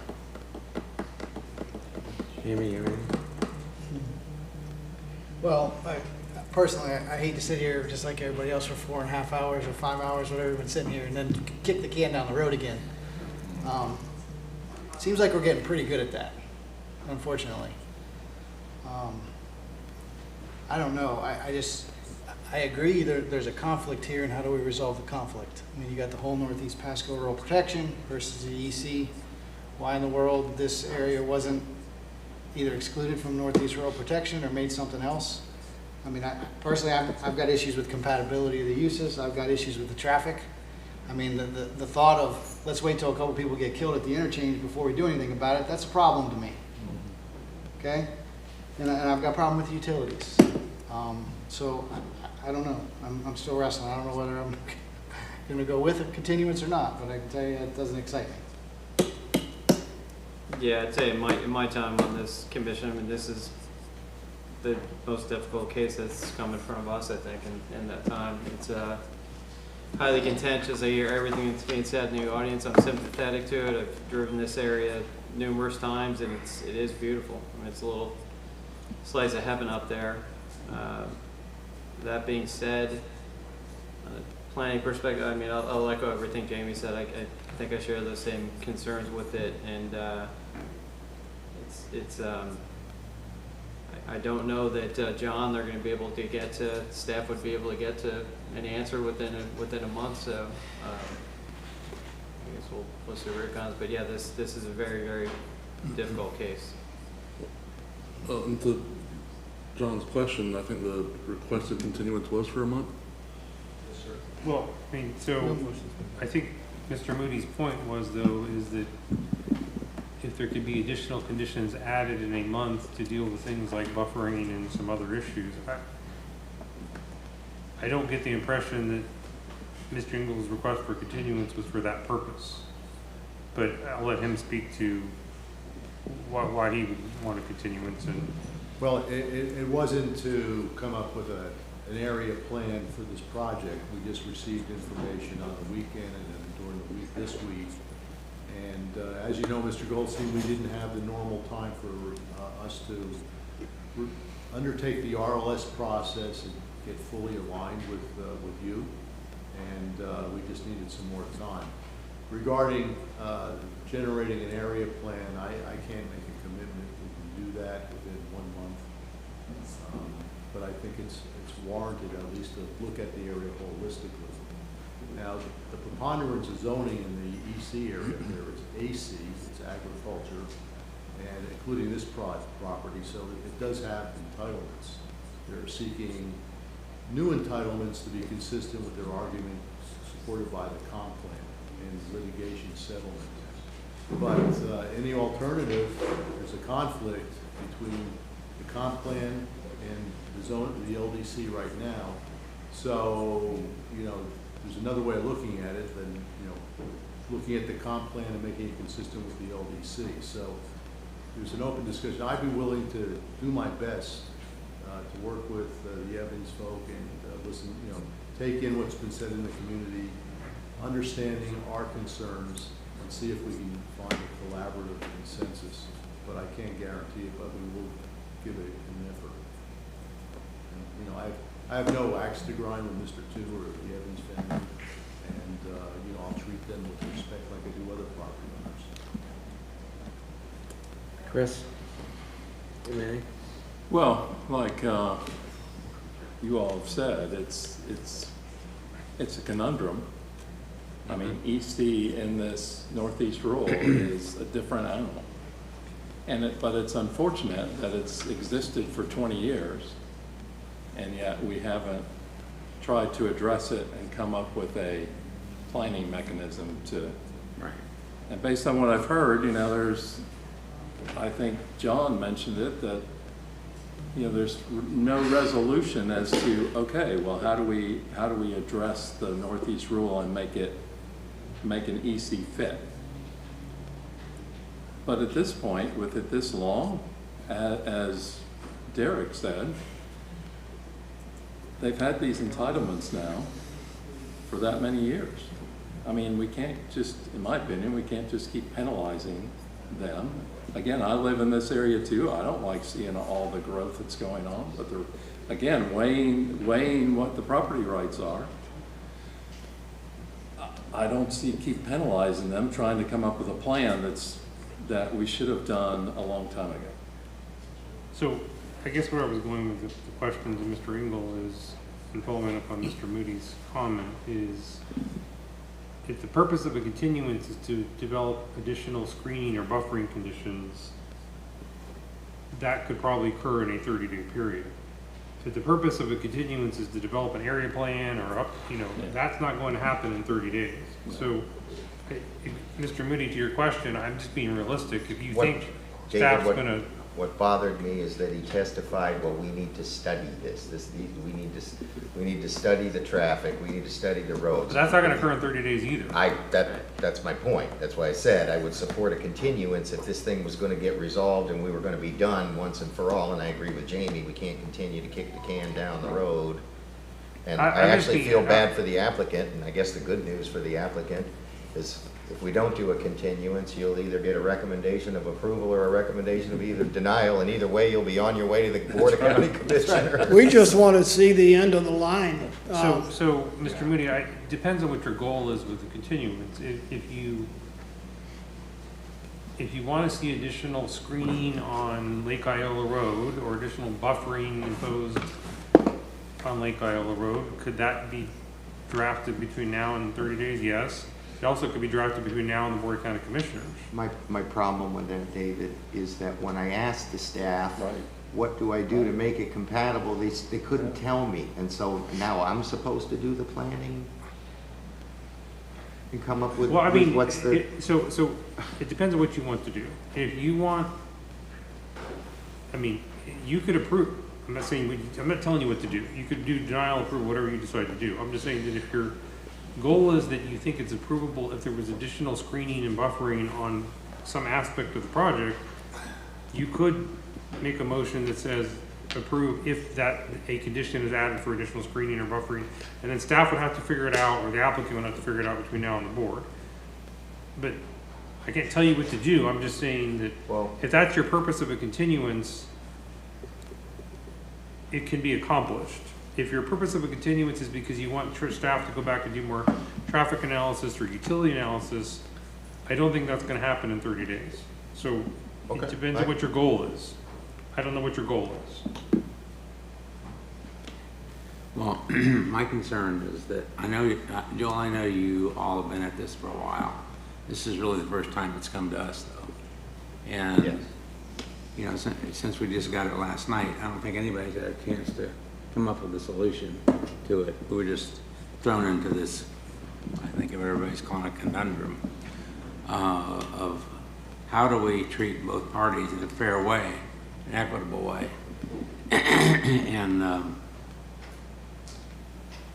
the thing about rushing the decision through, and the reason that I would tend to go more for a continuance, is because whatever we do, these people are gonna have to live with from now on.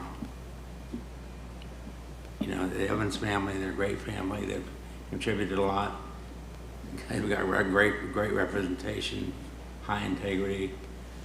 You know, I really feel sorry for that somebody would turn around and assail you like they did. And, but I think to give it another 30 days to try to come up with an equitable plan makes a lot more sense to me than to ruin these people's lives. Because I'm trying to put myself in both positions. And if I lived there, I know I'd feel just like they do. You know, if I owned the property, I know I'd feel like Mr. Evans does.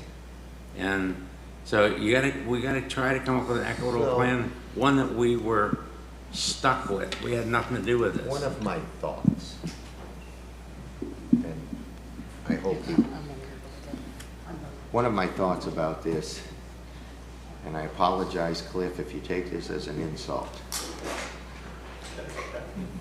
but that MPUD plan is an orange blob and 2 blue blobs and 2 DRAs.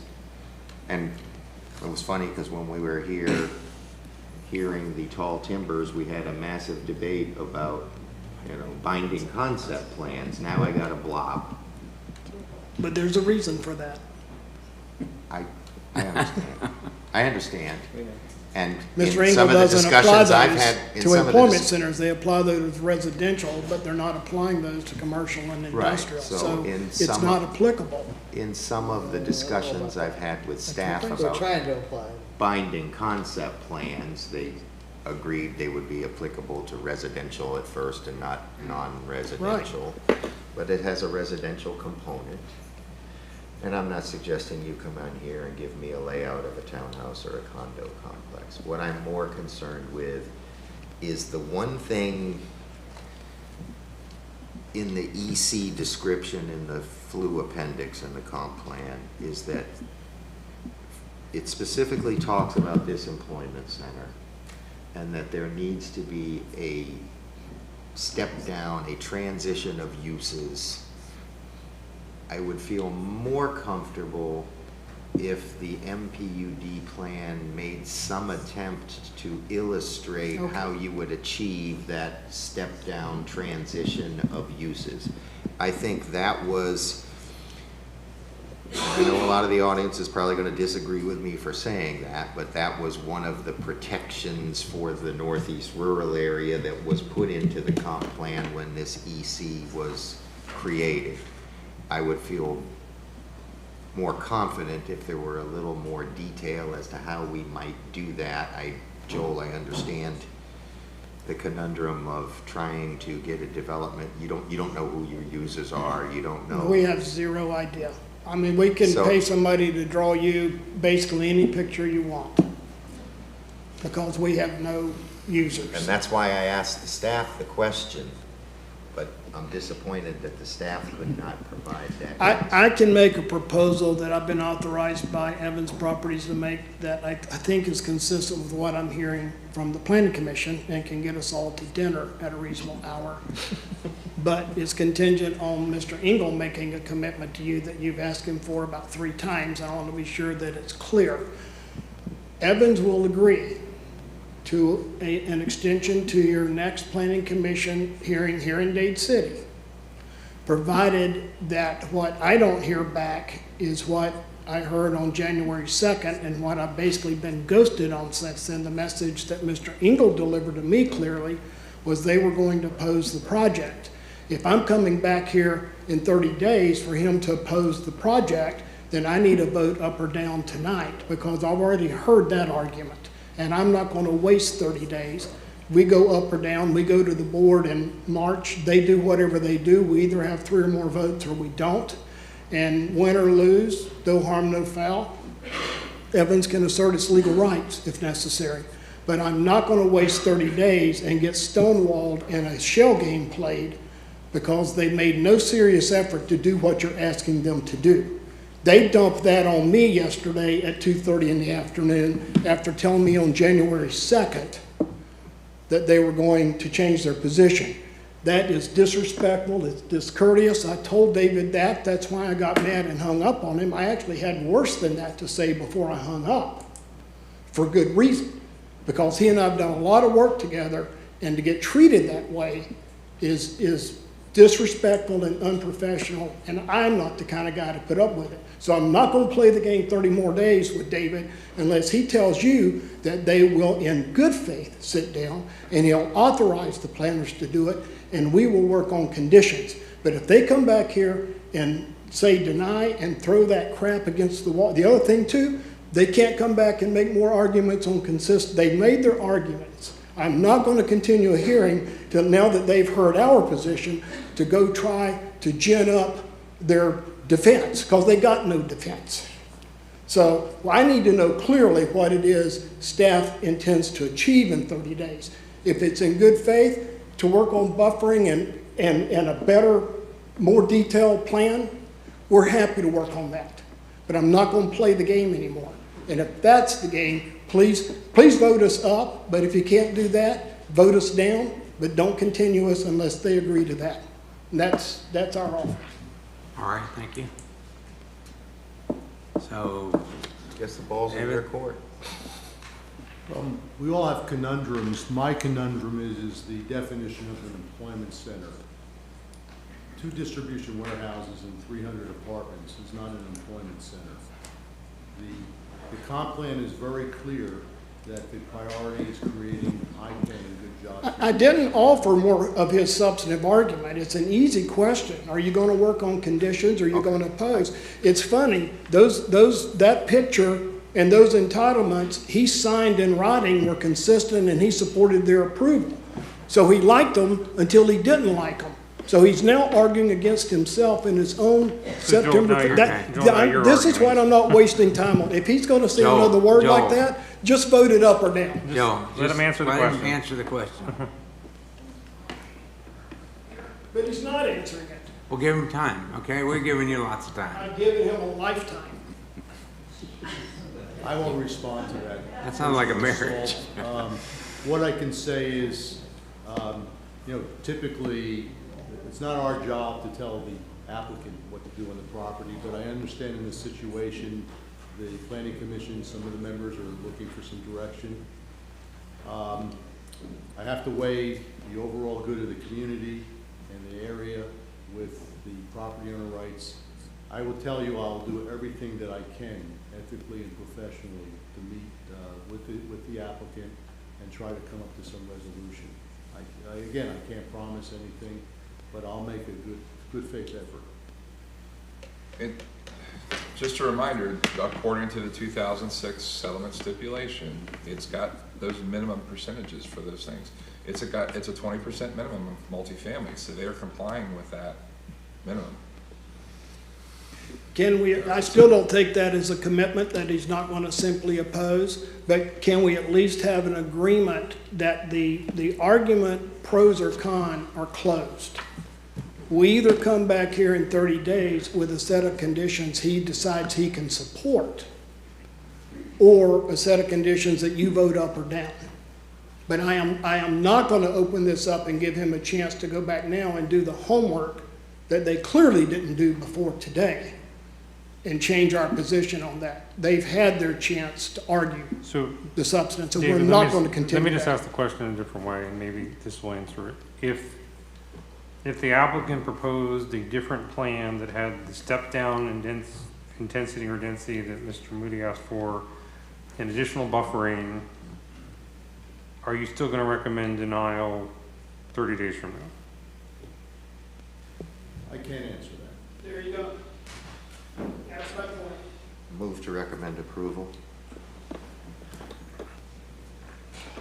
Second. All right, we have a motion and a second. Any further discussion of the motion? Okay, all in favor, signify by saying aye. Aye. Opposed, like sign? Nay. Nay. We do a roll call vote, just to. Yeah.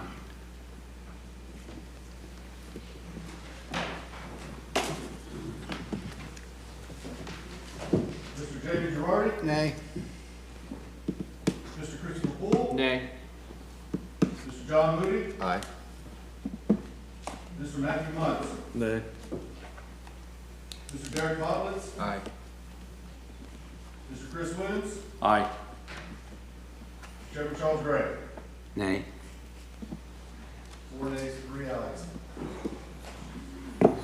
So that motion failed, so we need another motion. I'd like to make the motion that we continue to the March 6th meeting here. Understanding that we can't guarantee that staff's response, or they're gonna change it, I would ask to your point, Mr. Chairman, that we had a very short period of time to look at this. That's not our fault either. I think we have some more time to look at it ourselves. But I would encourage, if you can't get conditions with staff as the applicant, come to us with some conditions. We get the opportunity to approve those conditions here. I think you've heard our concerns. I'd like to see some conditions that better deal with traffic and maybe, figuring out a way to have a plan beyond. I understand you gotta get your entitlements, but how do we best serve the county? So let me ask Joel a question. Yeah. So even though Mr. Engel is not willing to commit to work with you on additional conditions or revised plan, it sounds like the planning commission is asking for those things. Can you propose something to the planning commission 30 days from now that would address, independent of what staff is?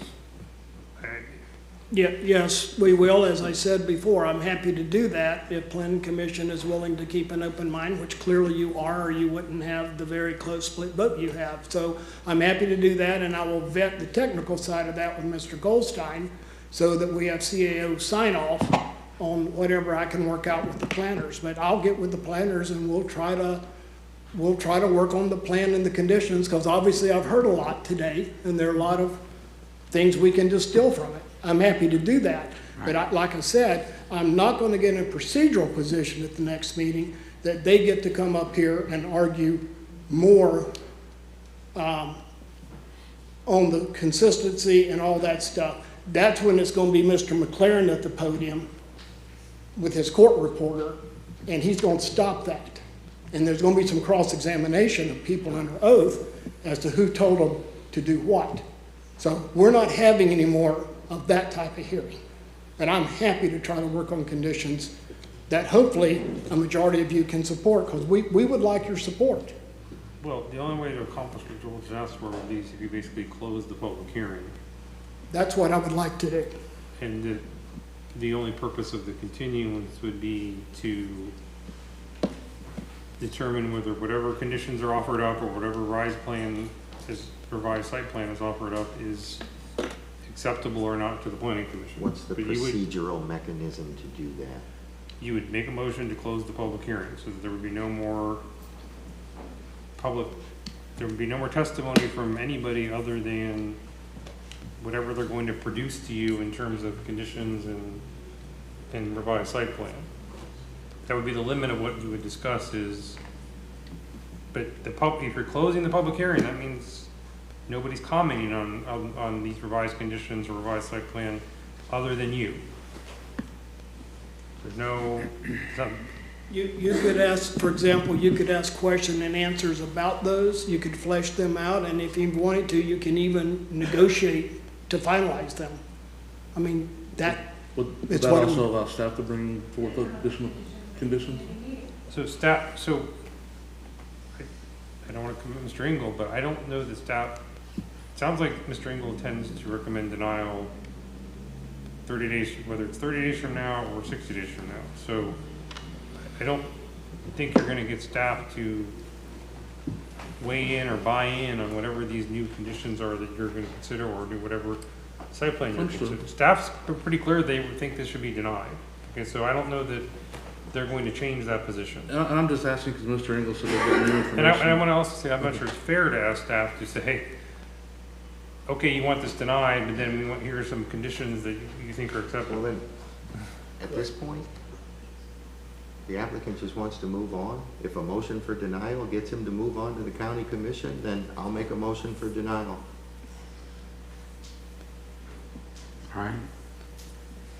I'll Got a motion for I'll denial? second that. And a There's second? two motions on the floor, so, but we didn't get a second Well, I for don't know, yeah, Matt. did Matt make a motion Oh, or I'm not? sorry. Matt made We're a talking- I was making the motion to continue to the Yeah, he March made a motion to 6th. continue, but it was. So there was you no second. don't want to work on conditions directly, is that what you're saying? I think what he's saying is that he thinks you want to move on.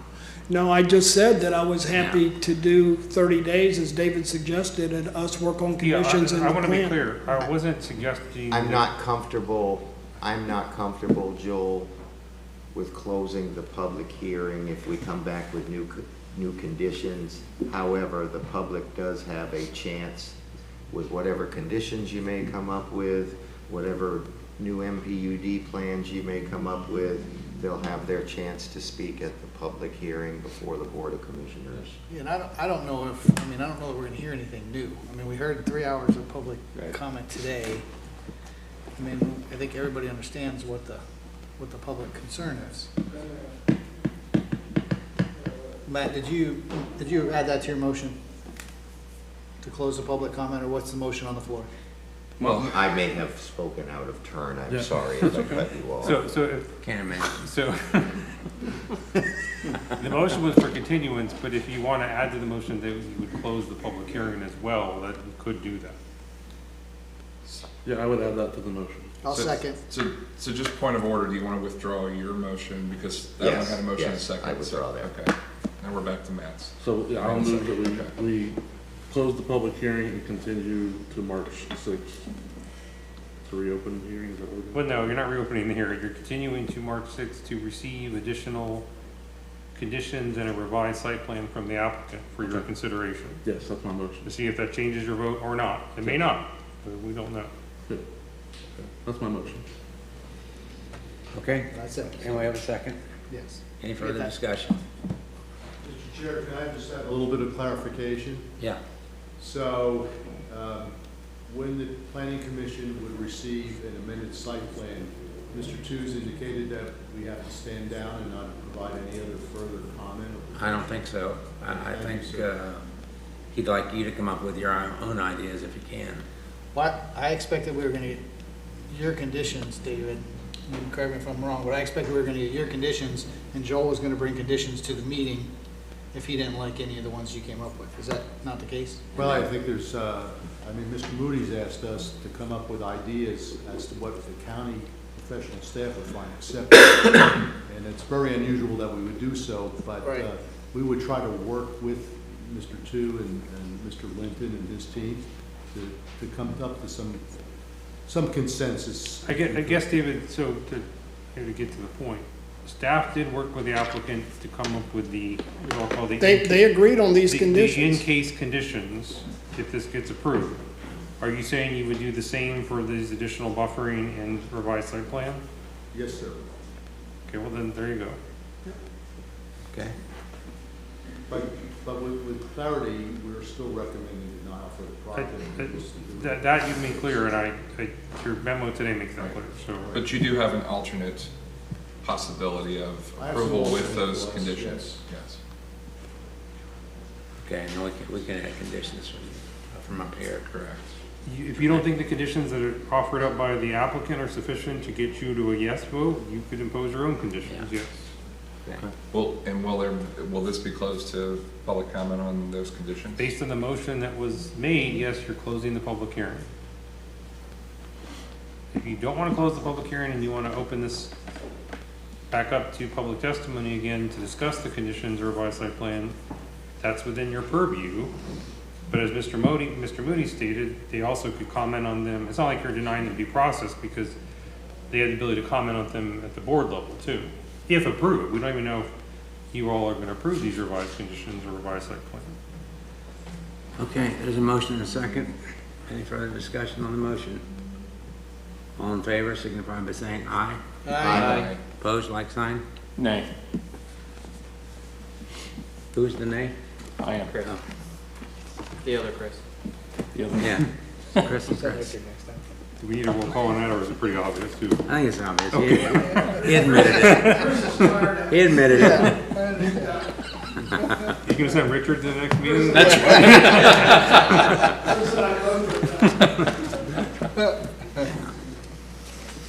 Okay. Thank you all. We appreciate your time and sorry that it took so much time, but thank you. Thank you. Thank you. Mr. Chairman, before we adjourn, Yeah. I have a motion to adjourn. hold on, just before we adjourn, I got one, just policy question. I don't know, we want to wait till everybody leaves?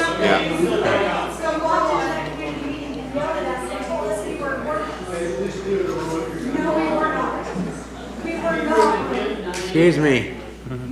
Hey, excuse me, calm down. I'm sorry, sir. Calm down. We need everybody to orderly leave. We're not done with our meeting.